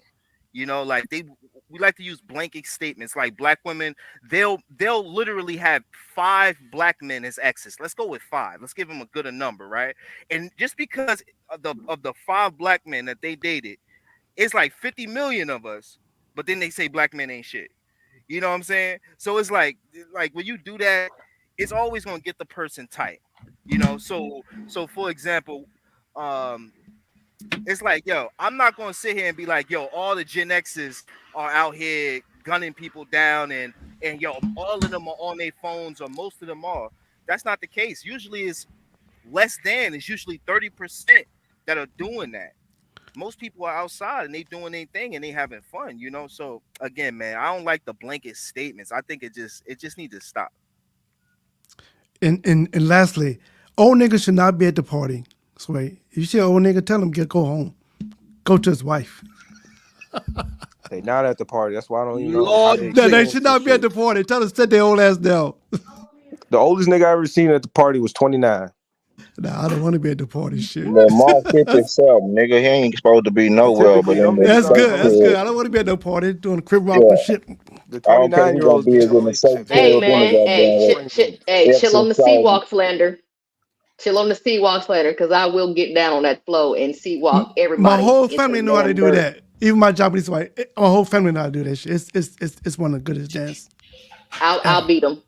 I'll beat them because I'll sea walk in my stilettos and still be But dead. the thing about the what you say, like the blanketed statement though, Lee, the thing of that is, I think that like goes, I think that's just life. I think that's like life. That's just people, how people in general talk. You understand what I'm saying? Because like even with black men going to the penitentiary, they want to say that they talk like that's all black men. You understand what I'm saying? But we all know that's a small percentage of black men. You understand what I'm saying? So it's just how people talk, I think. You know what I'm saying? But I think what we fuck up at is we got all these intellectual ass people that approach these panels that think on a simplistic ass level. You see what I'm saying? Everybody take everything literal. Who the fuck thinks like that? Huh? That done engaged in all this reading and Marvel and all this goddamn upper echelon ass shit they done, right? They done engaged in all this accomplishments of goddamn degrees, but they think so simplistic, big dog. That's the problem. I like your braids, HQ. And I also want to welcome HQ to the show. She's going to lighten up the mood. Go ahead, HQ. Hello, panel. How are you? Wow, we have a real live generational gap in real time. Wow. It's like, I mean, I see both of you as right, you know? I mean, I see both of you as right. And I kind of understand Sway's point of view. It's like a whole nother world to you, according to him. And you're dictating his world, even though you're not really a part of that world, right? And you're coming from old world, examples, and he's coming from real time examples. And it's like you guys are cross-referencing each other. But dating is no different from when it was then it is now. There's really no difference. It's all about somebody you want to fall in love with, somebody you want to have a relationship with, somebody you want to have a connection with. That has not changed. It's just different forms of communicating. It's different. The problem with what Sway's saying, he right, but what the problem is with what he's saying is this: when you got when he's saying it to the wrong group of people. You understand what I'm saying? See, because of the simple fact, Sway is 24, 25 years old, right? And the average generation is what, like 12 to 15 years, right? 15. So you got, Yes, what 15. is it? All right, 15 years, right? So look, you got Sharon that's 41, 42 years old, and you got goddamn Sway that's goddamn me 25. Man, they not goddamn me. People think that there's goddamn such a huge gap when they not that fucking far apart. Motherfucking only difference is Sharon can fuck Sway girlfriend, Sway mama, and his sister. That's the only difference. Sway can't fuck nobody but Sharon goddamn baby girl. You understand what I'm saying? That's the only difference between these people. You hear me? But shit, they most likely engaging in the same shit. The average 40-year-old, 35-year-old smoking weed and goddamn me going to spots at late night and parking lot pimping and shit, just like the goddamn average goddamn 25-year-old, big dog. If you don't think I can fuck old bitches and his I'm wife saying, and his daughter, I know you can fuck. You can fuck the world. You can. I can definitely fuck the I know you grandmama, can, the Sway. mama, I and the know daughter. you got. I better know get it you right, got it nigga. all there. I Put know some you respect can. I'm on a talking nigga about on name. the average, big dog. I'm talking about the average person your age. I'm not talking about you, Sway. You understand what I'm saying? I know. I'm I got just triggered saying, because you man. used You me as gotta an be able to example. listen, big dog, and get out your feelings at one point. I said I Hey, got triggered because you used me as an example. you always get triggered if a nigga just say some shit about something around you, nigga. You just a trigger. Then stop saying me as I your told you example. be arguing like a little bitch. I ain't calling you no bitch, but you argue like a bitch. Well, I can You call got you to one. shake that off, big dog. You are one because you calling me one. Well, I can be that big dog, but I know some bitches that can't fuck All right, with me though. we had enough of the. Let's try to keep it as a conversation. I want to welcome back the Chicago Rigger. Trigger Mike Show. Are you still afraid to talk? Or are you ready to? Put a cap on Trigger Mike. Yeah. Who that heathen queen still up here? I'm just gonna listen, man. I always heard Trigger Mike talk. Yo, this is crazy right now. If I'm speechless, you already know. Trigger Mike, these young That's niggas a got fact, you shook, dog. man. These young niggas got you shook, Trigger Mike. Shit, you got me shook, Chicago Villa. Shout out to Sway. I try to die in peace. I already know the culprit. Shout out to Sway. Take her likely. That boy Sway done went Suwoo gang on you niggas. I think he done jumped off the post and bust a got cap that on old nigga goddamn ass. picked up that flag. Sway done picked up that flag on you, boy. I've been sued since I was Nah, three. yo, he went Super Saiyan 5. Super Saiyan 5, yo. Goku, you know what I'm saying? That goddamn Sway done picked up the flag, fresh out the porch, got the torch. Niggas been saying Sue Whoop What's since up, they was HQ? 5. What up, Lee? Oh, Sway, hey, Sway, you get your gang banging college ass up off of this goddamn computer, big dog. Yeah, you nigga gang banging. I'll give it up to Sway though, man. Sway stick to his talking points though. Like, yo, he don't back down though. You know what I'm saying? So you at least gotta give him As the he credit shouldn't. though. He should not be backing You know down. what I'm saying? As He don't should. back. Man, most white women don't bag down. You ever seen a Karen? I hate this nigga Cody, bro. That was real quick. I ain't gonna lie. I was not ready for that one. God damn. Y'all got Out the Granville mud out of nigga here? about to make me think of some shit. Oh my goodness. God damn, I'm Sway. gonna think of some shit, Cody. Give me a second. Now you know I fuck with you the long way. Sway, you my boy. I just try to raise you up a little bit, big dog, because I see them motherfuckers ain't do right. Ah, God boy. Damn, bro. Now you disrespecting my damn. But anyway, you know, I clip? started. Hey, you know what's the craziest thing about it, Lee? I started this conversation talking all bad about the women as much as I possibly can. I was saying Talking bad that about women do some. I was saying women got some toxic traits, and this is a toxic traits that we gotta watch out for. This is what I started the show about. I was saying they emasculate men, they are entitled, and I gave a plethora of different things. And you know what happened? Not me. They brought up the men. Not me. You switched your side, sir. I brought up your hypocrisy. No, because earlier, like 2 hours ago. The title no, said the hold most. on, Sharon. Look at the title. 2.5 hours ago, I brought up you being hypocrisy. That 10 minutes ago you said one thing, and then 10 minutes later now you flipping the switch. So I already brought up you switching the sides. You just decided you wanted to be on the women's side just because you forgot those videos happened.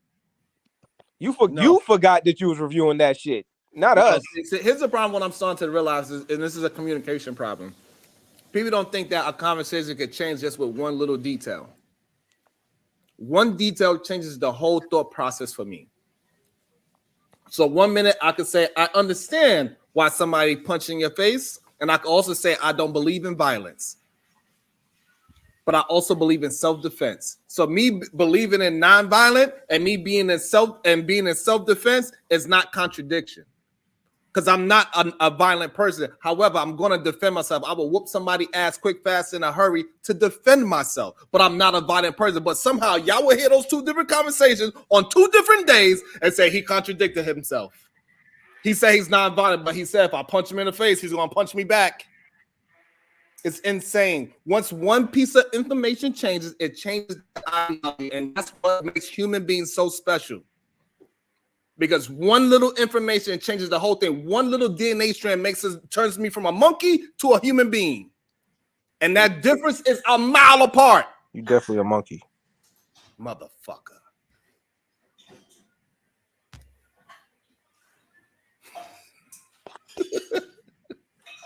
Nah. That's where I get lost at too. Like, now I wanted to know know. what is the most toxic thing that a woman could do? Because I wanted to really have that question answered. So, if you want to get back to it, so what I was saying that the most toxic thing you could do to a man, that a woman can do to a man, it's not cheating. I said it's not lying. It's not even disrespect. The truth is, most toxic thing a woman can do is to emasculate him. Emasculation means what? She belittles him. She undermines him. She challenges his masculinity. It can happen in subtle fucking ways. Like constantly questioning him. I explain how is the difference between somebody having questions about your plan and questioning your plan. Those are 2 completely different things. Let me see. Indecisions are making him feel incompetent. So that's what I mean. So she could question him in a way where it makes him feel incompetent. Lee, I said, So that's the difference. Let me jump in. This is the problem that we have because when I'm talking, you just want to look for a space to jump in instead of listen and take in what I'm saying. But since you want to wait until I took one fucking breath so I could breathe, and you want to jump in right there, go ahead, sir. Lee, I said gaslight earlier. Oh. What was gaslight? That's the biggest thing they can do. Gaslight a man to, like, you know what I mean? Say that he's not experienced what he's experienced. A lot of times it's verbally. They'll say, you know, example is like a woman will say stuff in an argument or conversation, and you'll like say something, like bring it up. What is like, all I said was such and such. Like they'll say a lot of those slick word games to make you not believe you just experienced what you experienced, which is gaslighting.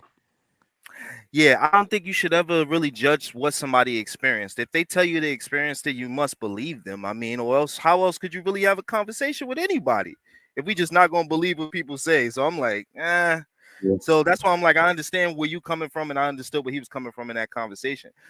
But yeah. So again, so anything that I just said, did you disagree with that you had to jump in right now?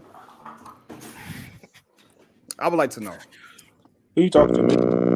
Whoever was, or I believe Trigger Mike and Sway both was trying to interject while I was talking. No, I was just I was answering Lee's question. Lee said, "What is the biggest thing a woman can do?" And you answered it. And then I told him what I said earlier, and then now Trigger Mike wants to give his answer to his question. So the problem is that Lee he didn't try to talk while I was talking. Didn't you say this is other people want to speak, and you try to pass the panel along and all the other shit? So you should be letting Trigger Mike speak, shouldn't you? So this is a form of gaslighting that he don't even realize that he is doing right now in live time. I'm glad you're recognizing it. So me reacted to your actions. I reacted to your action. I was talking and you jumped in and you made sure you wanted me to know that you wanted to say something. Yep. Sharon. Yes. Sharon, why are you trying to fight? Why you trying to pick? You trying to pick. You gaslighting now. That's what you doing. This mild-mannered character that you keep putting on facade today is hiding a feisty motherfucker today. What's going on? That's just being I be trying to have conversations. And then when I react a certain way, they be saying that I'm the one that's crazy. Because I know I was talking HQ. I know I was. I know I was. And I felt like I was saying some pretty good things just now, too. You want me to repeat them? I can tell you. That's what I thought. So, hey, go ahead, Trigger. All right, so y'all definitely made good points. I'm trying to think of what the term toxic means. It means poisonous.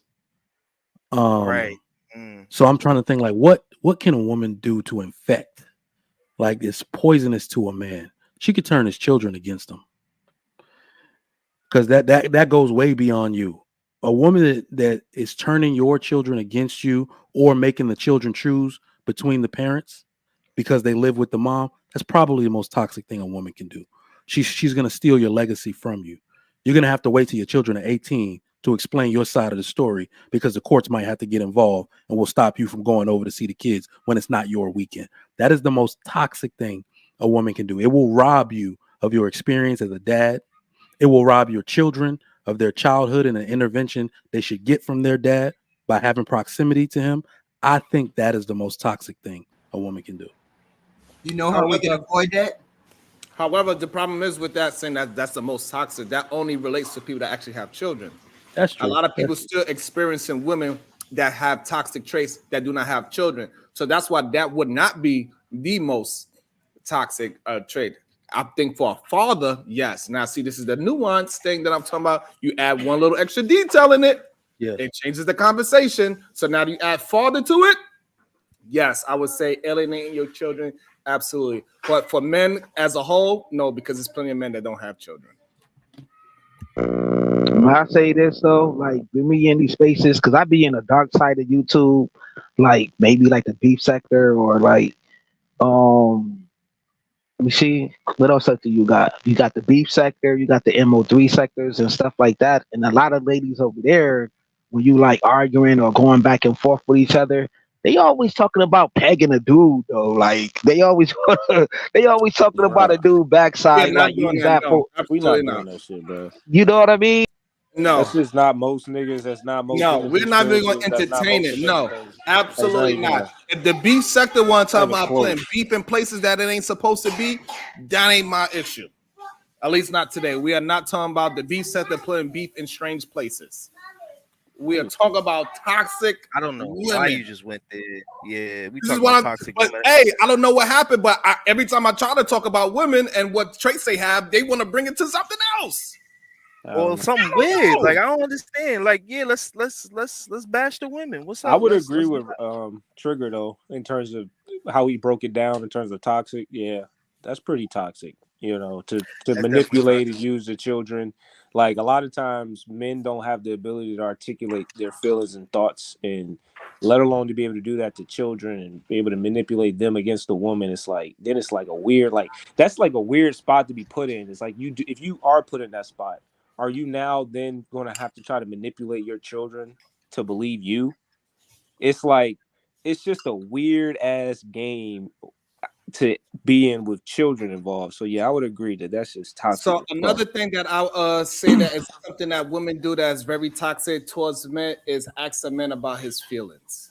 I think that is very toxic for a woman to do because men mostly do not operate in their feelings. We think about things, so we operate in our thoughts. So when you ask a man how we feel about something, it's very confusing to us. We're like, "What you mean? How I feel about it?" I'm trying to figure out what you mean, Sharon, because I just watched two niggas operate in their feelings for like the last 30 minutes, huh? Like for real. It was What you logical mean? feelings though. I was feeling logic though. I was no, yelling hold and on. mad, So but it was see, all this is logical, sound answers. so this is what I'm saying. So like granted, right? So like I never said that men do not have emotions, right? So me and Sway was angry at each other and we showed our anger towards each other. That's That's a fine. feeling. That's not the same thing as asking me how I feel and how you feel about this. How you feel about us going to the movies? But No, Sharon, you how do you contradicting think about yourself us going? because what if you It say I sounds feel like angry? it. I Wait a get it. minute. What if you I say get I it. feel I angry, understand. though? It sounds That's like a it. I that's a understand. feeling. That's okay to feel However, angry. However, what I'm saying is this: if you ask most men, do they operate in their feelings or in their thoughts? They're gonna tell you that they operate within their thoughts, not their feelings. Hello. Hey, how Yeah, you I doing, agree with Purple that. Assassin? Good day to you. Hey, how are you? You've had a rough one today. Listen, you know that, okay, so you're saying that men don't operate in their feelings, they only operate in thought? Not only when you put that word only, then yes, then I will have to change my stance. But not only, but most men, we are operating within our thoughts, not in our feelings. That's how come we are mostly rigid. And that's why we need women in our life, because we're too rigid. We'll have one pair of pants, one outfit. We can look the same every single day as long as it's clean, and we can keep moving in that direction. But women, But you they can't. make us, But you can't separate thoughts from feelings. Where do feelings come from? you absolutely can separate your thoughts from your No, feelings. you can't. This is the reason why we beat our kids and said we doing this because I love you. Where do feelings Because we come from? separate our feelings from our thoughts. Where do feelings come from? To feel anything, what has to happen first? It's not a so to have feelings. It doesn't have anything to do with your thoughts. It's Yes, it does. What are you talking about? The way you feel about things comes from the way you think about them. To have a feeling, you have to first have a thought. So, example, Feeling doesn't just happen. You have a thought about something, and you have a feeling that backs that up based on that thought. So I disagree. The reason why I disagree God. the reason why I disagree, me and Sway don't have no real problems with each other, but we was very angry with each other. He don't have no anger thoughts about me, but in the moment we That's was in our something different. Yeah, in the moment you guys were operating off your feelings. Like, I'm not understanding what. I mean, y'all got beef. Exactly. So therefore, it is a difference between thoughts and feelings. So when me and him was angry at each other, we was angry. That's a feeling. But our thought patterns towards one another. If you ask Sway, what is your thoughts on Sharon? He is not going to have angered ideas about me.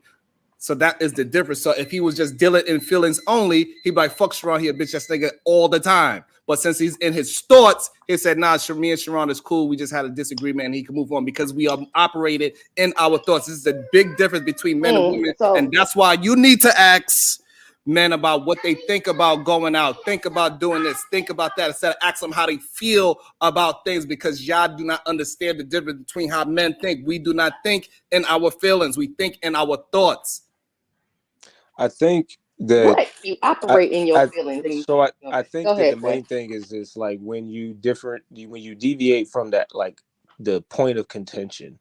Like, let's say if I'm playing 2K, right, and I'm busting this nigga ass, and for some reason he's like, but I make more money than you. That has nothing to do with me dropping 21 and you scoring 0 points.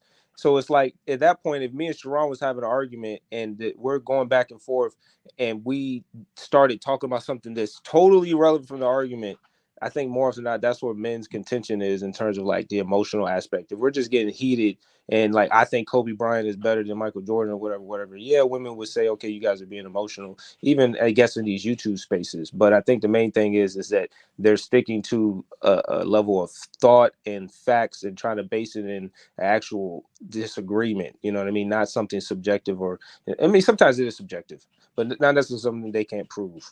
Y'all were totally in your feelings for like an hour. I don't, like I said, I'm not even An going back. hour. Like I said, I'm not going back and I'm about to forth go You on back don't to that. have this to. I'm It's a talking. conversation. You're Well, about to get in your toxic feelings thing. again. well, I'm not. Yo, the most You toxic can't thing a predict what woman I'm can about to do. do to a man. Let's finish talking about that. Like, let's finish talking about that. Right. So like again, me and Sounds like Sway can somebody both else in here. admit that we was angry at each other. But that's not meaning that we operate in our feelings most of the time. It does, but that's not what you said. You didn't say most of the time. And the truth is that everybody operates in their feelings most of the time because they have thoughts that cause their feelings. You can have peaceful thoughts and you're going to operate peacefully. If you have angry thoughts, you're going to be an angry bandit, like y'all was being angry bandits up here 30 minutes ago. Stop No, acting like men don't have feelings. That's the problem. And y'all do that to each other. Oh, we don't have emotions. But then you get mad when a woman, but then you can't even have a woman have a woman say something to you. You talk about women have to ask you a question a certain way because you're going to get in your feelings if she asks you it the way that you don't like. You're human beings too, right? We all have feelings, and feelings come from thoughts. But Everybody. the problem is that feelings do not come from thoughts, because Yes, they do. the reason That's why oh my God. Where do feelings come from? So the reason why is so that means I could love you, verbal assassin, right? But I could still leave you, right? Because my thought pattern says you are not the right human being for me, but I love you. But if I stay, so that's me operating out of my thought and not out of my feelings. And this is what people can do, is what I'm trying to explain. Thoughts translate to feelings. Your feelings come from thoughts. Okay, so what I just said, so the thing that I just said about you can love somebody and leave them, right? Is that do you concede with that? Yes, of course you can love someone and Right. leave So, them. so therefore, that person that makes that decision, is he operating in his thoughts or he operating in his feelings? He is operating in his feelings, because you can love someone and then you have to actually have the thought that this is not a good person for you and you don't feel good with this person, so you're going to leave them even though you feel that you love them. So you Thoughts are gonna completely. Your thoughts are gonna make your feelings. Your feelings are gonna move you to whatever action you take. Well, he does So feel again, good, so but he knows it. this is the difference Like, between how men this is the difference between how men and women operate. So you had to add that extra feeling into the conversation when I did not add feeling into. You said because that person made you feel good. See, I didn't add that caveat into it, and that one caveat changes the whole conversation. And this is the problem that we often have, is that these one little nuances, it changes everything. So now that you added that to it, that person made me feel good or make me feel bad. Now that person is moving in their feelings. But what I said was that person absolutely loved that person. However, that person is not right for you. So therefore, I moved in my thoughts, not off of my feelings. Even though everything feels right with that person, I know that person is not correct for me. And so I moved with my thoughts and I left that person where they stand. That is the difference of what I am talking about. Okay, well, I disagree completely with you on this subject. Can we Yeah. Google feelings? Can we Google feelings and thoughts? Because I Absolutely not. just Googled it, and feelings is just an emotional of a state of a reaction, and the thought is just the idea. You know what I'm saying? Yep.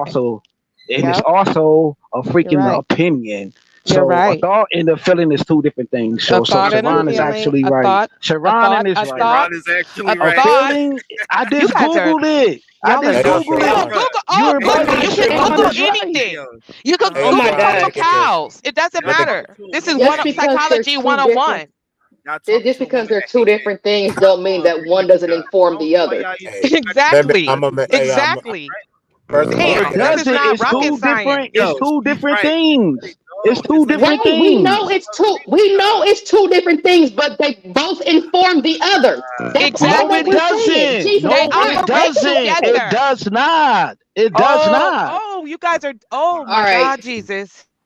all right. Yo, they I right. think Yo, the can we move main. on? So good Lee, afternoon. How's everybody doing today? hey, What's hold up, on, Chris? Yo, Chris. Hold on. Yo, what's Lee, up, Rough Chris? today. Right. Rough. Rilla, Damn, Rilla, So Yo, over here we live rough. We live raw. yo, Rilla, God you damn it, there? this ain't no safe space. This is rough over here. You better. You were Is just in your Chicago Rilla here? emotions when I'm I trying to said be out that. the way. You had emotional I reaction, gotta ask you a question, Rilla. and it Hold wasn't on. Hold on. ideal. Hold on. We're gonna welcome Christopher J into it, and hopefully, hey, Christopher J, how are you feeling right now? Y'all I'm motherfuckers some cyborgs and I'm shit. good. I'm chilling. I'm working. I seen y'all two have y'all little back and forth, but it happens. Men get into it. Men shake hands like men. They go on about their day. No big deal. But I do want to say, Still gonna call this nigga. I know everybody got Sharon's numbers. All good. So Because he with still feels away. See, he still feels away because he's thinking about what happened earlier and he still feels away. So he's going to still call him to get his feelings expressed. That's she's not true right. at all. She's Yep. right. Continue, Chris. She's right. Just go ahead. Continue, Chris. she's They not some too far. cyborgs, verbal. They Just She go cyborgs. is. though. Hey, y'all. Hold on. It's all Girl, good. this is they She's yeah, they not too far AIs, off. girl. They AIs. She's not too far Oh off with god. her statement about where do feelings come from. Although I would add, it also Of comes from course she's not right, but just go, bro. Just make it. life experience and what would the case may be. Only thing I would add to you, Sharon, is you could, as soon as logic is presented, feelings do have to go. That's What the does it part mean to that you think missed. objectively, Chris? Go ahead, I'm listening. What does it mean to think objectively? That is a great question. Because if that isn't a fucking term that has a definition that can be used, then I don't know what the fuck y'all talking about. Because if you can't think objectively, then everybody's thinking in feelings. Great And I think point. the main That's process not of quite what what I'm saying. Sharon is saying, yes, men might have these emotional outbursts, but are they thinking objectively in the moment, or are they operating their feelings while in their thought process? And a lot of times men throughout their days think objectively on what they're going to do day to day. They're not necessarily thinking about what makes them feel good, throughout their day when they're processing information. Y'all don't even be knowing how you feel because you Well, don't here's allow those two. I feelings don't to have a even problem. reach the Now surface. we don't I know how. don't have Now a we don't Right, know problem what with. hold we on, hold feel. on, hold on. I want to make sure Sway point is not missed. Oh my And god! we All these could, blanket and y'all statements. can see that if you can look at something objectively, right? Looking at something objectively means that you taking yourself out of it, you taking your feelings out of it. That's how you look at something objectively. Do you agree Right. that you can look at something objectively? Yes. Nobody is saying anything different than that. What we're Thank you. saying is that you guys do operate out of your feelings because we just watched it fucking 30 minutes ago. So We this is can. where the conflation is. So It's thought process. me and Sway having anger towards each other doesn't mean that we operate out of anger towards each other at all times. But nobody Nobody said said that. anything about all times. But Nobody said that. you Oh my just God. You know what? hold I'm on. not So Bye. but Girl, but that's but, what I'm but hold on, saying. Girl, Callie. this is what Oh I'm my I mean, saying. but goodness. guys, Because Sway, my maybe you can argument, explain it Sharon, better. but Sharon, my argument isn't the operation. My argument is the thought process. Are you thinking Are you thinking in your feelings when you are talking in conversations, the actual words that are coming out of your mouth? Because a lot of times, men will get on these spaces like, "Don't worry about how I say, worry about what I say." Granted, there's some truth to that, but I do think you can't discredit how you say something. That's to the point what they're saying. How you guys are saying it is very emotionally, but we're spoken on the thought process of what we're actually saying. And for that point, our thought process is not emotional. Now, how we're expressing it, fine, whatever. Y'all can down that hill if you want to say we're expressing facts angrily. Cool. I don't really care. So, Agreed. so are you saying all? So where do feelings come from? Basically, they never ever come from thoughts, because you can't sit here and say everybody thinks objectively, That's not the no. Now, all right. So this we're going to talk. because that was originally her Hold on, Chris. I'm question. gonna answer your question Okay, because cool. I'm going to touch on a different argument. To say to what Sharon, to say that feelings cannot affect your thoughts is not true either. Because Never said feelings that, but can affect your thoughts. It just takes a level of thought process to actually not let them affect it in the moment. So that's why I say people can get triggered and then derail into ad hominems and things that have nothing to do with the topic of conversation or a point of contention. I told you about it in 2K. I got 18 points on this nigga head, and somehow he's talking about how much money I make, which is irrelevant. You suck at 2K. That's what I'm telling you right now. So I think that's what I'm saying. It's like if you can stick to the topic of contention is the main point of where men are worried about. Now, to say that the angry part, I think in person, men understand that if you're in person, it's whatever. These are YouTube streets. I think so. I'm just saying I agree with both. But the main point is that you can't discredit what Sharon is saying about men generally operating objectively in their thoughts day to day. And that's why I started by saying she's not too far off with what she said, because in some way, shape, or form, some of your feelings do come from a particular thought process, whether there's logic presented there or not. But if logic is presented, there should be no feelings at all. So that's why I say she's not too far off with what she's saying. I just added some more variables that she missed. Absolutely. And that is the conclusion of our show. God damn it. We got Aaron O. I believe my dog Aaron O is live right now. So make sure you go over there and knock on his door. Go to the Aaron O show, put some airplanes in the sky. Let them know the SBG sent you over there, because we are all one family. So, over here we rebel against remedial rhetoric. Go salute to Aaron O. Put them airplanes in the sky. Put pound SBG.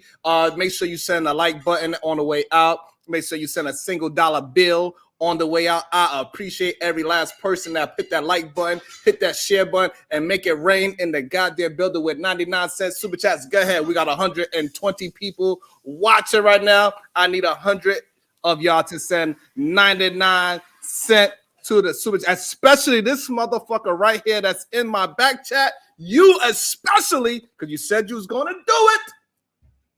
You need to send at least, no, you got to send $2. You got to send $2, bro. Nah. You stain puff marshmallow looking light-skinned glowworm bright light motherfucker. That's right. You got to send me $2. God damn it.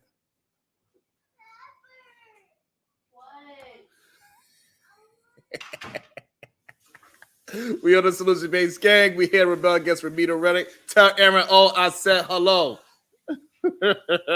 And make sure y'all hit a comment at the end of the show as well. Thank you. It helps out. Appreciate y'all.